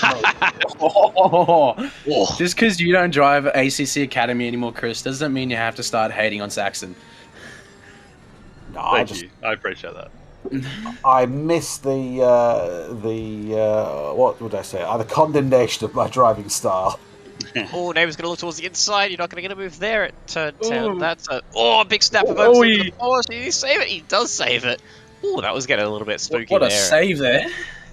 Oh, wide. Keeps it out of the wall. Yes, those tyres are not looking very happy. But, yeah, we are approaching the end of the 10th hour now. Wow, maths is hard. But, yeah, I think that's going to be it. Certainly for me, my voice needs a break. I am still rather unwell. And I'm going to get back in the car soon. I'll also be taking my leave after you've strongly made it known I should have been out of here 59 minutes ago, but I'll end it with Mr. Slade in the chat trying to blame the wheel of all things for that spin, saying that he had no force feedback. Yeah, righto, Mr. Slade. I'll take that on somewhat good faith that is the occurrence. Highly doubt it, but I'm going to leave it on that bombshell, and I'll see you back, some of you hunters, back in an hour. Yes, indeed. We'll leave it at the hands of the Academy boys. Good luck. Oh, God. Ex-Academy boys. Well, in my case, anyway. Look at me. I drive LMU only. I don't drive Academy anymore. That's the difference, man. Yeah, just because you think you're better than us doesn't mean you are. I mean, what do they say? After a few drinks, anyone's delusional. Yeah, I could say that after watching your arguably piss poor performance in the final run of the WEC series. I'm with I can't remember who it was, but the grip wasn't set correctly. That's what we were going with. I think it was Patrick Johnson who said that. So yeah, I'm sticking with it. Blame the track. That's how it is. Blame the track or the car. I'm just chiming in with a fella. I didn't blame it in the first place. Fair enough. It's been a bit of a wild ride for some people tonight, so... Yes, we're still waiting on the rain for Chit and Co. I think a lot of us are praying it doesn't come, otherwise everyone's going to be suffering in these night temps with the rain. And that's where the fun would occur. It would spice the lower field up, certainly. I feel like us Academy boys in the back of the grid have suffered enough already. I think we've copped our abuse already. This enduro, we don't want to cop anymore. Somehow there's nearly 3 laps between the last few cars in the grid, and I don't even know how that's possible. Pit stop, a couple of little wild spins. Yeah, you know. I believe it was Bob putting the car 67 in the quali setup for the start of the race. So there's a lot of things that have happened. Yeah, no. The main thing that has happened recently is the sun has gone down and the disco balls come out, and I appreciate that camera is just focused on the disco ball car. Yeah, I've been out of the seat for quite a bit, so I haven't been able to catch up too much on what's going on. So I'm glad to hear there's still quite a bit of fun going on around the track. Yeah, we got like P9 down to P sort of 13 is all the battle at the moment. Everyone else is pretty spread out. And then, yeah, the back end of the field is, just sort of not doing much. Although Tio's doing a pretty good job of, like, lapping the guys ahead and unlapping himself, so he's doing well. Yeah, it's good to see that the mid pack battles, the mid pack guys are still all on the same lap, and good to see them all still trying to get a little bit closer to each other and try and make up a few places, or even just put the pressure on. Who fucking knows at this point? We're near the end of the race, and all the strategies are coming together. Who knows what's going to happen? We're just debating on them as well, whether that 5 seconds for Thurkalini is going to make a difference or not. I say it's going to make no difference whatsoever, but I was shouted down on that point. I don't think it's going to make a huge difference, considering he's been driving really, really well today. So he's been keeping it hella fucking consistent throughout today. I mean, that is the key to a 12-hour race. Keep it out of the fence. Quite literally, yeah. I mean, we're stuck in the old strategy point of, do we do a splash and dash now to have an clean hour stint for the end of the race, or do we just swap over and then splash and dash near the end? Yeah, there's a lot of choices being made for a lot of people at the moment, as we now just tick over the 2-hour mark for how much time is there left tonight. And I think track's fully dark now, so everyone's going to be very much enjoying the cold track, I reckon. Yeah, but I was hoping for rain, and it's just showing up sunny at the moment, and I'm very disappointed. Ooh, that's a bit of a bump. What's Patrick Johnson doing there? Yeah, that's been interesting. Let's see, he's still kept his 2-lap lead. Let's see, Rob Underwood's now in the car there. He's taking that off Jack Miller. Let's see, now we cut to the replay. What actually did happen there? Because I saw that just out of the corner of my eye. Not too sure. Might have been your case of just too much curb through the bus stop, or yeah, it looks like it. Oh yeah, corners not keeping it together. Mandatory. Nah. And even then, it doesn't affect him that much. He's got all the fucking room in the world. He does not care. I mean, at this stage, they've been 2 stints in it, haven't they? That's 6 hours in the seat. It's got to be, 5 hours in the seat. It's got to be taking its toll at this point. Definitely is for some of the people. But I think both Patrick Johnson and Lucas Keys haven't really been bothered by it much. They're used to just enjoying themselves in the front. Yeah, but 5 hours, man. I mean, 5 hours on a bit of decent force feedback. They've got to be hitting the gym. I wouldn't be doing it. My arms would have fallen off. Yeah, I'm thankful I don't have an R12 or something like that with crazy Newton meters. Yeah, maybe Slady was doing the cheeky tactic of just turning off force feedback, and then that's the key to it all.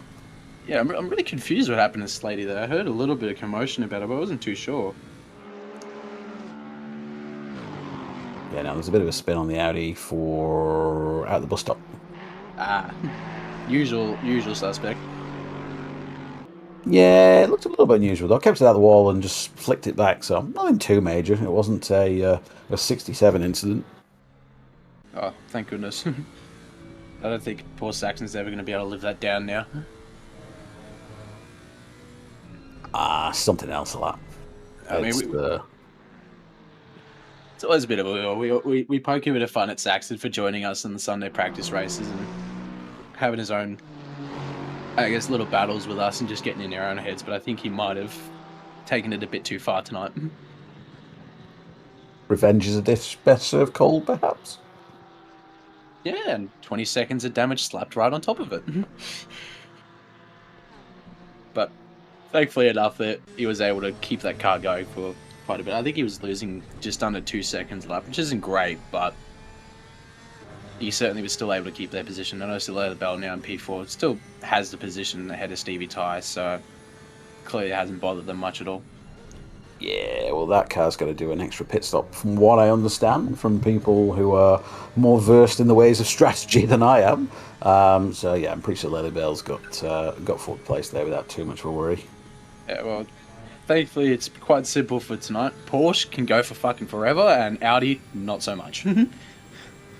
Yeah, the old nip of a hip flask fuel tank. So I'm informed.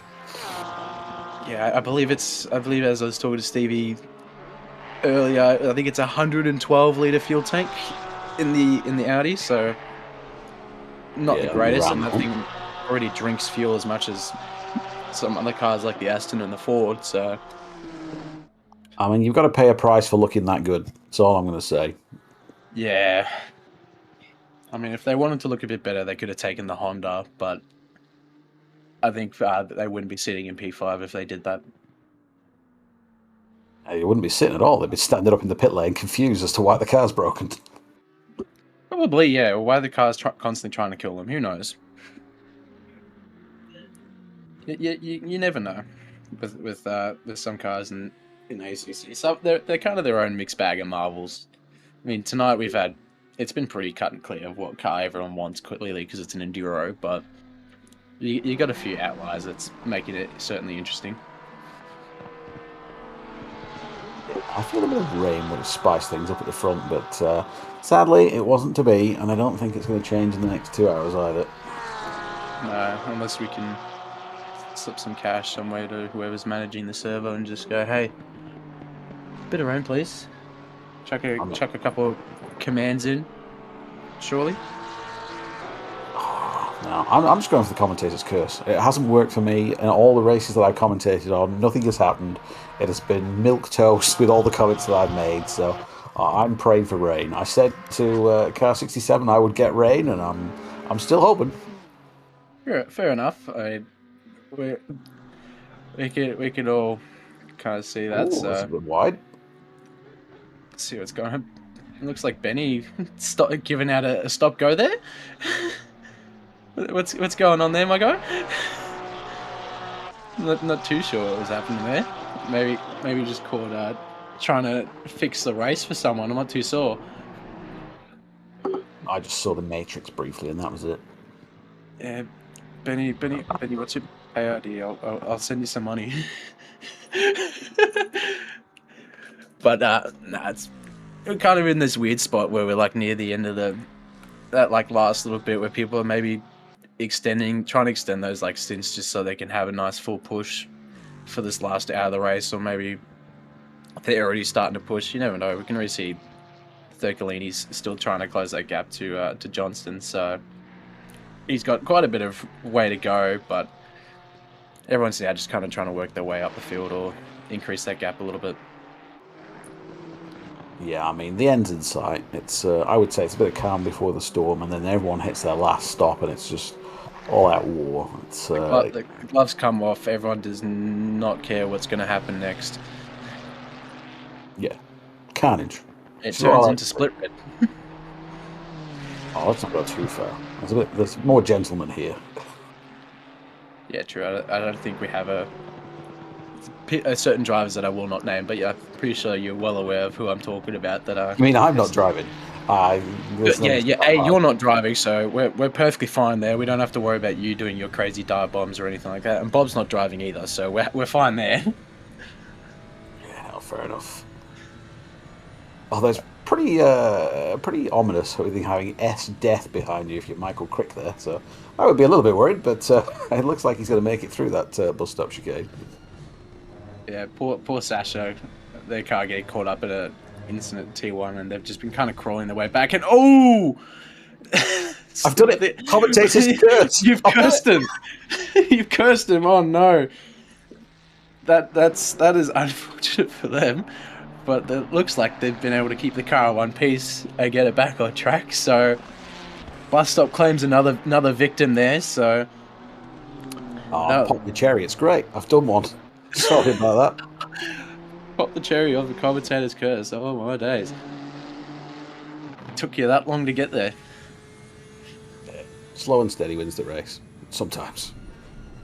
Or just win the race at T1 if you're Patrick Johnson and Lucas Keys. Yes. Jeez. Oh my days.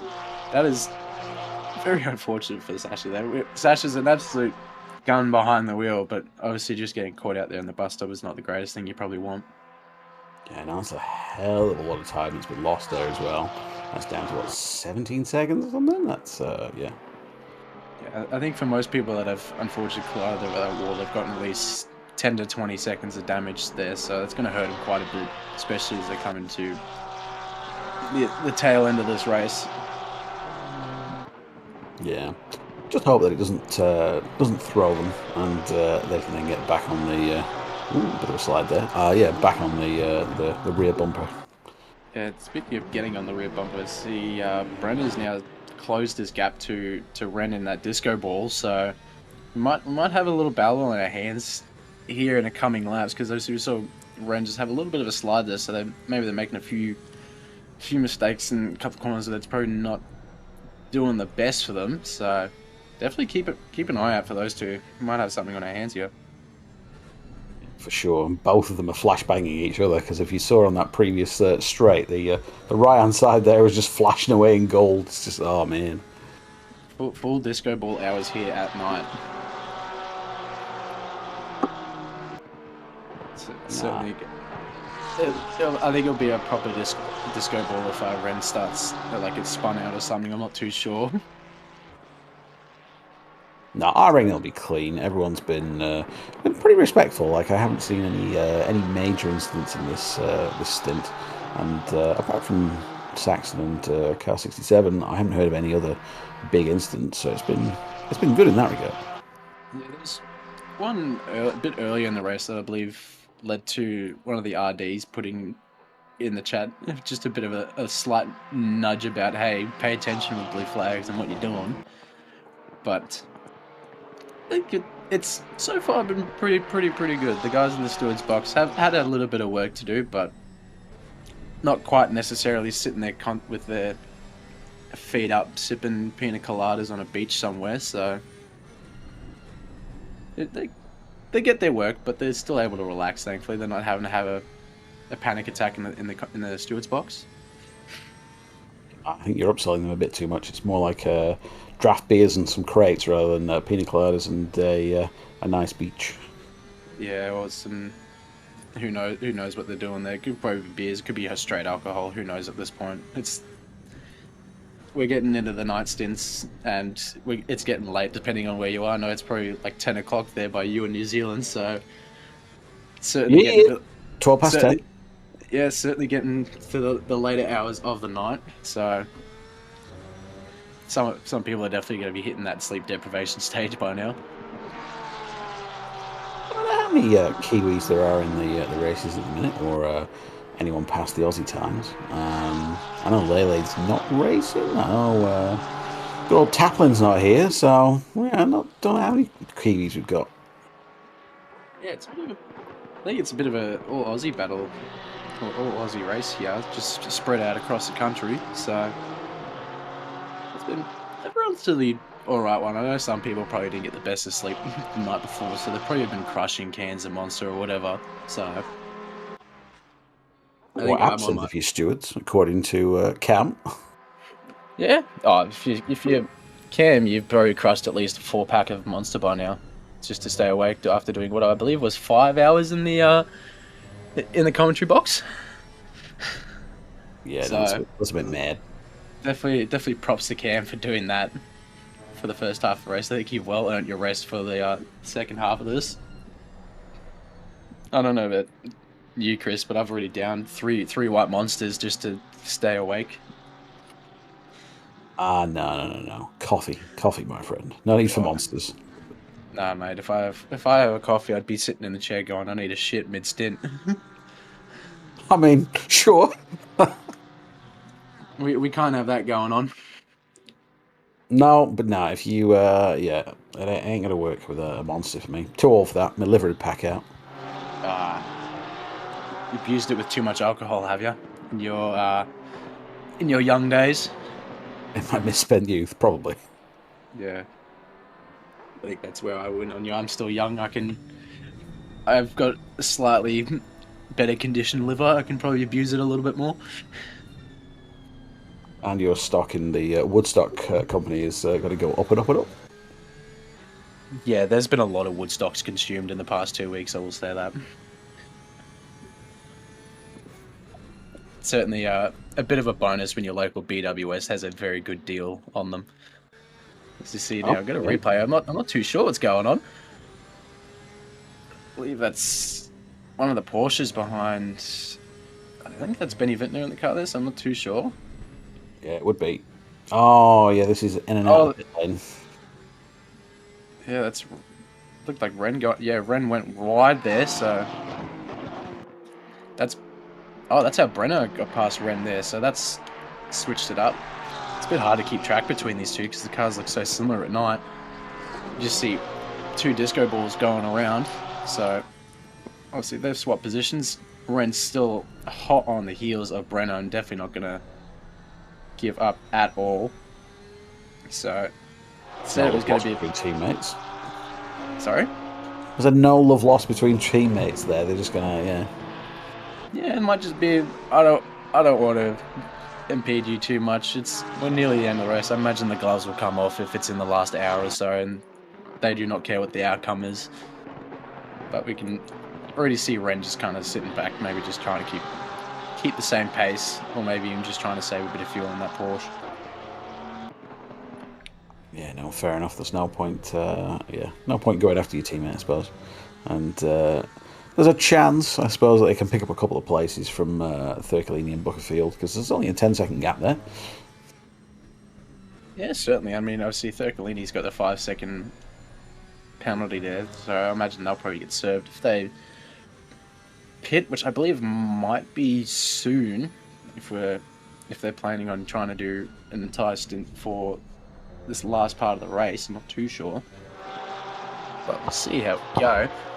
It's certainly a bit of a kind of getting to that point where all the pit stop strategies are kind of lining up together, and we'll have a bit of a battle in our hands. Yeah, this is where I'm inevitably quite weak on that knowledge, because I've only ever done sprints and whatnot, so anything over an hour and a half, and count me out for the most part. Certainly, it always gets a bit confusing, especially even for myself, just being kind of watching the entire thing for the past 12 hours, you kind of lose track of what's going on. You leave to go do something, you come back, and next thing you know, your car could be in 300 pieces. Never know at this point. Yes, or as one of my fellow commentators like saying, has got a chicken shoved under the bonnet, and there's been a few of those. Oh, certainly.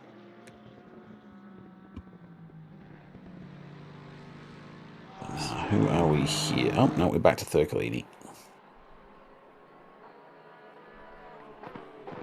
Thurkelini, I think, he's probably been one of the more consistent drivers of tonight. So he's got that 5-second penalty, which I can't remember that's from. I believe that was for impeding, the pits. So, but yeah, it was for a poor pit entry. He chopped across the nose of, I don't know, it might have been Bookerfield. No, it wasn't Bookerfield, it was another Porsche. But yeah, he chopped across the nose of someone, so he got 5 seconds for an unsafe pit entry. That is unfortunate for what has been actually a really good event for him and his team. I mean, to be fair, I said it should have been 15. This is probably why I'm not a steward. Yeah, let's keep it that way. Stick to the commentary box, mate. You're doing the best for everyone, considering you've only cursed someone once. Yeah, man, I'm proud of that. I mean, I'm sorry about that, but I am proud of it at the same time. It's a mixed emotion. Sorry, and you're not sorry at the same time. It's given people a bit of content to watch. Yeah. And Teo's still not caught him, so it's fine. We're good. Yeah, everyone's kind of like they're keeping themselves together for what has been a pretty interesting, just over nearly 11 hours. So surprisingly, we haven't had too much chaos. We haven't had any safety cars touch wood tonight, so it's pretty thankful for that. But obviously, on your end, there's been no rain, which is kind of a bit sad because I was kind of betting on getting some rain for today's race, and there's been none. I don't think it would have changed much, to be honest with you, but I feel like the rain can throw a pretty big curveball if you haven't practiced in it, so... Yeah, but most of these guys have been practicing in the rain over the years. I don't reckon it would have made too much of a difference. You're only going to catch out some of the guys at the back, I would have thought. Yeah, certainly. You can kind of see the back of the rig, 3 of the pro-am drivers at the back of the rig. They're all kind of split up.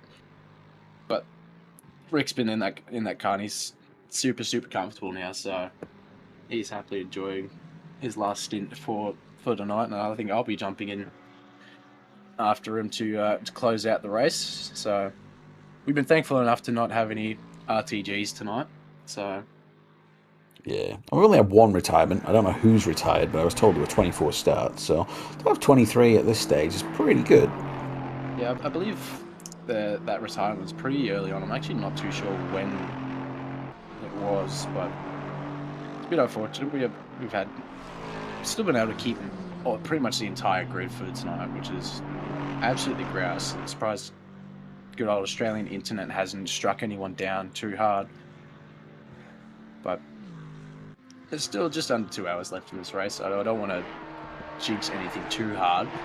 So everyone's kind of suffering with their own battles at the moment. I know some people have had a few minor hardware issues here and there, but thankfully we've been able to keep the car driving, which is always great to see. I believe Lucas Keys at one point got stuck in 4th gear about an hour, 2 hours ago, and obviously they're still well in front, so it didn't obviously affect them pretty much at all. So I mean, I think well, lost 10 seconds or so. It was just nothing. It's been a pretty good one. I think everyone's reliability, or everyone's just gear and internet has just finally decided to be pretty reliable for one day.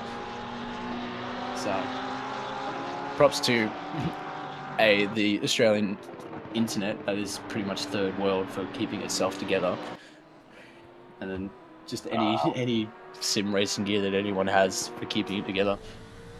Now, Stevie Ty had a bit of a wobble there, which is unlike him. Yeah, he's always been a fairly consistent driver. We've seen him a lot in the LMU series, so he's probably. I feel like he might just be getting used to driving with ABS again. Yeah, true that. He was driving the Honda, so at one point when I was watching him, so anything's better than the Honda. So you just don't know how to drive it, mate. No, I don't. To be frank, there's not much to learn from it than other. It will kill you. Exactly. So now we've got Stevie Ty coming up on one of the disco balls here. I don't know which one. He's just been let through. Fair enough. There's no point taking any risks this late into the race just yet, so thankfully everyone's keeping it nice and clean, especially with the blue flags. It seems like everyone's had their stuff sorted. And I think I saw a yellow flag on the live timing board that I've got on the side here, so I'm not too sure who that was. We've got a replay coming up. I believe, yeah, that is the disco ball of Ren just before. I'm not too sure what happened, because that looks like it's just after Stevie Ty came through, so we'll see here now. Or just losing that rear end a little bit there in the bus stop and catching the wall. That is unfortunate for him, because keeping up with Brenner there now, that gap's just increased by 7 seconds. Yeah, that's been a story of this race. If I've seen one area in the track where most people have gone off, it's just coming out of the bus stop there. Yeah, definitely. It's been a killer for a couple of people already. Thankfully, I don't think anyone's had to RTG from the bus stop, which is good. But it's certainly dealt out its fair share of hits tonight. Yeah, it's taking its victims. It's just one of those. You get through the first bit, and that's the bit where you think, you panic if you've not hit the brakes too much, and then you relax, and then it snaps back and hits you in the arse, unfortunately. Yeah, I'm just trying to get a gauge of what's going on at the moment, trying to look at the timing boards. So our mid-pack's actually still pretty well kept together on the same lap. So Damiano, Thinkolini in P10, all the way down to to Ren are currently all on the same lap there. So I think if they get all their strategies in order, we might have a pretty interesting battle in our hands. It's not a super mixed bag. It's quite literally 4 Porsches and a Ferrari, so I know that Ferrari's probably going to try and do what they can to stretch out as long as possible to have a good fight with what is the marathon runners of the Porsches. But yeah, no, that'll be the fight to the end of the race. I think everyone else is pretty settled where they are, but it's those 4 that will have a bit of a scrap. Yeah, everyone's kind of in like their own little battle packs just off strategy at the moment. So you've got a couple cars that are all on pretty similar laps. I believe Stevie Ty and Garcia and Rondinella, they're all on the same lap. That's a big spin from Ren, I think. obviously Sasha Death on the back of him, so I'm not sure if he's just going to let him by or whatever, because obviously he's going to have a bit of damage that's affecting him quite a bit, so I'm not sure what's in his best interest to do here. Maybe Sasha's just going to sit back, but does not look like it. He's already sniffing the bumper of that Porsche, so... Yeah, here we go. He's let off a little bit, so as I see now, cut to a replay. I believe that might have been what just happened before. Yeah, this is just going into the boot, isn't it? That's in the boot, and just Porsche just losing it. That is unfortunate. But as you see here, Sasha Death side by side with Michael Crick coming out of T1. We'll see what happens, but I feel like that GDR is just going to be able to pull away coming through here. See the Ferrari, people talk about its top end, but it's not really able to use it really much at all. But keep an eye on for the second half of the track here, because that Ferrari is fairly dangerous through the second half of the track with that. I believe that's pretty much a max wing setup for them. So see here through some of these higher speed corners, see what happens. I'm saying nothing with what happened last time. Yeah, so you can already see Sasha there on the bumper. They're getting very, very close, almost having a small little bit of contact there, and Mike Crick just losing just a little bit. I'm not too sure if that was contact or if that was just Mike there getting just a little bit too unsettled in the car, but they've kept it together and they're still able to keep going. Yeah, it looks like, unfortunately, Ren got a puncture there, according to Diables. It's, yeah, not good for that four-way sort of race that they're going to have at the end, because that puncture's going to put them in the pits and put them well back.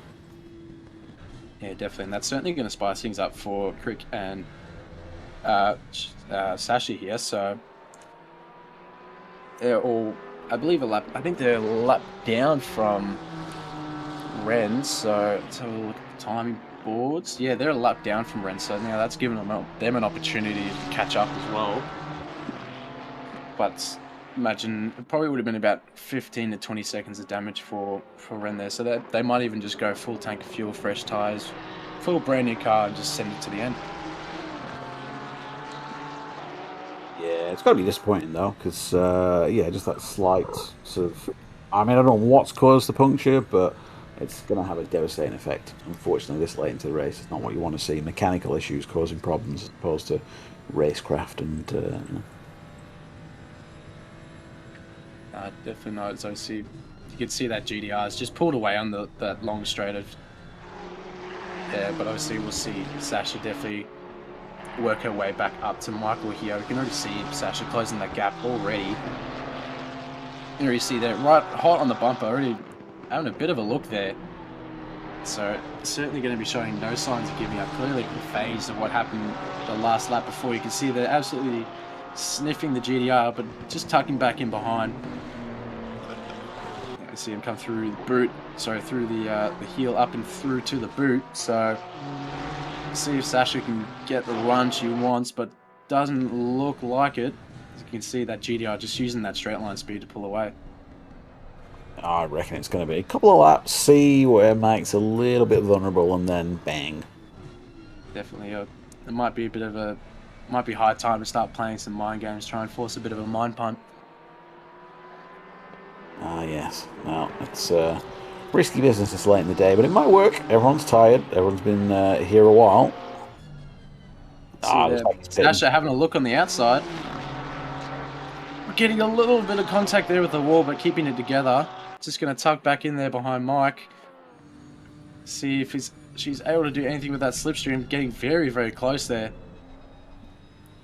See now on board with Mike, with Sasha behind. You can obviously now probably just going to see that straight line speed from that GTR.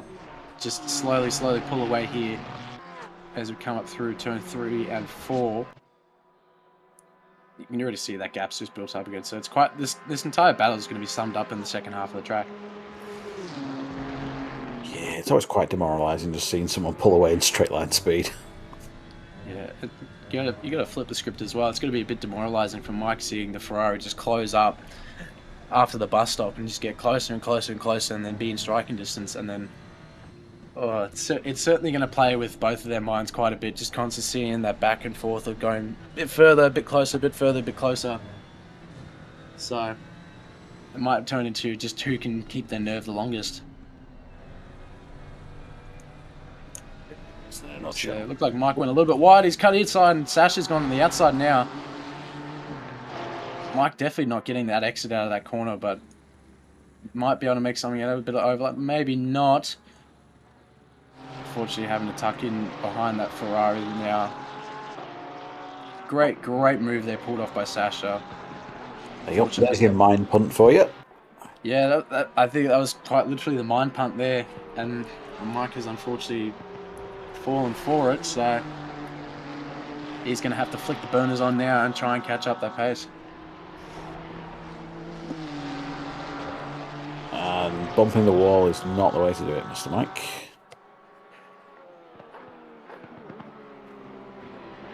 I think almost every car on the track has at least touched that wall at least once tonight already.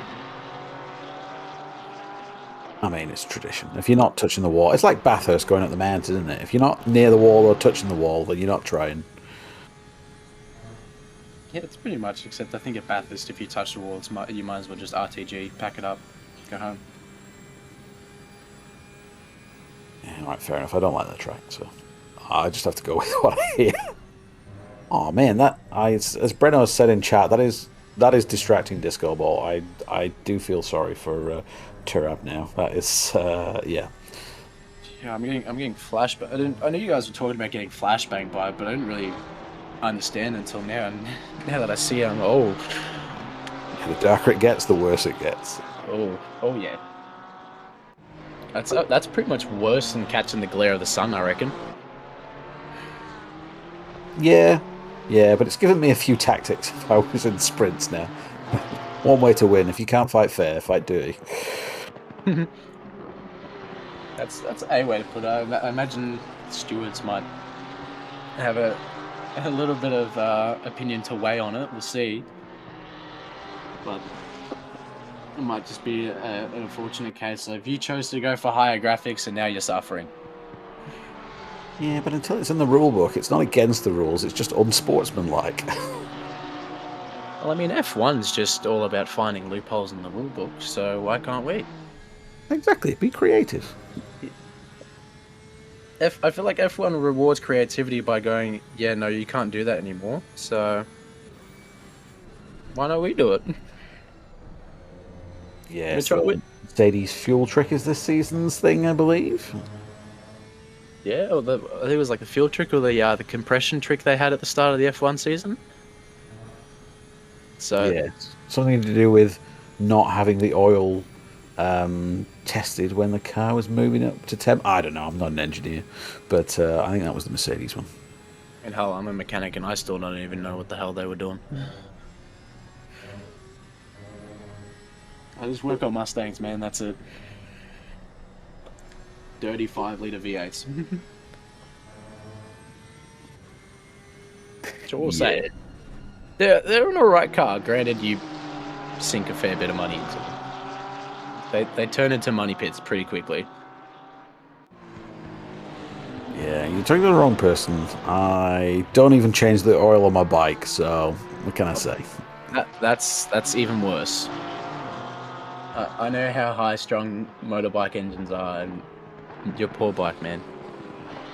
Now the garage can do it. That's what they're there for. True. But wait, don't you drive a Yamaha? Nah, man, I got Suzuki.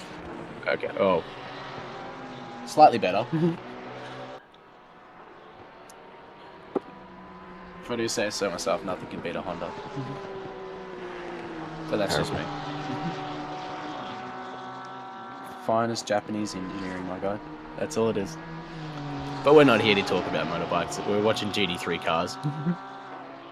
Where the Honda is not a fine example of mechanical Definitely perfection. not.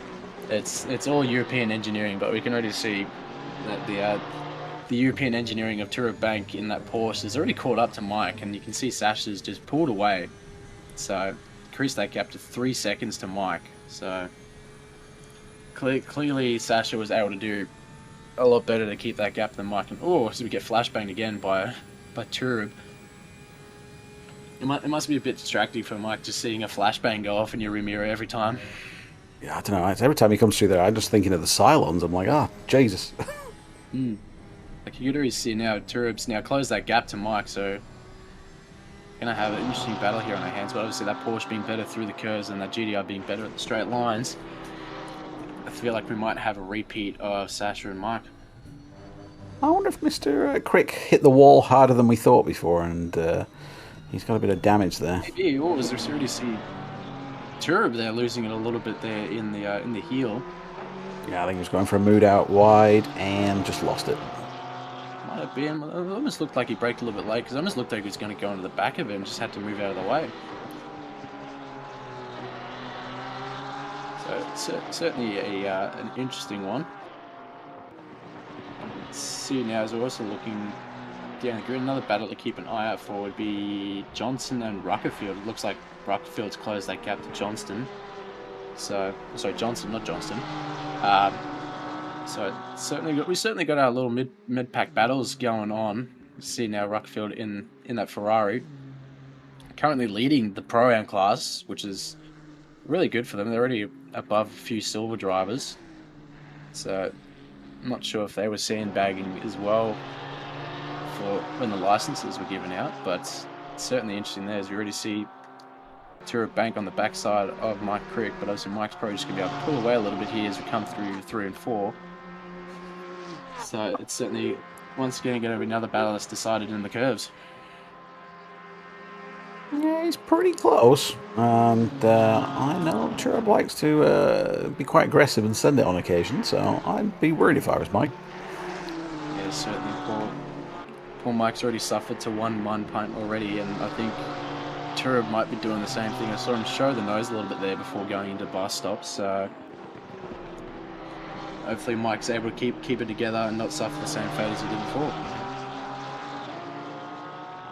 Yeah, no, I've got my money on Turub. Sorry.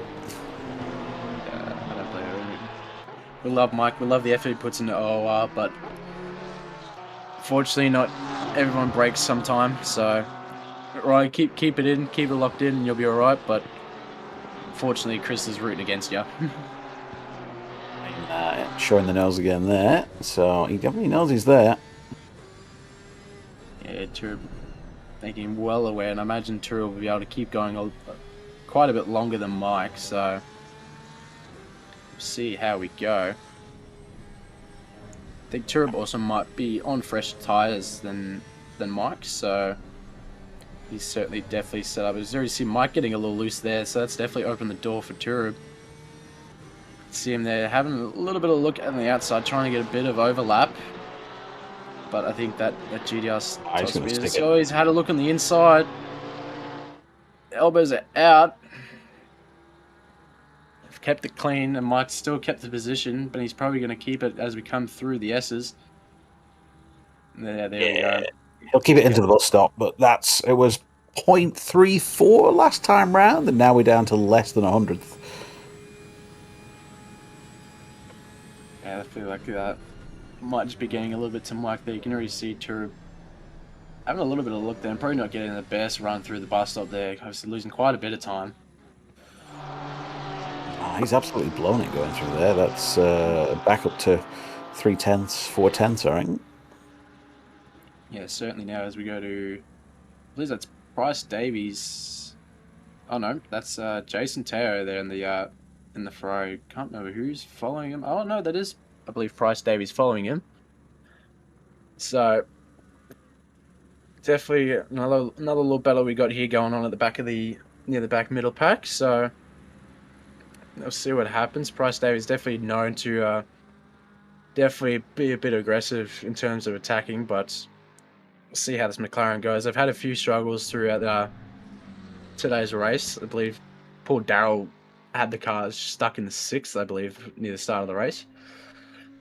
So I did not do them too good for their start, but obviously Jason here keeping the car together and in one piece, which is good for them, but unfortunately a lightning fast Lexus is behind them. There we go. Davis is, not Davis, what am I on about? Crick's in the pit, so that's going to let Turub through. Yeah, Cherub's got some clean air. We can already see Price now coming on the outside of Jason. Let's see what happens here. Who's going to give room? It didn't look like... Oh, and there's contact. Room. And Price has been turned over the nose of Jason there. Definitely going to be big talks in the steward's box. There's Price struggling to keep it on track. And the Ferrari comes through. And, oh, that could have been a lot worse than it was. That's... Oh. I mean, we were talking about no safety car, but that would have been close. That was certainly close there.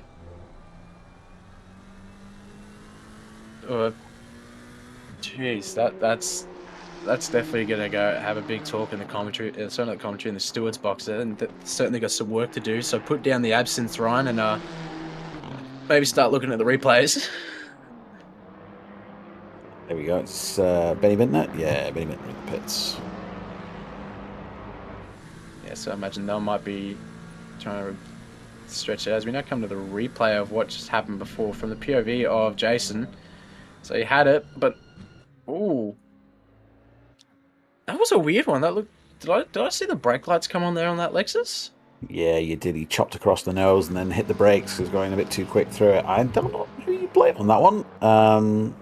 It's a stewarding problem. One. I'm not qualified enough to deal with that. So, well, I mean, I've watched enough of Jimmy Broadbent's sim racing stewards. I would say it's a bit of an interesting one because you've got to react like super quick if someone's going to do that, and I don't think you can react quick enough if someone's going to hit the brakes coming through that bus stop area. Oh, certainly not. So that will definitely be thrown over to the stewards. I imagine they might have seen that one live, so who knows what's going on there. But we'll find out in a few minutes or so what the result of that's going to be. So that's certainly going to throw a bit of spice in there because that's P18 and P19 there. So, oh, hang on a minute. Where's we got a stop go 30 from for Mr. Gibbons down there? Yeah, stop go. I believe that might be speeding in the pit lane. I'm not too sure. There has been a few stop goes handed out for speeding in the pit lane already today, so we'll probably get a possible replay coming up. I believe. I have a look here. This is. Yeah, I think this is a GDR. I'm not too sure. I can't tell. That looks like it might have just come in a touch too hot there into the pit lane. So. Yeah, that'd be when Mike Crick went in the lap before. So, that's got to be really demoralising coming in this late in the race and then having to drop that to pit and 30 seconds. Yeah, so Callum Gibbons unfortunately having to serve that stop go 30 that he had no choice in doing, and I can see already we've had the penalty dealt out. So Jason copped a 15-second penalty for that incident there in the bus stop. And this is why I'm not a steward. I'll stick to just watching good old Jimmy Broadbent and his sim racing stewards and just calling people helmets. There's a lot less thinking in those because I don't have to do the thinking at all. Very fair. Let's see, who are we following now? Following Benny Vintner, who is being followed by, I believe that's Ren in the Porsche, in the flashbang Porsche. I can't quite see the name on the car. I'm not too sure. There we go. Oh, that's Bank. So it's still Bank driving the car. Yeah, it's true. It's true, Ren, I believe. Yeah, so true. Probably just trying to unlap himself, possibly. I'm not too sure. There's no real eagerness to push there, so maybe just trying to sit back and just gain some time following Benny there. Yeah, learn some lines, pick up some tips. Why not? Yeah, it's kind of turned into that. I know some of us at the back of the grid have let some of the faster guys pass and just go, let's just see if we can keep up. Why not? There's no reason for us to do anything stupid. We just kept it together and let's just see if we can go faster. Who knows, it might end up helping us. It might, but also I don't think it might be going through Turub's mind. If he does get past Benny V, then he's just going to have to give it back anyway. So may as well sit behind and just try and have a bit of the slipstream and pick up a bit of pace that way. Yeah, exactly. Or it might even help in terms of fuel. You'll use a little bit less fuel in that slipstream, so car's having to work a little bit less to keep speed.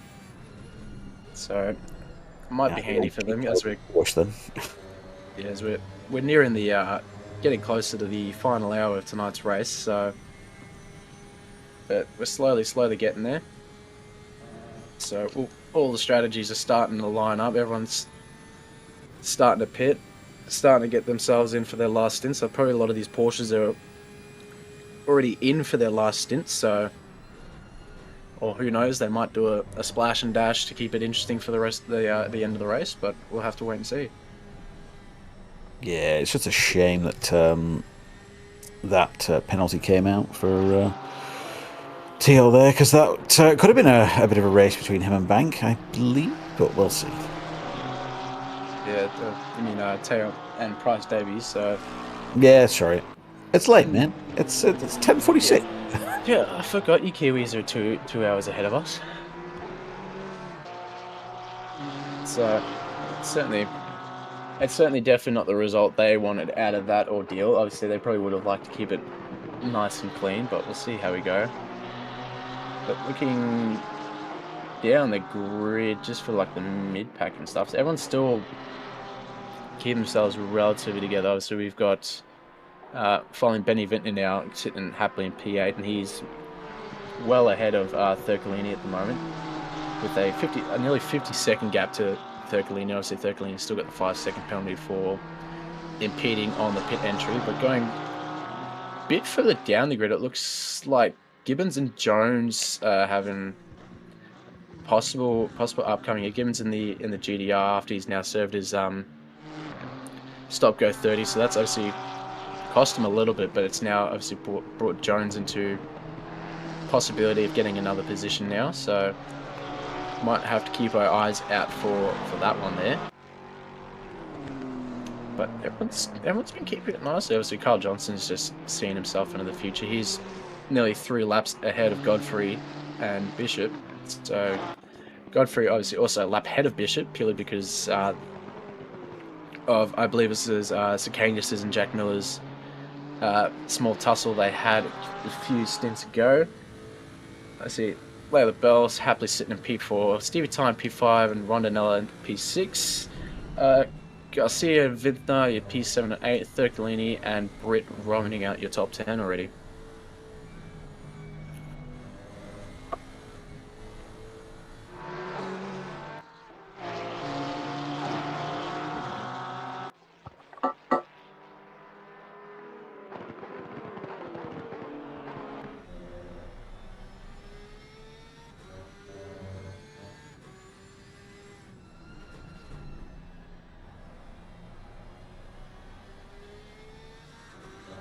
So I'll see now as we're following the back of Layla Bell at the moment, I believe there's Vintner behind them, so Vintner trying to possibly unlap himself, try and make up a bit more time further grid, and also try and drop that gap to Garcia. So we'll see what happens here, I'm not too sure. Lele might just let them by, who knows. They're well ahead in P4, so Vintner's not a threat at all. So it's certainly one to keep an eye on. It seems we have lost Chris, so it'll just be me for a short while until we'll have our other commentator. So just me and Benny. Benny, I love you, so it's just you and me for a while, mate. Keep things together. Everyone's thankfully keeping it on track, so I don't have to focus too hard, which is nice.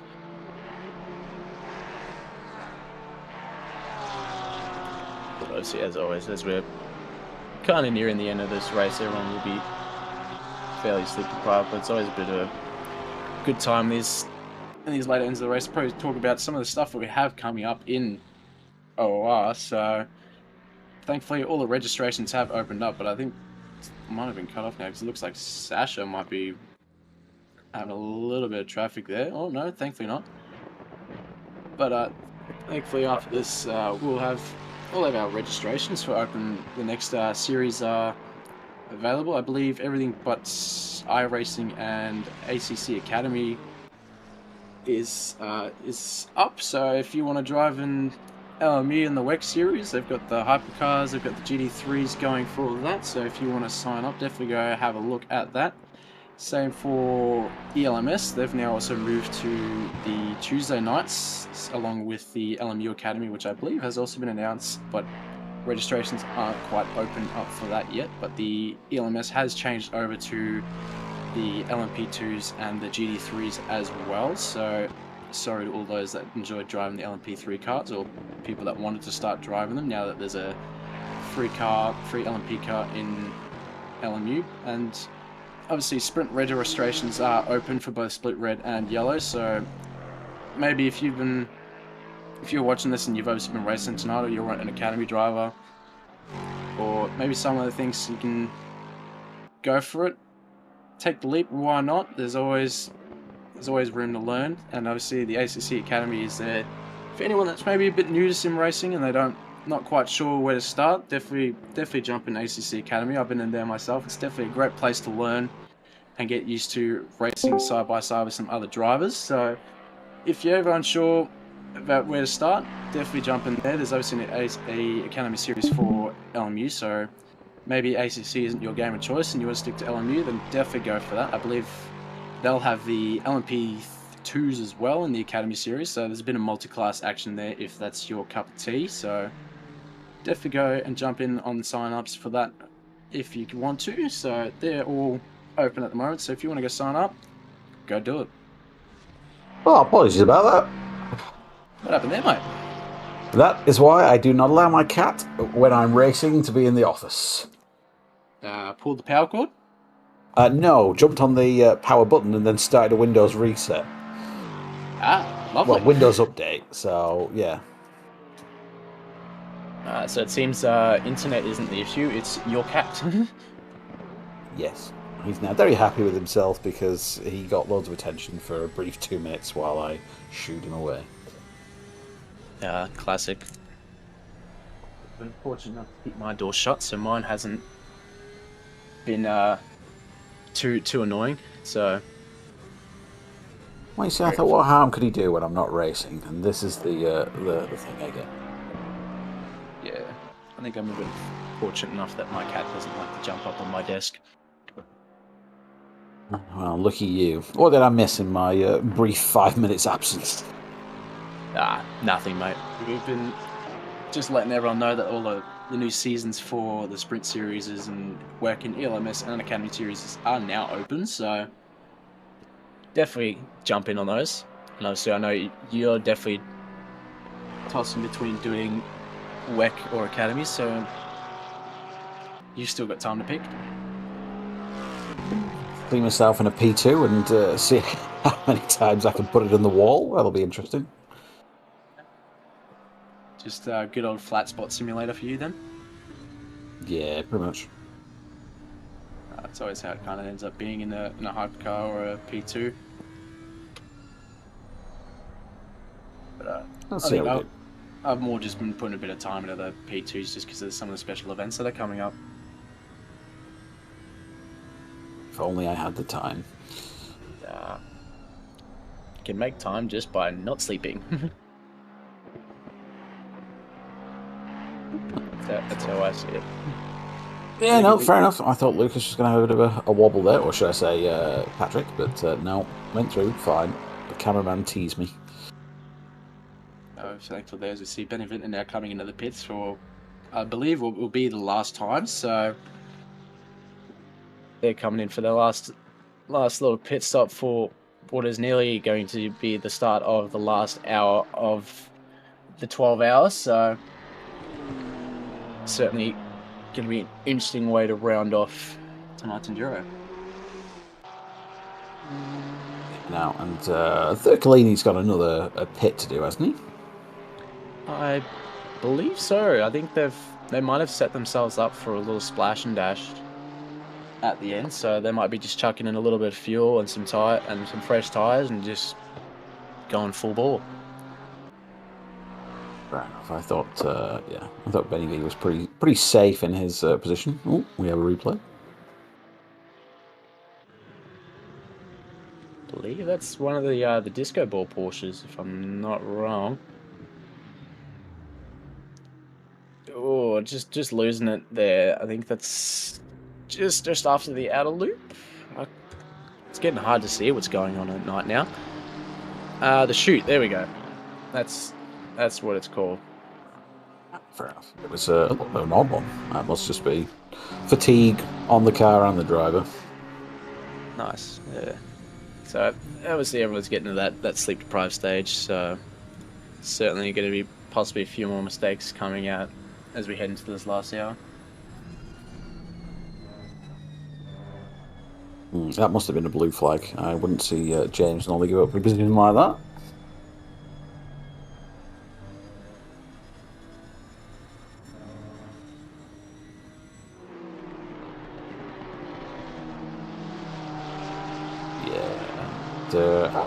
So Thurklini has gone past Benny V, or now Rashuti, taking the last stint by the looks of it. Only just though.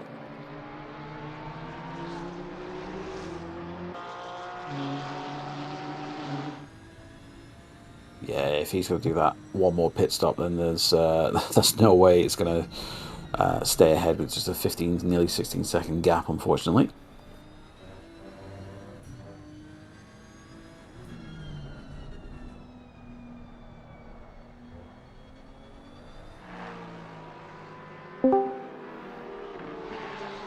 Hello there, Mr. Cam.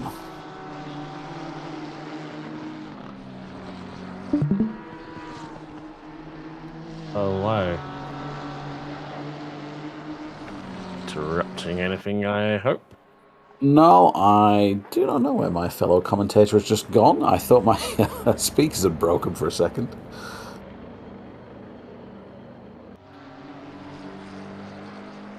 Now we're just coming into the death. I think we're just waiting for those final pit stops to come through and see how everyone shakes out, and then it's a sprint to the line. Yep, just into the home stretch. We're just over an hour to go. The leader is in again, and I imagine for the last time. And stretched it out to a 3-lap lead, although it won't be after this. Yeah, really been completely insurmountable. Heard may have had a bit of an issues with their wheel after I had my bit of a break. It seems like it hasn't hampered their progress, but it seems like I think Patrick Johnston's been in the car ever since, so I'm guessing Lucas Keys has maybe had something a bit more terminal happen to his wheel, potentially. We'll see if Patrick's in there. I mean, there were two Mannings, so they're both going to be doing a lot of driving regardless. Yeah, as long as they don't go over their limits. I don't know what they're sat on at the minute, but I imagine that's not really a problem. Yeah, I don't recall at the moment. But there's plenty of leeway. You get 9 hours per driver with 2 drivers, so I think Lucas has definitely done more than 3 hours, to say the least. So yeah, so that's safe. Yeah, speaking of final stints, I've got to unfortunately get myself ready to jump in the car for the last run. So thank you very much, gents. It's been a good time here in the box. So I love yous and leave yous, and hopefully not crash it. no worries. Thank you very much for jumping in and commentating, Nathan. I appreciate you, and have a good last stint. Get to the end, nearly there. Yeah, we're almost there. We're just keeping it together. Cheers, guys. See you, man. Cheers. I know you have said you don't really have a stick to throw in this race. Kind of just on the sidelines, just kind of peering in. Yeah, man. I mean, as I said, I would have been in that Aston Martin, and I'm glad I'm not in that Aston Martin because I do not like that car. So it's probably for the best that was working. Yeah, we had a little message regarding the Aston Martin. It's I didn't like it when I first drove it, and then I enjoyed it more the second time. Once I figured that you have to turn the second TCE up to max, otherwise it will just slide everywhere. But it's not as simple as you think it would be to drive. It's regarded as one of the more tame cars, but maybe that reputation precedes it a bit. See, Stevie has jumped in the booth, into the box for the final time for the Audi. Like they said before, I think they're well and truly in no man's land. Although I think Rondinello actually might get close to them, but not too sure what that car is doing regarding its last stop as well, if it needs to do one. Which I would wager it does. The Audi, even with its thimble tank, can still make an hour. Yeah. If it couldn't make an hour, then I would really struggle. But they do fall down behind the 888 car. But yeah, we'll see if that car has to come in yet, because the Lexus, I think, is got 1 more litre in its tank. But we've seen most of the Lexus have to come in before the Audi earlier in the race, so I would wager 888's got to do another stop. It'll be interesting to see whether 987's strategy in the end will net them any positions ahead of the 2 silver class Lexuses. But I think my only concern for them is that they had the they had the advantage in fuel economy, but the pace between them and the Lexuses might have been enough to might not be enough. Yeah, I mean, that's the story of every Lexus, though, isn't it? At this stage in the game. Yeah. Well, we've seen in previous races Porsche can go really long, but it doesn't have as much of a deficit. It's a bit more impactful. I think places like Misano, for example, where it's not the best track for the Lexuses. Not that it's a bad track. Ooh, as the GTR as Stefano goes wide, actually, as Paul Britt fighting for position and comes right across his nose, and they both come to contact and find themselves in the grass. Somehow they're still going straight, but they definitely had a bit of a wobble for the 2 of them. That was a bit sloppy driving, I have to say. Oh, I think, as I was saying before you just joined, fatigue. Oh, that's well wide.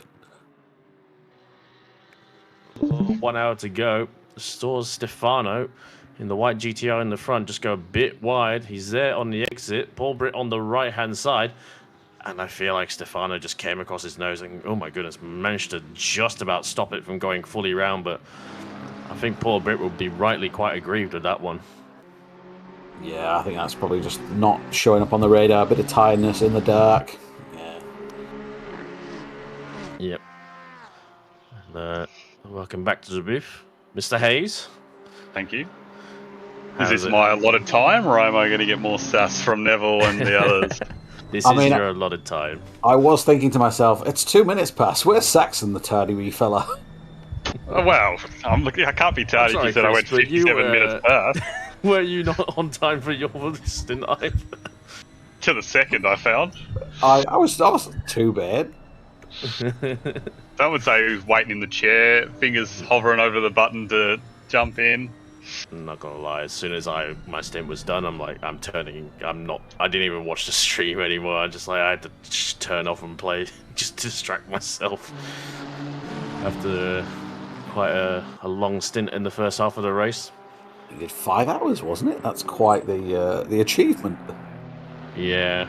We got to hour 6, but we had a bit of a break at hour 3 because it was just me and Brad, and I was giving Brad a break, 2 hours a break, and then another 2 hours, and I'm like, I might as well just have a break as well because I was going to be doing 6 hours straight otherwise. So 5 hours, yes. So what did I miss? Anything exciting? Headlights. So far, I've only just arrived here. We had a bit of contact between these 2 GTRs that we have been watching, and I get the feeling I'd be very surprised if a penalty doesn't get applied to one of them. Stefano looks like he's really messed up there on the exit of turn 1, and it's going to be easily done for Paul Britt to send it up the inside, and we'll have this run well and truly done going up the S's. I'm not sure if Stefano will have enough to come back at him, but Stefano really struggling to get that car stopped and went wide at turn 1. Getting the glare, even without the other liveries, we're still getting a lot of the glare. The GTR is coming back at the other GTR. Stefano going to be on the outside in the white GTR, but not going to get that done. Filters back into line, goes a little bit wide in the exit, and I believe that's the McLaren. I think of James Gay's just behind him. So, yeah, unfortunately, goes from bad to worse. I feel Stefano having that little bit of contact with the blue GTR, but then also losing the position on track as well. like there's a bit of bodywork damage there, so that's got to be hurting him.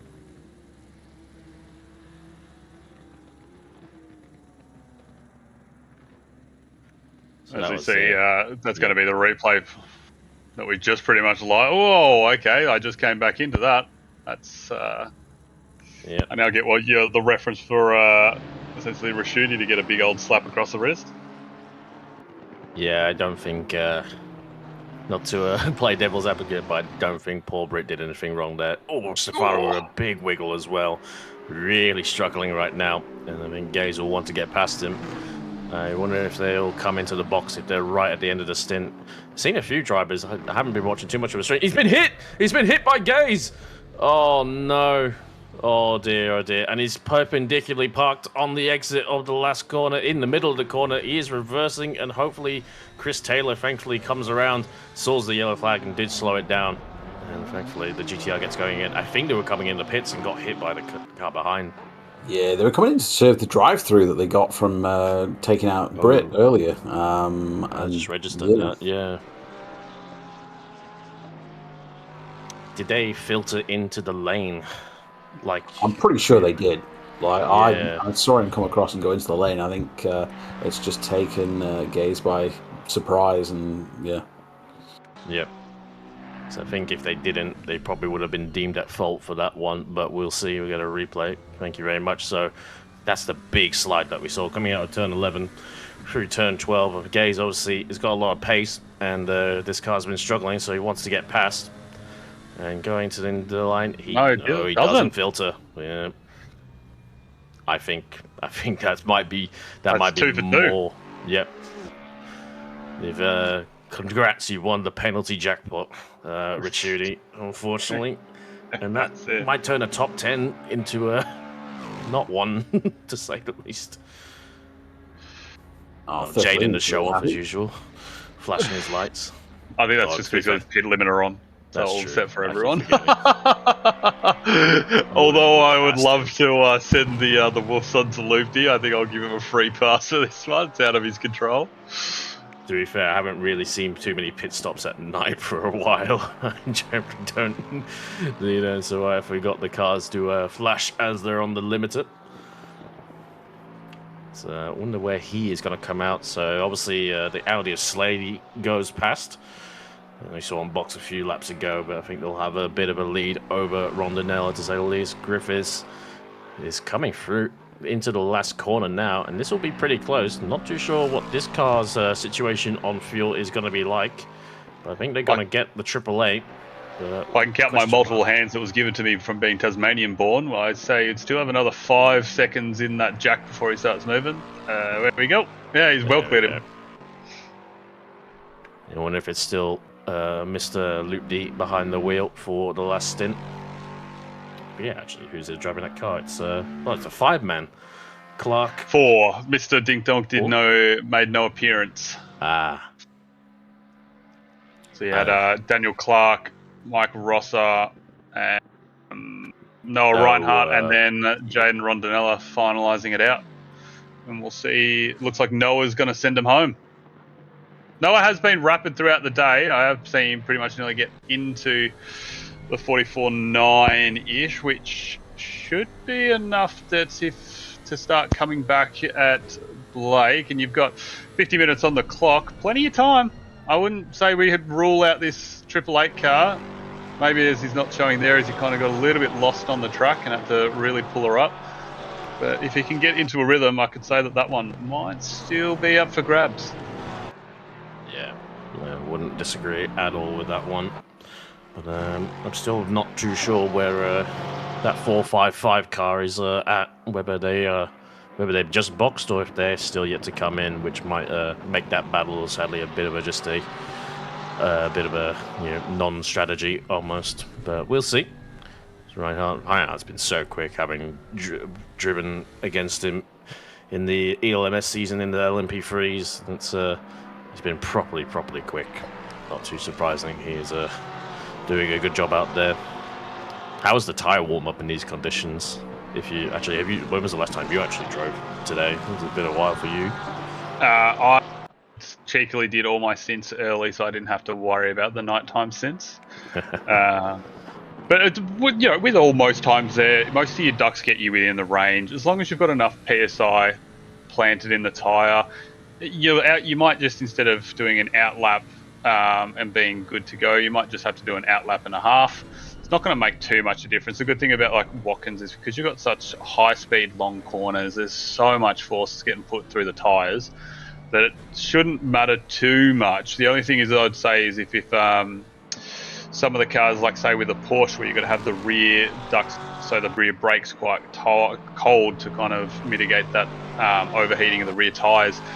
If the teams, your lower teams that's maybe coming into just driving the Porsches, I would say maybe like 67, if they've still got their quali their quali set up on instead of the race setup, that might be hurting them. Or if you have your other cars, I would say that your 911, 988, car 19, and you Pickford in 91 being around, as long as they should be well over it. But some of your other Porsches and other cars like that, if they haven't really got their brake ducts in order, that could be an issue, and they could be looking at some frosty boots for the next 50 minutes.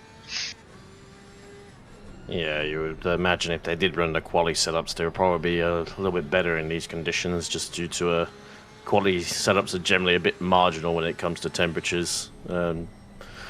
Generally don't enjoy it when you run them too hot, so the cooler temperature should help. I mean, that said though, it's only really dropped like 5 overall degrees from when the sun was up, so it's not as cold as it could be, put it that way. Yeah, absolutely right.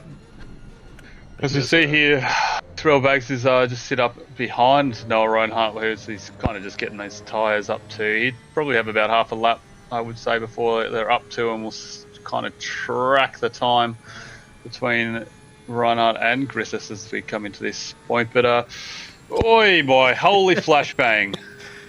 I mean, I kind of need that to stay awake right now, I have to admit. Good. But, yep.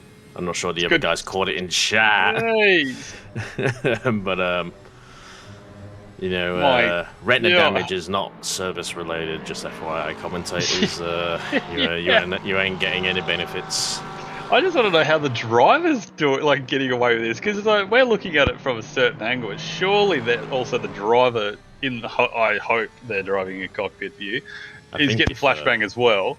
Yeah, I think to be fair, I think Mr. Hignett that we're seeing it probably has his everything turned up to maximum. I get the feeling if you probably have bloom turned off, that is really probably not as bad as it actually is. But we've seen a few cars have that really high glare from some angles as well. I think the Calsonic GTR was also doing that. It's got bloom absolutely up the wazoo, as Mr. Hignett. Yeah, absolutely. I'm kind of just getting back up to speed, so it looks like if I'm going through here, everyone's on their last stops. I would assume that the Lexuses don't have another one. They would have all came in around about the 65 minutes left to go. Am I correct in saying that for P2 and P3? I got in here about 68 minutes ago, and I haven't seen we've seen the leader in. Not that will change anything. But P2 and P3 I haven't seen your car, obviously. Kafil's been in. Haven't seen Griffin in. Reinhardt we've obviously seen. Britt, not too. There's a few question marks out there a little bit. Annie has live telemetry, but unfortunately, like if we could see stint timers, we could guesstimate when obviously they're going to come in. So we can see if the cameraman does a nice cockpit view. So there we go. Yes, so we've got 25 minutes. So 25 minutes. So touch and go they'd be stretching it. I know the Lexus is doing 60 to 65 minutes, so maybe a bit of lift and coast to get them all the way home and hosed. Yeah, 70 minutes might be a bit tough. We'd just go flat out.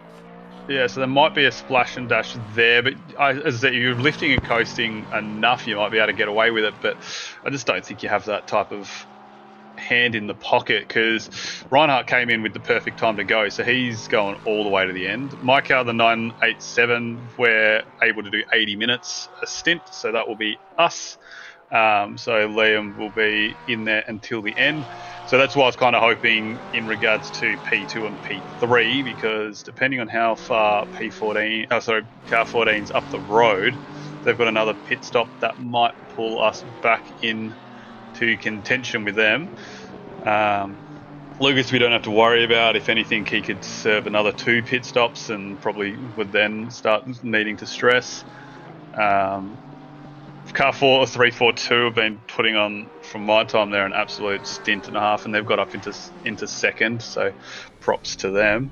With Godfrey that's looks to be claiming them home, as we've got Bushkvist also, 24 minutes, so maybe they're able to stretch it to 70 with some lift and coasting. Maybe there's some Lexus fans in there that can help me out on that side. But so far throughout the day, I've literally seen the longest I've seen them go is Underwood, and he was about that 65 to 70, and he was having to lift and coast. Yeah, just saw then while we were on board with Godfrey, they said 10 minutes so far they've driven. So I think you can strike those out for your podium chances. Yeah, I knew I wasn't going after the 342, so it's just going to be. It's just going to be the car 14 needs. I was worried because your fuel strategy was really, getting negated by the pace of those Lexuses. They could just build those gaps, unfortunately. But we'll see. I think the big one is. I don't know if you were around, mate. I kind of put some academy drivers back down into the realms by going through their side pod. One of them decided that they wanted to be perpendicular on just after they come out of bus stop, and I became a passenger. So I pretty much had 20 seconds of damage and was about 2 seconds a lap slower because of the damage. So I lost about 30 seconds, like pretty much a pit stop. So our strategy, unfortunately, kind of went down the gurgler. We would be roughly, would be somewhere about the mark about 40 seconds up the road if I didn't have that incident, or even 50 to 60 seconds. The Porsche just behind Taylor. I think that's one of the Kovacs cars. So it just went on the grass on the entry. Which is for position, as he's taken a couple of speed tokens. Yep. Carl Johnson, Mr. Conservative behind the wheel, not. Definitely going to send it with 40 minutes left on the glow. So really got to challenge Chris Taylor. That car, I feel like, is, since in the first half of the race, has fallen down quite a bit. They were kind of well into that sort of mid-top 10 somewhat, but I think they've had a few bit of mixed bag here and there. Yeah, they had essentially Jeff Close, which is the third drive between Chris Taylor and Brenner there, that pretty much hasn't touched the game in multiple of years, has come back and pretty much jumped in the driver's seat. Got entered in with a nice little tag up through the S's and had to do some catches, and then from there was slipping and sliding, and I would say pretty much devoured the tyres within halfway through his stint, and from there was kind of dropped, just happened to try and nurse these ice skates for half a stint, which pretty much brought him down to, as you said, pretty much P7 down to, I think they ended up down in like P13. So that hurt them a lot. Yeah, that's unfortunate. I did see as well in chat, thank you to the people, Diabol's letting us know the penalties we saw. Obviously there was a drive-through for car 90 for that collision with Britt. I think they served it and they didn't really lose a position. But they also got a 5 seconds, as you can see on the screen, for the kind of self-penalising mistake. As we watch Carl Johnson going up the inside of Chris Taylor. And Chris Taylor comes down with a bump on the middle of the track, and Chris Taylor goes for a spin. I'm going to need a live replay of that one as we're coming in to see, was there enough room left, or as you were saying, Mr. Conservative did kind of put the elbows out a little too far and put it straight through the jugular? Potentially, yeah.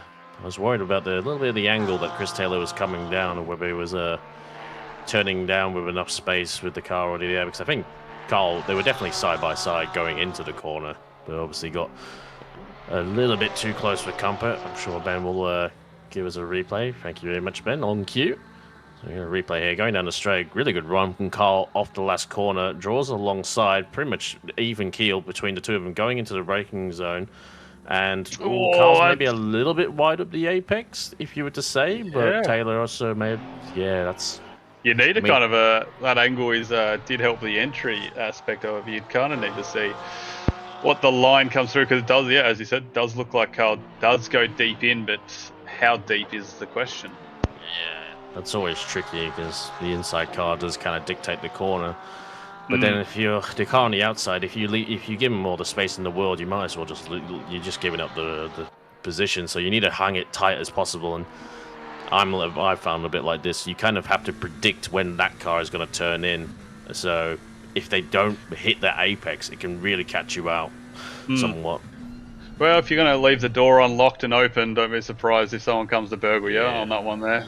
I'm very surprised he didn't put his car up in the on the inside line to kind of just try and hold the position. But yeah, you've kind of opened up the door, and unfortunately, you've had your entire possessions taken with it. Yeah, unfortunately for him, because Taylor did go for a spin, just a little bit of a bump, and the Porsche got unsettled, which we've seen a few times tonight when the rear becomes unstuck. Just trying to say before as well, 5 seconds for that car 90 for their they didn't really follow the pit entry line, and got tagged by a car behind that was trying to unlap themselves. So kind of a self-penalizing mistake for number 90, but they haven't really lost any time. That said though, they do have Alex Kiri, I think, 8 seconds behind, so that 5 second penalty might end up costing them a position. Yeah, absolutely. I see that. As we kind of have that gaggle of cars, I do love the nighttime racing there, all the lights coming through, as you see, just kind of helps you pick out cars in like the big gaggle of train as we come down these straights, and you kind of see all down in the distance the lights are coming through. Looking forward to the photos that will be coming out from the great man Cricky, especially with disco lights, on how that plays out with the photo shoot. It's tricky doing nighttime shots. It's really, it's not too easy, but I'm looking forward to it as well. I'll do a good job. I'm tired as hell, but I'll still be staying up to watch Barcelona qualifying in the Le Mans start. It's a bit later on, so yeah, I think it's actually really close to the actual end of this race. So yeah, it was a good little segment to pitch out the thanks to yourself for putting through the box up here, to the great Matt and Glenn, Patrick, all the stewards that have kind of over the course of the day taken time out of their day to kind of put this all together. So it's would be a good segment with 38 to go to say thank you. You've done a good job. You don't get paid for this, but you certainly earned yourself a chocolate. What if I do get paid? No. Yes, it'd be nice, but yeah, I was been in here in the box for a bit. I think we were just I think everyone was kind of the people who weren't racing at the start were probably having an early lie-in, so yeah, that's why we kind of were lacking for commentators a bit. But I was quite pleasantly surprised how many we had for the second half of the race, so it's been really good on that part. But that's it. Yeah, I was able to put all my stints in the first half, so that's what I kind of aimed for. I was like, I'll get all my stints done in the first half, and then I can kind of sit down, enjoy the front row seats, and then talk the absolute mouth off me that I do. Like, if you're racing later in the race, sometimes it's better. It's just going to be easy if you just have a bit of a lie-in and enjoy a bit of the day rather than doing commentary. So I understand it a little bit, but. That said, I've been in the box for a lot, but there's someone that's been in here a lot longer than I have, and that's Mr. Higg. It's been all race, all 11 and a half hours right now, playing Blatcher. I mean, doing broadcasting. Absolutely, because he's chained to the chair. He doesn't have a choice in the matter. let Glenn let Glenn have a break from the enduro broadcasting, because it's normally him here the whole time, and it's getting late for Glenn. Not that he's not around, he's still kind of monitoring things all around, so looking after all the servers, all the potential issues we had with TPG earlier, and testing things out. It's all the people that kind of sorted that stuff out, testing things. It's all contributes to the end product of the great race that we've had so far tonight. As one of the people affected, I say thank you. A little bit of housekeeping at the back end, as we all thought from that one there. It does seem that the stewards have deemed that Carl was the one at fault and has clocked in a 10-second penalty for that overtake. We've also got Daryl in the chat who's really trying to pitch the, in quotes, steward split in LMU Elms. knowing the stewards like I do, that's going to be split terrorist. Tuesday night's going to be interesting for you guys and stewards, because aren't you running LMU and ACC Academy concurrently, and then you're going to have ELMS after that now on Tuesdays? I haven't got confirmation on going along. I heard through the grapevine there was potential going to be like different days allocated to slots, so I haven't got confirmation on what day is what, but all I can say, if Daryl's in a split and calling it the steward split, that would be one that I'd be going, no thank you. Or at least being in a different class to him. Maybe like hopefully he does the GT3s and I can do the LMP2s so I get the free overtakes. But you know, he's We've got decent. so many stewards now. I think every split's kind of split, quite frankly. Speaking for the commentators, there's so many stewards in comparison. Obviously, we've had a bit more of people showing up for commentary lately, which is pretty good. But I've never done stewarding, but I think I've seen a few of your streams, and it's there's quite a bit more to it than you would think. Yes, as I'm assuming Daryl has heard my comments because I'm getting DM'd. my phone's blowing up like I forgot something. Oh my god, I will enjoy that shortly. As we've now got Sasha Death in the 200. I just going through as you went in the race there. This car has been just putting in lap after lap. Most of my stints, Mr. Darth that was in it before, it was just there. It always showed up. It was matching the pace of those rounds. And slowly it's just been kind of coming back in. P15, I would say that they're kind of in a spot, unfortunately, where they're just going to be driving nicely in the twilight by themselves with the view up ahead, which I would believe is going to be Mr. Slade. Yep. The only Audi out there, and I think if they catch him, they'll just let this Ferrari go. Yeah, I think we had Stevie Ty in the booth earlier in the race, and I think if you guys feel like you're in no man's land in P4, those guys are even more, because I think midway through the race they were half a lap behind you guys and half a lap ahead of the next car, so they've just been time trialing pretty much the whole race. So here you go, Cam. Listen to this for a lineup. So we've got Elms, and apparently my hopes and dreams of Daryl being the GT3 are over. But LMP2, we have Ryan Anderson, Alex Amy. I butchered that name most likely. The big head steward himself. Then we've got Benjamin Curtis, and Matt Powell. There's also going to be a Daryl Lim in there as well, and Gibbo. So there's a few steward all names. All in LMP2 or just all in LMP2. Oh my goodness. So the LMP2 has to be the cleanest series. Honestly, yes. With those names there, if I see more than 5 penalties, we're really going to have to start looking at internally on who we're allowing up in the box to call the shots on people. There's no way with that amount of the head honchos and also a few race directors in there as well, should be the cleanest of races. I think I'm not sure what I still haven't decided what I'm doing, but I'm kind of leaning towards doing hypercar, so no ELMS for me. So it'll be interesting to see that one. I'll probably find myself commentating on that one, as it is being moved to Tuesday nights for anyone who is interested in the ELMS series. No longer Friday. It was obviously kind of just not the best night for most people. Shifted things along, and I think Ryan Anderson said in chat is potentially ACC Academy is getting moved to Monday, so I'm not sure if Club 50 has bit the bullet or if we're just going to run those on the 2 nights. Obviously, we'll see when things get fully confirmed, but it was nice we got the LMU registrations out on SimGrid mid-race today, about a few hours ago, 6 hours ago they were put out, so do get signed up. There are limited spots, so don't just kind of sit around and wait. So, what are you doing next season? Out of curiosity. So I got confirmation. So the ACC Academy is switching over to Mondays, which then frees up my Tuesdays. Now,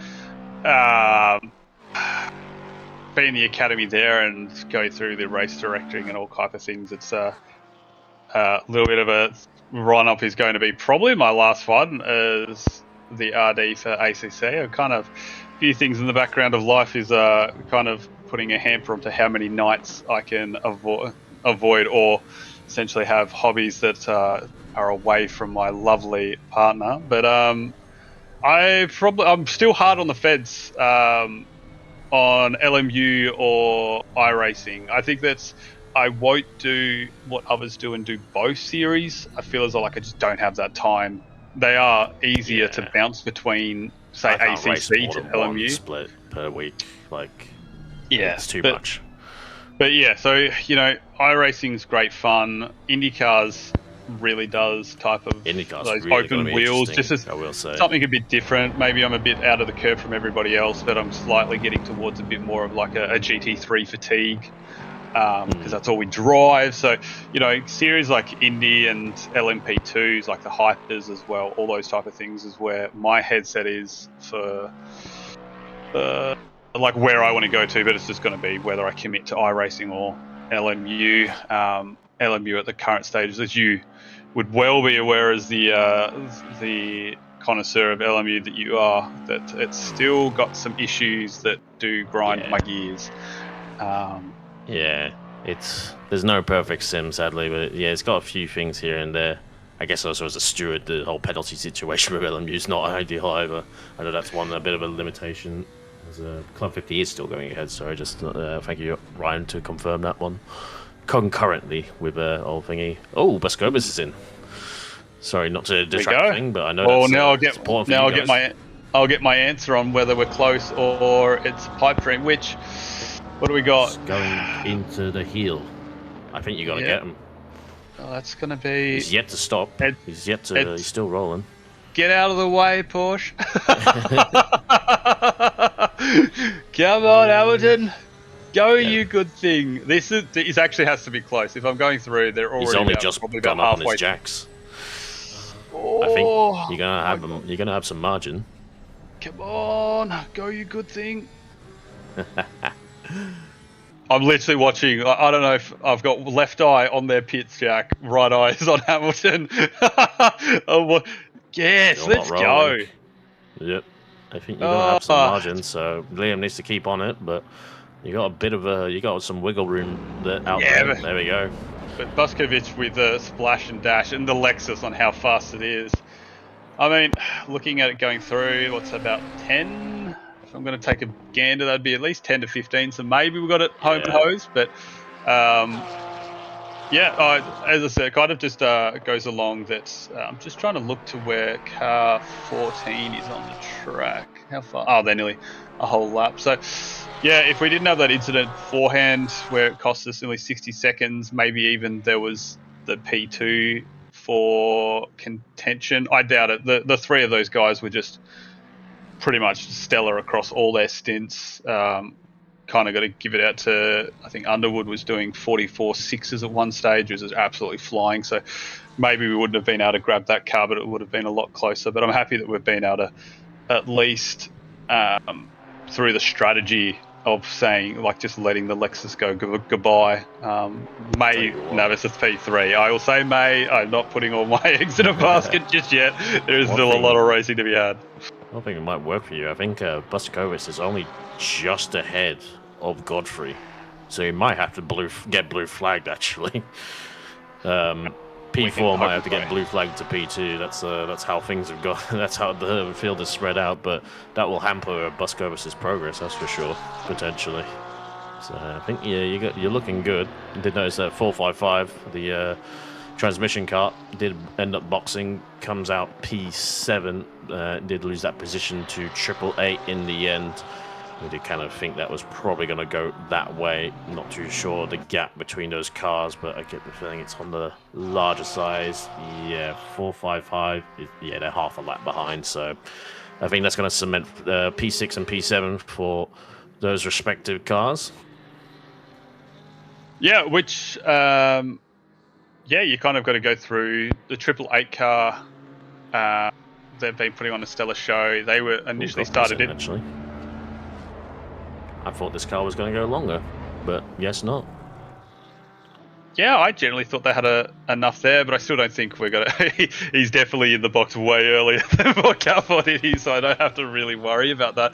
But if we didn't have that collision plus 60 seconds, maybe we would have come away with a P2.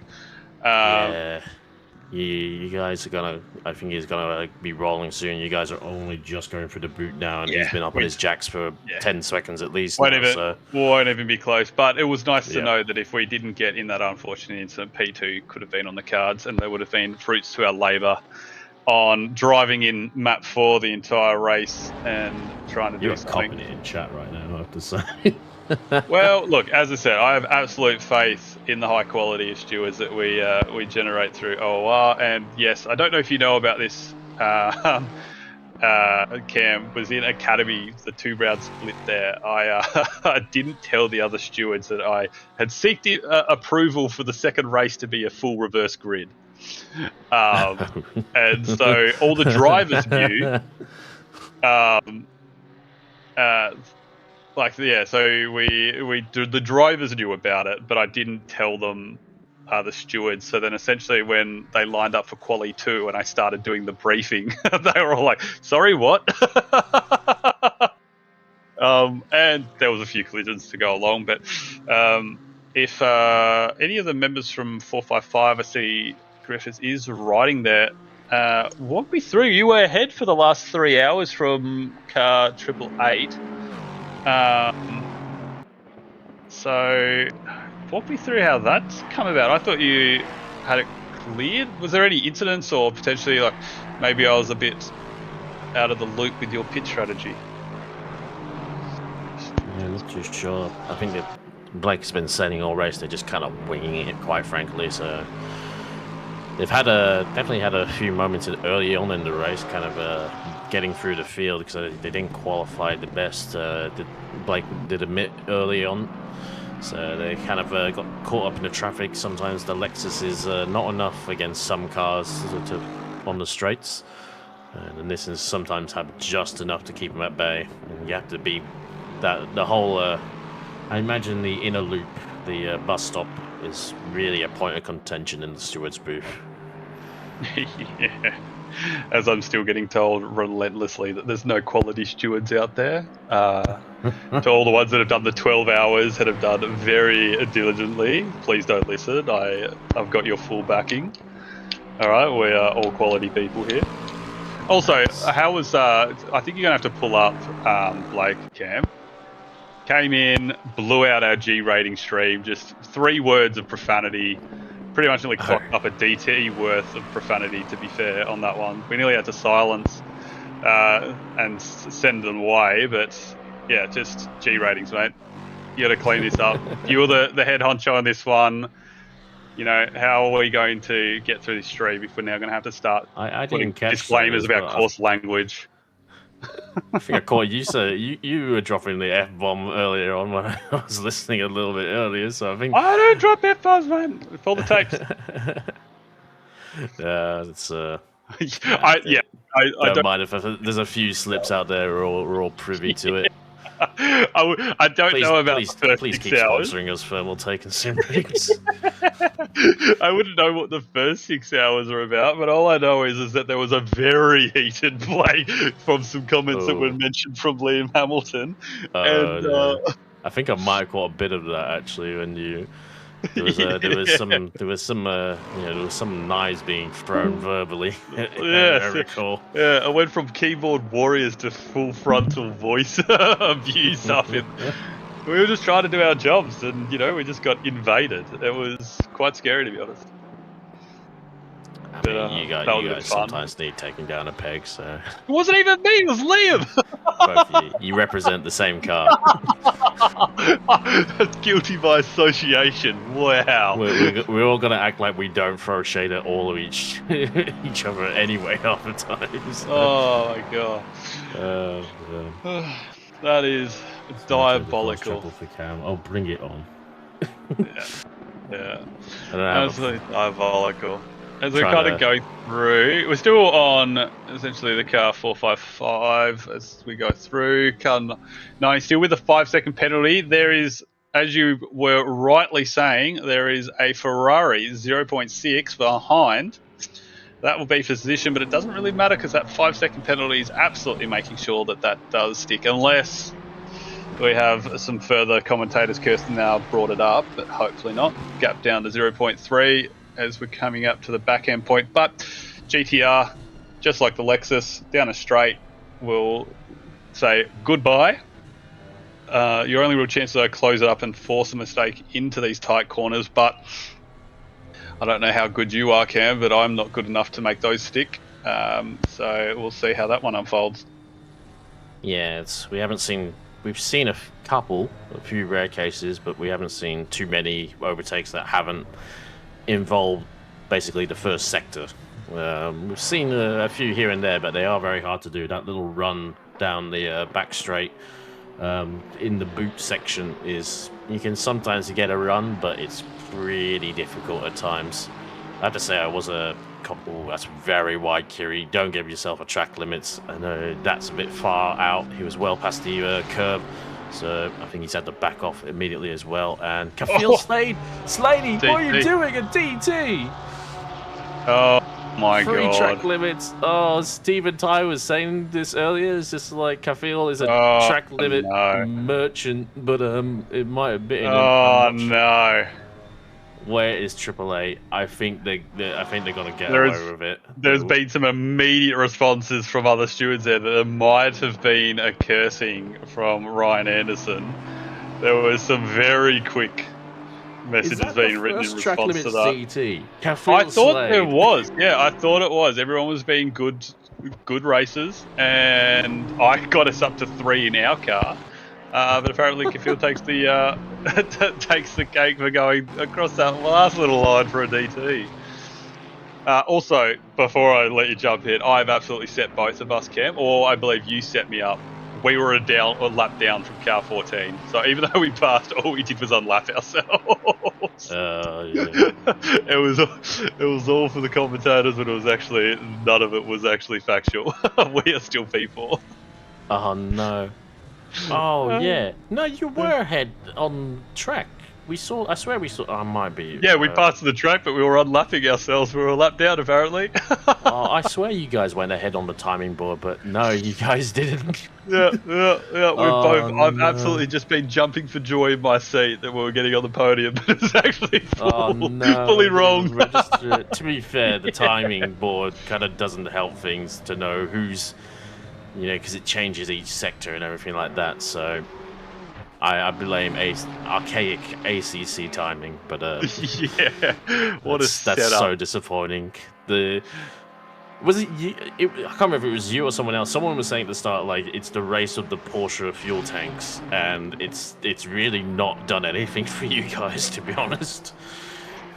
Yeah, it's essentially I was calling it the Lex v Porsche Cup, but yeah, as 60 seconds makes all the world of difference, but I don't know if it really mattered. Underwood, they've just been that much faster than us. That Lexus really needed that minus 16 kilos that it has. Yeah. That's okay. Apparently gets away with no bumps. There, buddy. If that was me, I would be upside down in my Porsche, but yeah, Ferrari gets away with it. Yeah, so I would like to see, I think, if maybe Liam's taken the fastest lap off me, but for us, the fastest lap we clocked in, for the best of my knowledge, was a 44.9. When you compare that to pretty much everyone in that car has been doing 44.9s and belows. Underwood was doing, at one point, as I said, like a 44.4, 44.6. So I remember I did look at the live telemetry early in the race, in the first half of the race, and you guys, was it just sort of distant GTR went wide again, and you guys were obviously P4, but your best lap I think was like a 45, and everyone else, all the Lexuses were 44s, with the exception of the leader, of course, was in 43s. So yeah, I think unfortunately just like that delta, just I don't think it's not your fuel map or anything. It wouldn't have made any difference. It's just it's this whole first sector. I think you're losing probably like 8/10 or something ridiculous. Yeah, so the other thing as well, like, surprising to us here, and it probably is that negative 19 that's coming to points, but the old cars as well, the Lexus just, I feel as though I'm just absolutely just slamming one car there, but just the tyre wear, just, you're looking over the course of the lap, where us in the Porsche, we would be finding ourselves near the pointy end going towards like 7/10 difference between our fastest and like slowest across the lap there, or even if it blew out a bit more, but say best case scenario was 7/10. I feel like the Lexuses, they were just slapping in that same time, the whole stint. Like as the tires worn off was the same rate that they were burning off fuel, and they were just smacking in the same lap day after day. It was like they were going for a Sunday drive to work on full autopilot, but still just smacking in 44s and just saying goodbye to the rest of the field. And, it kind of shows when you look at the top 7, there's 5 of them are Lexuses. Yeah. And I would love to add car 3 into that mixture as well. Isaac Price Davies, the first bit was absolutely rapid, and, it is unfortunate that a certain driver on their team sped in the pit lane twice, one clocking up the DT and then once to serve the DT, then also sped again. So that's definitely pretty much put them out of where I would say they deserve. Yeah, Isaac was absolutely stellar in those first 3 to 4 stints and keeping them up at what was P4 at the time. Yeah, we were saying about the Lexus, it's just like, it's the same with the GTR, I feel like, as well, except the GTR it doesn't really have that peak, kind of deficit, but because they just make all the time on the straights, the tire wear isn't too much of a factor for them, and being front-engined, when you don't have the tires underneath you, they're a lot easier to keep on top of as opposed to the Porsches, which obviously, famously with the engine in the back, when the tire isn't underneath you, it becomes an absolute pain. But we've seen Stefano struggle, but he can afford to just keep it somewhat straight as well. That's just because Kyrie's absolutely putting him under the pump. We've best been talking about our wheels and woes about the Lexus as Kyrie's just been putting on an attacking masterclass. Rashudi's definitely feeling the pressure. There's been a few slips and slides. There's moments there, but it does come down to the point that once we get to this lovely bit where it's straight, as Kyrie then, as the commentator Curse, has a little bit of a slip, but the GTR then kind of pales away. 14 minutes to try and convert. I would love to see how this battle kind of unfolds with Kyrie absolutely just trying everything he can at his disposal with that Ferrari just to make Rashudi's life as difficult as possible. And it's just going to be taking one slip. I know there's a 5-second penalties, but we're all race drivers here. We want to take them on track. We want to be able to kind of, give them the double gun salute as they go past our window, as we've passed them already. Yeah.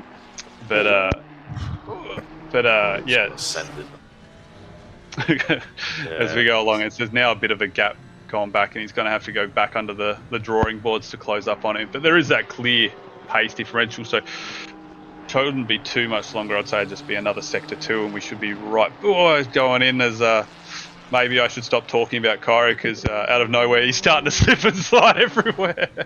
Yeah, I've been watching him as well, and I think it's going to that point where you're right behind another car and you start to unfortunately start to wander with the track limits. I've seen him a few times kind of going a bit wide. That kind of makes me a little bit worried he would be kind of infringing on those track limits. So he kind of just needs to follow, but it's sometimes it's harder to follow this closely and be this slowed up. And to be fair, if anything happens here, Spenceley's actually only 20 seconds behind. So there's potentially something to lose for Kiri here if he obviously goes for it. But I wanted to see him go for it, like we all do as well. I'm just worried it could very easily go really wrong right now. Yeah, absolutely. As we see the difference in lines there, it does look like he's happy to go defensive. Car 14's yellowed before the inner loop. I'll go back to it in a second because we're about to get the overtake there, but yeah, they've still got your P3. That is our P3, but if I'm looking at the points there, we're now coming up behind them. Yeah, he's got going again, and this battle was going on, but P3 was stopped there just before the inner loop, which is a really weird place to, because Kiri, what was I saying? That he's got to be really flirting with some track limits right now, and I'm hoping his teammates he's kind of making his own line somewhat as he's trying to follow these GTR, but Mike Cricky says, don't know what the rears are cooked here on the GTR. Rashudi's having the same issue. Yeah, it's just some people have an issue with the rears. So we're seeing it. There's another car. That's car 3. They just completely spun and took out the third place car, car 14. We're gonna need another one of that one. We're gonna have to check the lines of that. I do not want to miss Davis. this Kyrie. I was wondering why Price Davies was within a second and has now dropped to 5 seconds from Gibbons, and I've just got my answer as to why that has occurred. Potentially see what he was trying to do. He was trying to let the car go and filter back in, but a misjudgment of sizable proportion, to say the least. Yeah, that could be pretty bad for car number 3. Oh, Kiri, don't bounce the car like that. My heart. Oh, so it was a big hit for car 14, and there's still 11 seconds. I would like there is a very substantial gap, so unless they make more of a an incident there. But it kind of looked like Buskova slowed down, or I'm not sure if that was maybe the old ACC rubber banding at speed. It looked like he was going past and then kind of just. Well, just to give you a run through, so car 14's entered into sector 2, and our car has just entered into sector 3. So we're and there would have to be some, but I'm not sure. You are bumping up my balloon with a lot of copium right now. Oh yeah, it is just a misjudgment on thinking that the car was clear. I wasn't actually looking at the throttle as the Buskovas go past, but I would be very surprised if he let off, which I don't think he did. I think that was the rubber banding at speed that we've seen multiple times, sadly. Kiri again flirting, and now Sasha Def's car is arriving on the scene, the car 200. Not fighting for these guys for position, but just going to make things a bit more complicated, I reckon. As Spencer, he's caught 2 seconds in the last few laps just from these guys fighting. The 296 is in the draft, but nothing can be done against the GTI. He's having a look to the inside, and I thought he's sending it, but he's just trying to displace Stefano. But Stefano's playing wide, goes a little bit wide, tries to get up the inside, but not happening as well, going through the outer loop. 10 minutes to go. Mr. here with the cams there, just making sure that my heart skips a beat from that angle. It looked like he was licking the stamp and sending one down into the bus stop, but he was just tucking in. You have done an excellent job on those cams, my friend, because I'm watching this and trying to display it to others, and you're making me have some heart pop. There's a slide here. Oh! Oh, we got a flash of the lights, and I think I can understand why. I wonder if that was just Ricciuti just having the slide on and looked like it was just gravitating towards the Ferrari. I mean, yeah, at this point there, do you kind of just let bygones be bygones, or, I mean, surely you've got a bit of a semi case at that point. With a stop-go 30 for that. That would, I mean, we look out there, but, you know, we are looking at someone who's in P3 and has kind of been absolutely RKO'd into the wall as we get a live action. That's, I would say that's an absolute fair flash. Diabolds don't hurt that car. It was well warranted. I don't think I would say at that point, you got a cop pen there, or you just... you go ahead, sir. Oh, sorry. It's just like, I think he's got a bad run, and they're going to draw alongside. It's not over yet. Side by side through the S's with the Ferrari and the GTR. Who's going to come off best? The Ferrari will have the inside line, but the GTR power is starting to edge back ahead, but he's on the slightly wider line. They're going to be even keel again. And is the GTR just edging ahead? Is the Ferrari going to back out? No, he's not. He's going to break. They make contact. They both missed the corner. The GTR finds the wall. Jeez, just when you thought patient heads might prevail. No, sir, indeed. Sasha Def's now trying to just come on through, like, please, I don't want to be sent back to the ER as well in all of this. They were so even keel between the two of them. The GTR started to pull ahead. The Ferrari was later on the brakes, where they both. He just turned as if he wasn't there.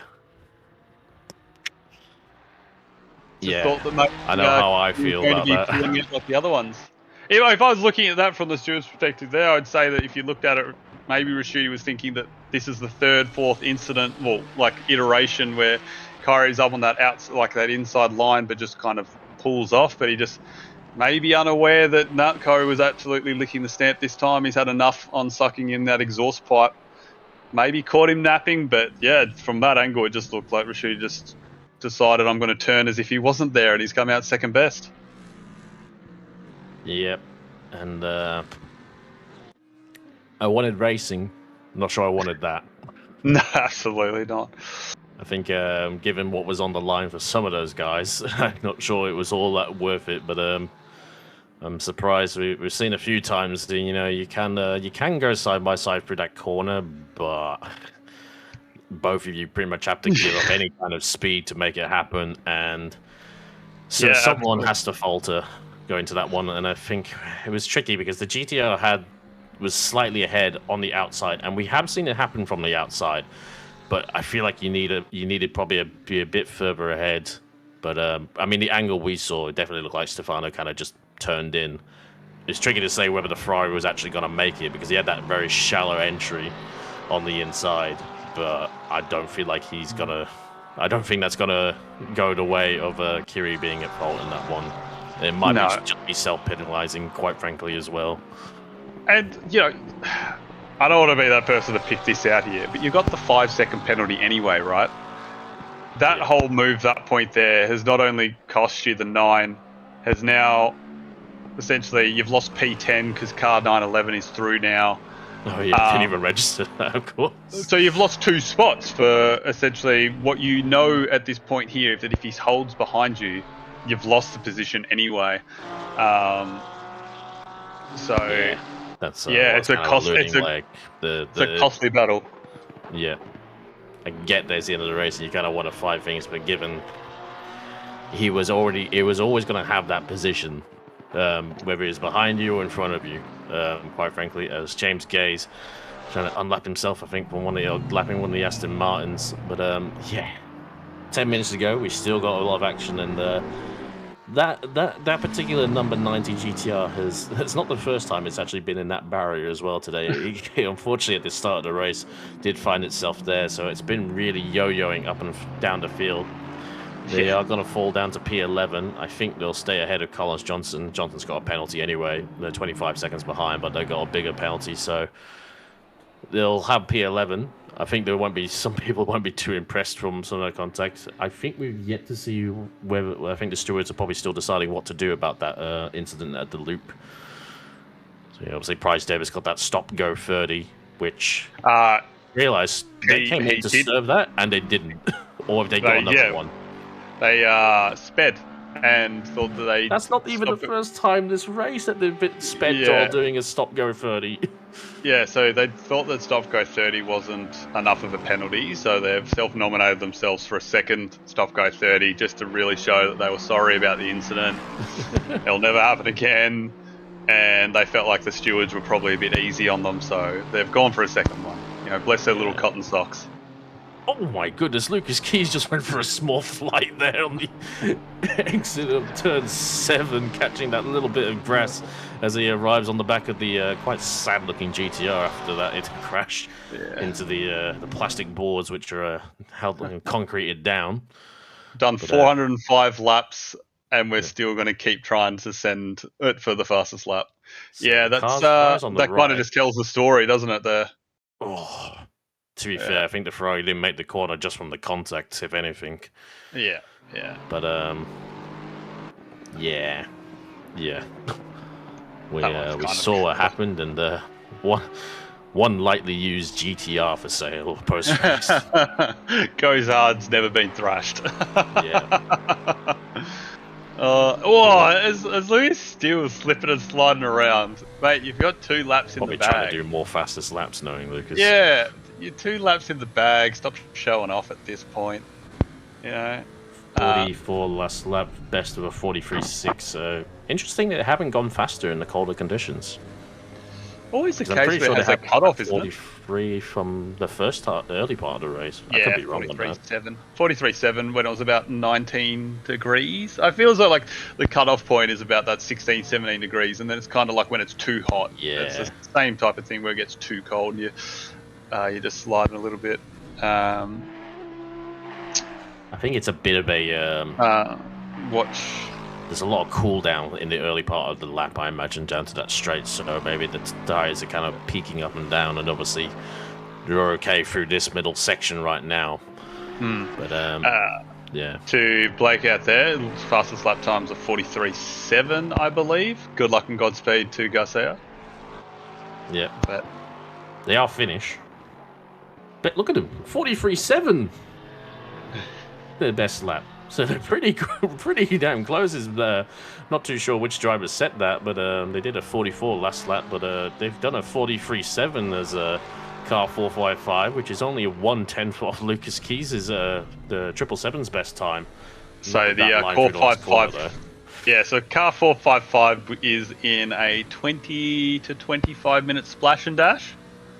That might help things a bit. Yes, yeah. So they're absolutely doing in the old school of F1, trying to get that single point slapped to their name. But we'll see if they get it. It'll be at asterisk because to Lucas's credit, he did set it when he was on a full tank of fuel. But hey, I will love to see if Garcia can absolutely steal that, so that I can rub that in Lucas's faces after this race. I do remember I remember back in the Vettel and Webber days, while Vettel would absolutely destroy the race, there was a few times Webber would just set the fastest lap on the last lap just to spoil his, just to take that away from him. Yeah, that's it. But things are settled down. The clock has hit 0. 12 hours are up. This is last lap around for... Congratulations, Cam. To the stewards that have gone all day, you've made it. You've earned that bevy. You can all snap a cold one. You've somehow gone 12 hours straight. Congratulations. As we see, guys, they're still trying to lock in this lap. The Delta is neutral. Everyone's on the final lap because Lucas Keys has lapped everyone, so no one else is going to be going out there. That's it. I don't know the difference. Does it need a 10 nut? We've run out of fuel. I think they've run out of fuel. Maybe not. Pumping the gas, but they're still going around. Not too sure what that was about, but Lucas Keys rounds the third last corner, turn 11. It's been how do we describe this this win for 777? Paul Q Motorsport, Lucas Keys, and Patrick Johnson clipping a little bit of the inside curve, slamming into the barrier on the last quarter. But 12 hours is up. Patrick Johnson and Lucas Keys take the win here for the ACC Watkins GLEN 12-hour, brought to you by Simrigs and Thermal Take. Stan Buscovas finishes P3. And Robert, there's a backwards Cafield Slane going in. He has finished, thankfully, into turn 1. We'll finish P5. Your car is still yet to cross the line. Still kind of, everyone's all a bit mixed out there. Rob Underwood going into the heel right now. But it is going to be a Lexus 1, 2, and 3. 2 silver cars on the podium. Yeah, they've driven absolutely brilliantly, and even with the late incident, Bush comes in P3. Underwood, Godfrey, Miller take a bow coming in P2. You've driven immaculately across the day. I do love that, we've caught on stream Cafield Slade's doing a spin, but do we know if that's him on an actual lap or if it's him finishing the race, given his pit stops along the way? Liam Hamilton will bring across very shortly for P4, and I swear that would be the rest through. Congrats to Reinhardt coming in 6 for the skill issue boys in 888, and 455 from 18th to 7th, by the way, if you didn't know about that, Cam. That's been a hot stop. Same with the car 111 GTR. Start for Brit, I think. That was, they've absolutely brought it back down to get Nab P8. Kyrie, we saw that absolute defensive battle at the end there to nab in lovely number 9th. And to round out our 10th spot, we have Spenceley, which is the late entry to P10, as we saw how that one unfolded, as we are getting a big hug and support for Lucas Keys down in the end of the P1 for for the win there. They're all giving him a vehicular hug to give him that congratulations. Yep. Get the full results up as well. I don't think anyone actually in the top 10 ended up having a penalty, post-race penalty in the end, but that will close things off. We'll run through just the official results. And interesting, yeah. Luke didn't actually get polled the winners in the end. I have to say, a really good job by for car 14 car. You can see that Griffin. Griffin, I don't know Griffin. We haven't seen Griffin before. He was properly quick early in the race and obviously took pole as well, I believe. So, real shout out to him. But the race results overall: Lucas Keys, Patrick Johnson for 777, Rob Underwood will bring the 342 home in P2, and Stan Boscobus in P3. And ditto again for silver. Those guys taking home silver 1 and 2, and Noah Reinhardt finishing, I believe, overall P6 for that car, and coming home P3 in silver. We don't really have an endurance championship, I believe, this season, but pretty good job. But the Kiri, Atkin, and Buckerfield car coming home in that top 10 does win Pro-Am. Xavier Eaton and Nick Jones P2, and Bryce Davis and Tyler Everingham and Bernard in P3 as well for Pro-Am. Oh boy. I don't know about you, but a pretty good race. A bit disappointed your Porsche wasn't able to crack the podium, despite the Lexus on Lexus violence there we saw in the last 10 minutes, quite frankly. There was a bit of Lexus all the way through, but yeah, amazing race throughout all of them. Everyone I believe that started finished the race, although we had some ones along the way, so props to everyone for sticking it out. Even, special mention to 2 Academy crews that came through and have done the full 12 hours despite some incidents along them. Congratulations to you guys as well. And yeah, as always, Kev, thank you for your 12-hour contribution, and Mr. Hitter on the cameras. I actually did not know that you were doing the full bang and shaboodle, so that is incredible. Yeah, big shout out to Ben Hignett on the cameras all night, all day, giving up his whole day, 12 hours straight, doing a really good job. All things considered as well. And yeah, again, thank you to all the volunteers, the stewards, the directors, the commentators as well. Thank you to everyone in the commentators from my personal heart as well, having organised that. It's a lot of people really kind of put their hand up for that one. We've been a bit of a struggle. We've been on a struggle bus lately for commentators, but really happy to have a full rostrum for today. But yeah, thank you to everyone. Thank you to everyone who just contributes in a small scale. Thank you to the Patreons, of course, as well. You can't forget them. Simrix, Thermal Takes, anyone who just contributes to this great community. And I reckon this won't even be the last ACC intro this year. I reckon we'll that's a big call. Yeah. Right. You got a little bit of insider knowledge, do you? Pulling that one out of somewhere, but that's insider, right? But yeah, that will be it for things. I think we had a good race. Barely any attrition, barely any DNFs. But yeah, we'll call it that. I've been Karen Fisselthwaite. Been joined by the wonderful Saxon as well on the comms. Thank you again to Hignett on the cameras. It's been OOR, and have a great night, folks.